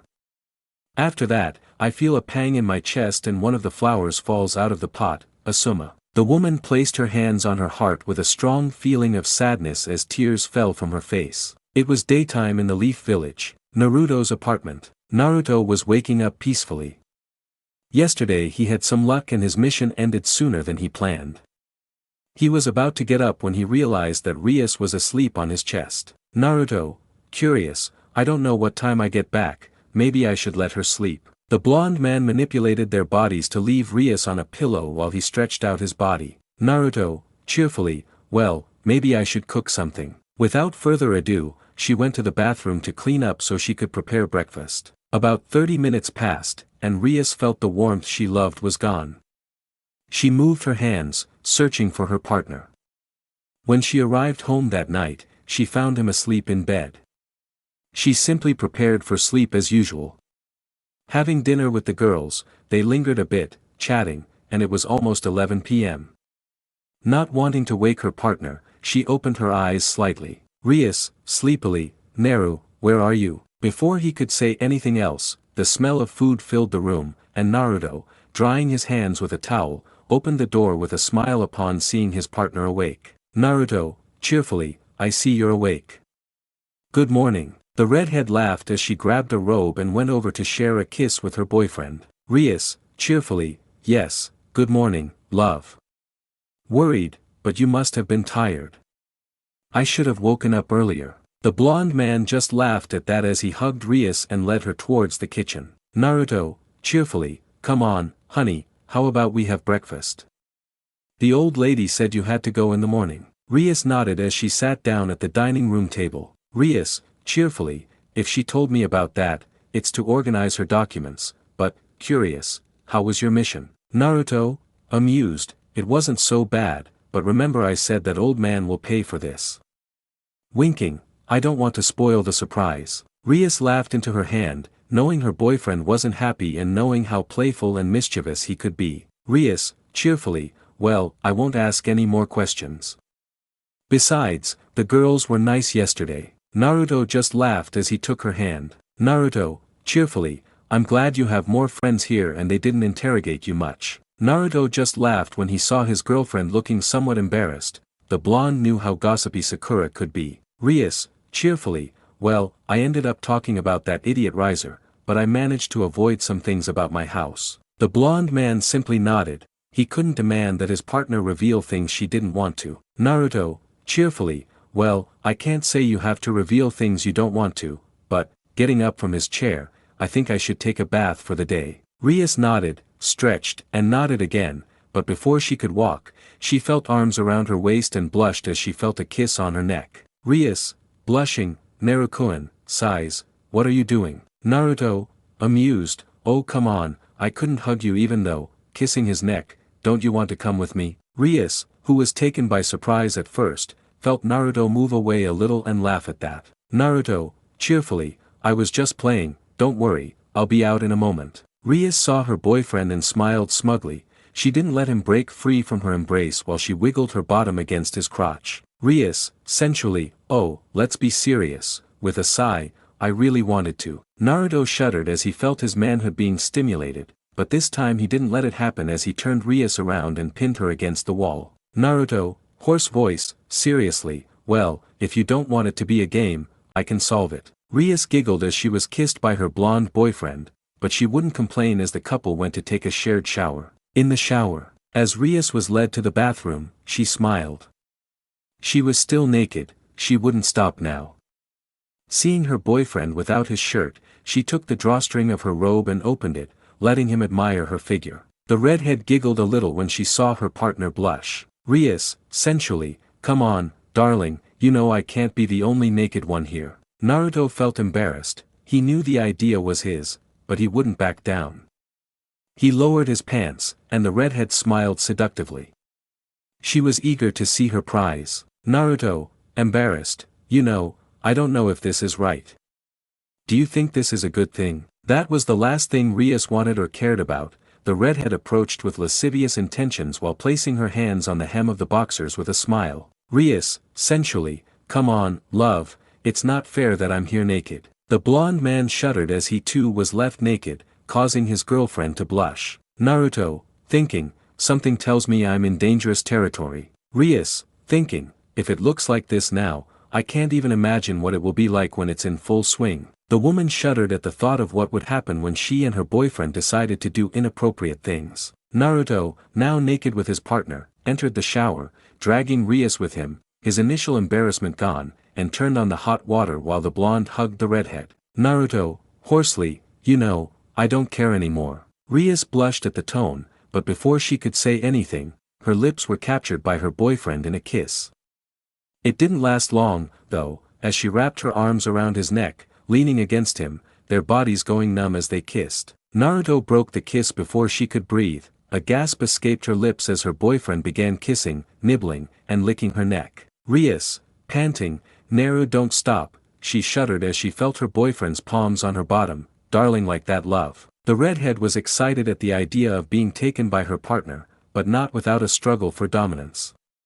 Perhaps she would like him to be in control, but she would only be submissive if he forced her to do so. Without thinking twice, the woman also manipulated her boyfriend's actions to caress Naruto's strong back, smiling lustfully as she felt his well-formed muscles. When she felt him move away from her neck, she quickly took control, kissing her boyfriend's neck and trying with all her might to leave a mark on her lover, knowing that she already had more than one on her body. Naruto shuddered as he felt his girlfriend begin to kiss and nibble at his neck. He paid it no mind, continuing to massage RIAS's rear, which she didn't seem to care about. As he tried to leave a mark, the blonde calmly massaged RIAS's buttocks, thighs, and hips. She had already separated her lips from Naruto's neck, happy with the hickeys marking him as hers. When that was over, they were both panting for air, trying to catch their breath, but with eager smiles on their faces. Naruto rested his forehead against RIAS's, who smiled as they gazed into each other's eyes. Naruto, panting, I don't know if I can endure what I'm feeling much longer. RIAS smiled, she was the same. She knew that sooner or later, if he didn't take it, she would. She didn't yet know if he would get angry or what he would say, but she also had to get him out of her system. RIAS, with a smile, it's true, I also have that desire for you.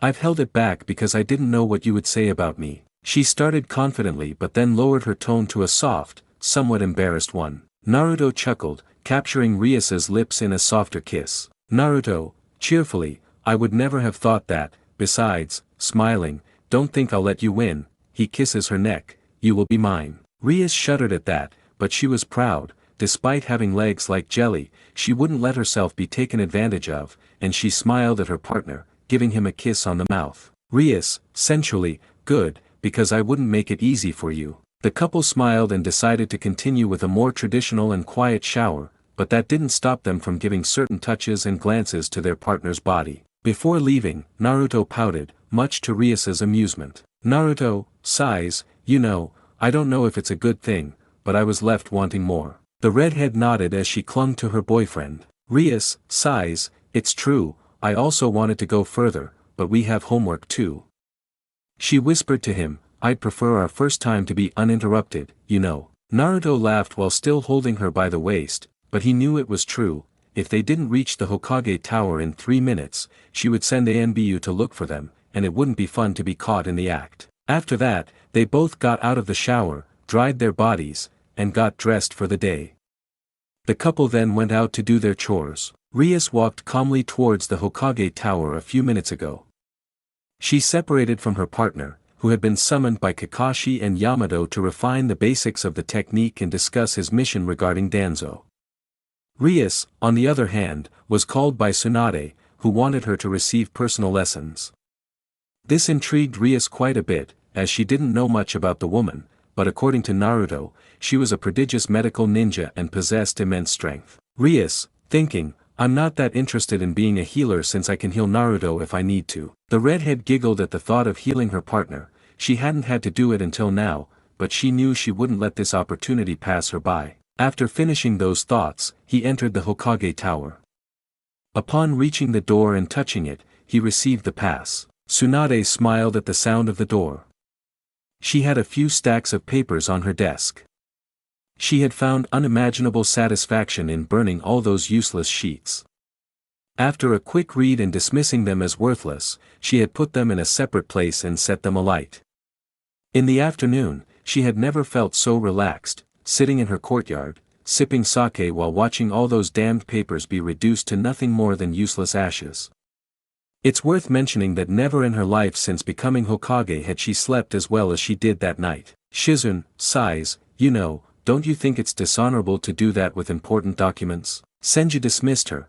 If she could get more than half of that, she would take it without hesitation. Tsunade, cheerfully, come in. Looking at Shizune, oh, come on, don't be a spoilsport and enjoy yourself. It benefits you too, not having to carry so much weight. The brunette simply sighed. She knew her teacher wouldn't change her mind. Looking at the door, knowing who was outside, she wasn't surprised to see RIAS. But what did surprise the women were the various bruises on her neck and the wide smile the girl wore before RIAS greeted the village leader. A question stopped her in her tracks, and she blushed. Tsunade, curious, they used protection. RIAS was saddened by what she heard, but wondered how the woman knew. Then she remembered that since this village had a warm climate, it didn't occur to her to put on something to cover the marks that her Naruto-kun had left on her neck, and she gave a clumsy excuse, even though it was the truth. RIAS, blushing, Tsunade-sama knows, but we didn't do anything. Whispering, we didn't have time. The blonde just chuckled as Shizun felt embarrassed upon hearing that and shook those images from her head, but she had a subtle pinkish hue on her face. Shizun, embarrassed, well, RIAS-chan, but regarding what we discussed yesterday, are you interested in becoming a healer? Could I start with the basics? The redhead was also somewhat embarrassed, and Tsunade's mischievous smile didn't help much, but she answered the question. RIAS, serenely, well, the truth is I have a technique for that. In my homeland, I use magic. I can saturate cells with my magic, which allows me to accelerate their production, making it so that a fatal wound can heal in a matter of hours. But there's a problem with that. Tsunade, curious, what? That's actually impressive. If she doesn't need surgery, it could be helpful in many situations. Shizun was also impressed. Recently, Naruto and Tsunade, with RIAS's permission, had a conversation where they explained RIAS's origins. Hearing about other worlds and dimensions impressed her, and she was amazed by the abilities they kept discovering about RIAS. Shizun, curious, that's true, and I've never heard of anything like this before, it's very new to me. RIAS, would be, yes, but I would only heal Naruto if he needed it, but no one else. That made both women curious about her reason for keeping that ability to herself and Naruto. Tsunade, would be, what's the reason? If you can help, I don't see what the problem would be. RIAS, sadly, Vera, the only way that will work is if we both have to have skin-to-skin contact, meaning we would both have to sleep naked. That's why I can't do it with my clothes on. That surprised the women, and they understood. The blonde nodded. If that was the case, she couldn't force her. She nodded and leaned back in her seat, but gave the redhead a smile. Tsunade, serenely, I understand. If that's the case, I can't do anything, but my offer is still open. I can train you in combat and chakra control. I know Naruto is good at that, but chakra volume isn't his strong suit. What do you say? RIAS nodded with a smile. He had told her many good things about the woman and encouraged her to do it, so she was happy to give her answer. RIAS, cheerfully, it's wonderful that someone of his renown is giving me this opportunity. Looking at her hands, I've felt stronger since I've been with Naru. He even told me I have abilities and thoughts he can't do. I'm flattered by that, and I understand that without help I won't be on par with him. Tsunade smiled at the girl's determination. She knew that this woman in combat was a force to be reckoned with. Her various reports had made her aware of her feats, defeating an Akatsuki member, although she didn't kill him, fighting on equal footing and without help was impressive to her. Tsunade, calmly, all right, we'll start in 3 days. Prepare yourself for that. Also, pointing to her desk, do you think you could help with that, Shizun? The redhead laughed and nodded. After a snap of her fingers, the stacks of papers jiggled into 3 piles. The blonde smiled, seeing that the most important one was the smallest. While she signed and read the documents, Shizun and RIAS began to organize the scrolls for storage. However, after a few minutes of cheerful conversation, a faint, negative vibe settled in the office. None of them knew what it was or why the cheerful atmosphere between the 3 of them had darkened. But for RIAS, it was something she remembered very well, one of the energies she thought had remained in her world. This was something she knew. RIAS, thinking, a blessed object, but how is a blessing possible? But what God is doing? What is happening? RIAS didn't understand. She knew that kind of energy was very common in her world and her surroundings, but to feel it here, and worse, coming from a god, she knew that if a divine being entered through that door, she would immediately know she was a demon. And the worst part was that now she was stronger than before, but her demon body was still vulnerable to blessings, and she couldn't take the risk. RIAS's train of thought was interrupted when 3 people with a somber air entered through that door. Upon seeing the faces of the 3 people who entered her office, Tsunade immediately knew that something had gone wrong with her mission, since the leader of that squad had not entered with them. Tsunade, would be, report. Kotetsu was the first to step forward, recounting how they arrived at the temple to speak with the monks there, and upon finishing, they found a faint trail, sending all the groups to the collection centers on the borders. Izumo nodded and stepped forward as his friend finished recounting how they arrived and managed to find the separated group, but it didn't last long as they reunited very quickly. Despite this, they couldn't win, even with the headless man, which impressed Tsunade and Shizune. RIAS, however, sharpened her gaze. Those characteristics seemed familiar, but she still couldn't name that deity. Shikamaru was the last to speak, leaving a necklace on Tsunade's table.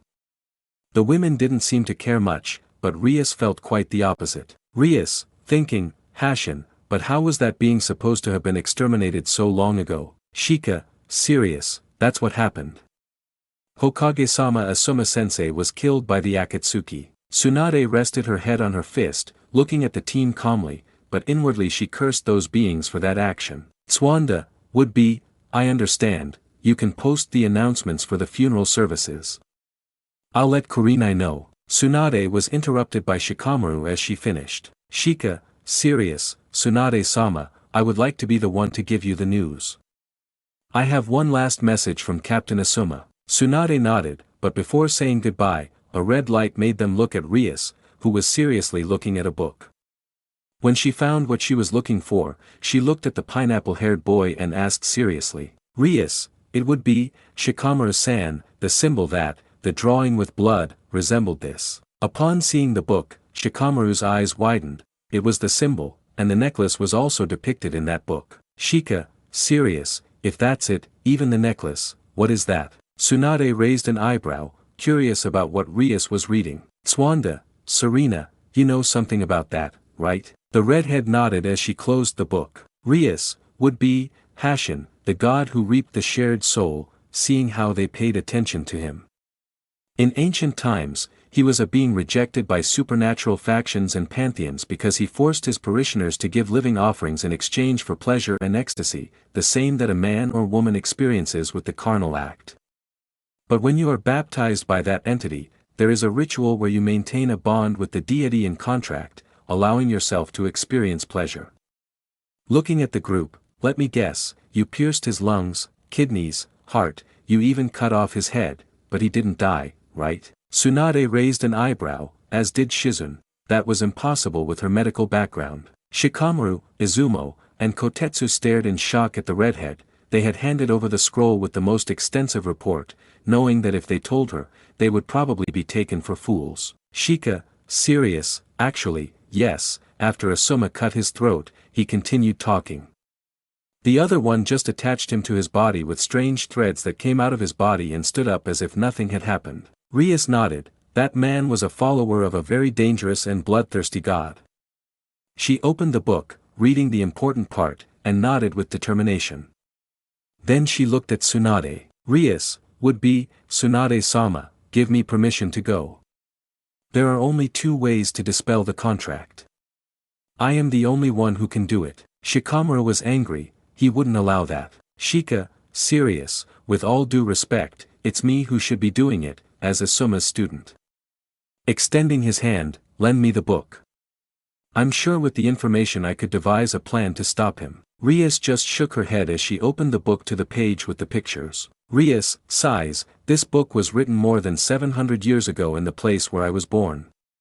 It is written in an ancient language. Shikamaru just grunted, not understanding anything the book said, but he was curious how she could read it. Tsunade, would be, at this moment we don't know what happened or why they withdrew, nor what they are doing at this moment. Looking at RIAS, can you tell us something more about that religion? RIAS nodded as she closed her eyes, thinking about what to do, but she couldn't let it go, even though her instincts were screaming at her that she had to end that divine being. RIAS, would be, the basics are simple, the contract between souls is mediated by blood flow. For a Hashinista, having even the smallest drop of blood means their spirits are united with the deity, which grants resistance while transforming pain into ecstasy and pleasure. The person inflicts this pain upon themselves by having the contract, their souls are one until the offering is claimed. They must have realized that he was protecting the summoning circle, right? The three shook their heads and RIAS sighed at that. Izumo, curious, but now we understand that that diagram was important. We managed to extract it so Asuma could attack, but it didn't help much. The redhead nodded, they had been so close to eliminating the contract, it was sad they hadn't known this information. RIAS, would be, the circle is the basis of the bond. It is known that humans can withstand a level of pleasure, pain, or some emotion that the brain cannot handle and disconnects. The same thing happens since it is the same principle. That is why I said that there are only two ways to be free from that. The first is the simplest, that the person bonding destroys the bond. Shikamaru listened to that in shock. Shika, annoyed, you mean I only had to destroy that circle to release Asuma-sensei's curse? RIAS, would be, not quite. I said it was the easiest, but do you think you could do it, or that he would allow it? Shikamaru composed himself a little, that was true. He knew he was stronger than he showed, and it wouldn't be so easy to destroy that bond. Tsunade, would be, you mentioned two ways, right? Which one is the second? RIAS, it would be, the combination of bloods. If in that place someone had assumed a similar damage, the Hashinista cannot mix the souls with more than one person. If he had ingested someone else's blood, the ritual would end. Shikamaru, serious, that's why he only focused on Asuma. If he consumed more blood, that would never have worked. RIAS, calmly, that's true, but don't worry, if it helps, I'll try to translate the book, but it will take me until tomorrow at the latest. That part impressed Shikamaru, but he nodded, and without further ado, the three of them went to deliver the news in the village. Akatsuki lair. All the silhouettes were standing where a man with red hair and beard was being stripped of his biju, but at the same time another red aura was present. All the silhouettes were standing where a man with red hair and beard was being stripped of his biju, but at the same time another red aura was present. Leader, serious, prepare yourselves, this will take us 3 days. I hope your bodies are safe. Haydn, annoyed, it's been 3 days but it started raining here, it's not fair. Kakuzu, serious, you'd better keep quiet, Haydn. The most annoying thing is having to go to Konoha for the body. I'm not going to waste that money. That caught the attention of many individuals at the meeting. Deidara, serious, if you do that, I must remind you about the Jinchuriki of that place. His name is Naruto Uzumaki. Remember that we put that dwarf in that book for a reason. Kakuzu's gaze also sharpened as he remembered the child. Itachi was discreetly taking mental notes. This needed to be reported to that contact, but Haydn's amused snort brought him back to the conversation. Haydn, amused, that's what the weakling says, the one whose arms Kakuzu had to sew back onto his body tongue. Kakazu, calmly, better arms than head. That annoyed the man with the scythe. Haydn, annoyed, hey Kakuzu, whose side are you on? Pointing at him, besides, everyone here is greedy and only cares about money. They disgust me. Leader, calmly, you know, you're a man who doesn't know what he's saying, although now I agree with you, the purpose of these operations is simply financial. Haydn scoffed at that while a masked man just smiled behind her. Haydn, annoyed, you know, I'm only the second newest member of this organization, and besides, I don't know the real reasons behind this shit. Leader, calmly, well, if you're so interested, I'll tell you now. The main reason is money collection. We accept missions from smaller villages for a much lower price in order to reach a large sum of money in a very short time. That's why we accept the body house and bounties from anywhere. Haydn, annoyed, so I only joined this garbage for the money, you know. I feel disgusted hearing that. Leader, calmly, shut up, I haven't finished. The reason we do this is to take jobs away from the big ninja villages. Being a militaristic state, that's their main source of income.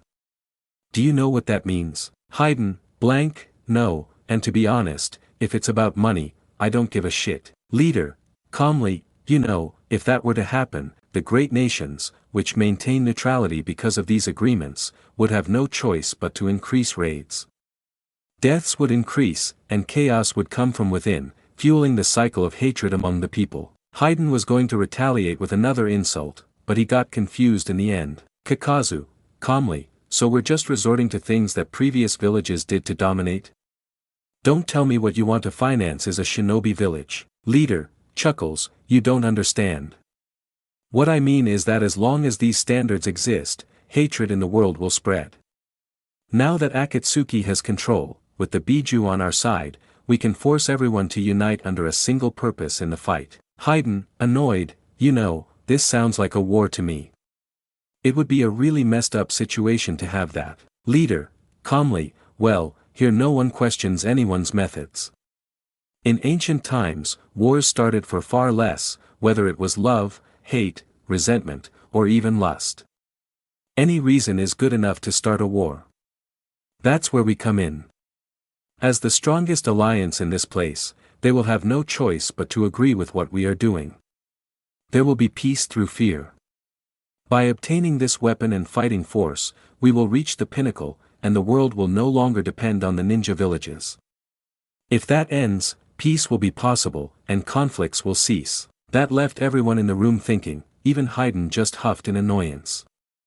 He didn't understand much, but if he could continue with his sacrifices, that was fine by him. Konoha Training Grounds. Kakashi and Yamato watched Naruto, who held a very small white sphere in his palms and seemed to be making a great effort to maintain it, even with a clone by his side. Naruto just grunted, unable to infuse any more chakra into his technique, and dissipated it.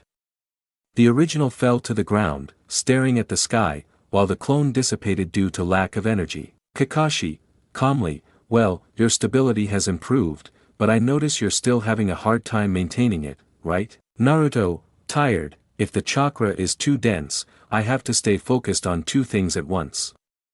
My clone cancels that out, but it's more complicated than a normal Rasengan. Yamato just smiled, as did Kakashi, he understood it better than they did. Kakashi, calmly, well, let me tell you that not even the fourth reached that conclusion.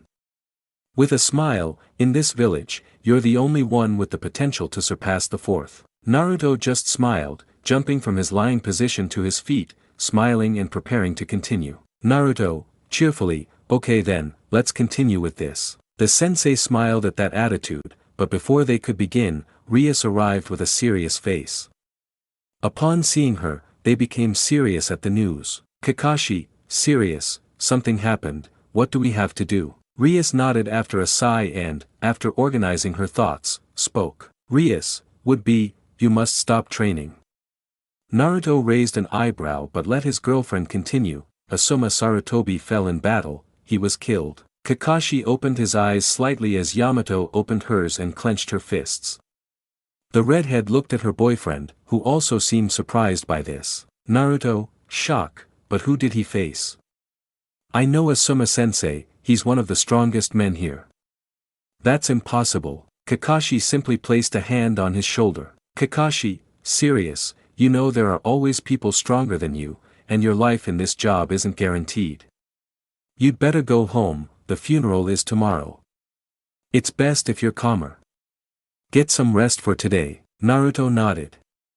RIAS noticed how Naruto was and hugged him, guiding him to her apartment so he could think things over. Kakashi and Yamato went to see their leader, they knew Asuma wouldn't fall so easily and more information was needed. Kurenai's house. The Jounin had a sad atmosphere as the woman looked out the window. Kurenai, Serena, something's not right, what's happening? She was lost in thought when she heard a soft knock on her door. She shook her head as she walked towards it. When she opened it, she smiled slightly upon seeing one of her lover's students and greeted him. Kurenai, cheerfully, oh, Shikamaru and Asuma are back. Curious, is Asuma giving his report or what did he go to do? The woman was confused when she didn't receive an answer. As she paid closer attention to the boy in front of her, she noticed his serious face and the unshed tears in the corner of his eyes. Shika, serious, sensei, the truth is he won't come. Kurenai was confused, that wasn't true. He had escaped, he was lost. The woman wanted to give a logical explanation and dispel the growing fear and loneliness that was taking root in her heart. Kurenai, fearfully, how did he go? Shikamaru stopped her, placing a hand on her shoulder and closing his eyes, not wanting to see her in that state. Shika, sadly, on this mission he was killed by Akatsuki. The words were like a low blow to the woman, she only heard murdered in her mind like a painful echo of the harsh reality she now faced. Shikamaru opened his eyes upon hearing a noise and quickly knelt down to join the woman who had fallen to her knees while crying for the loss of her lover and the father of her child. Shikamaru opened his eyes upon hearing a noise and quickly knelt down to join the woman who had fallen to her knees while crying for the loss of her lover and the father of her child. Kurenai, painful scream, Asuma. Shikamaru could only remain kneeling while he thought about what he could do to lessen the pain he also felt.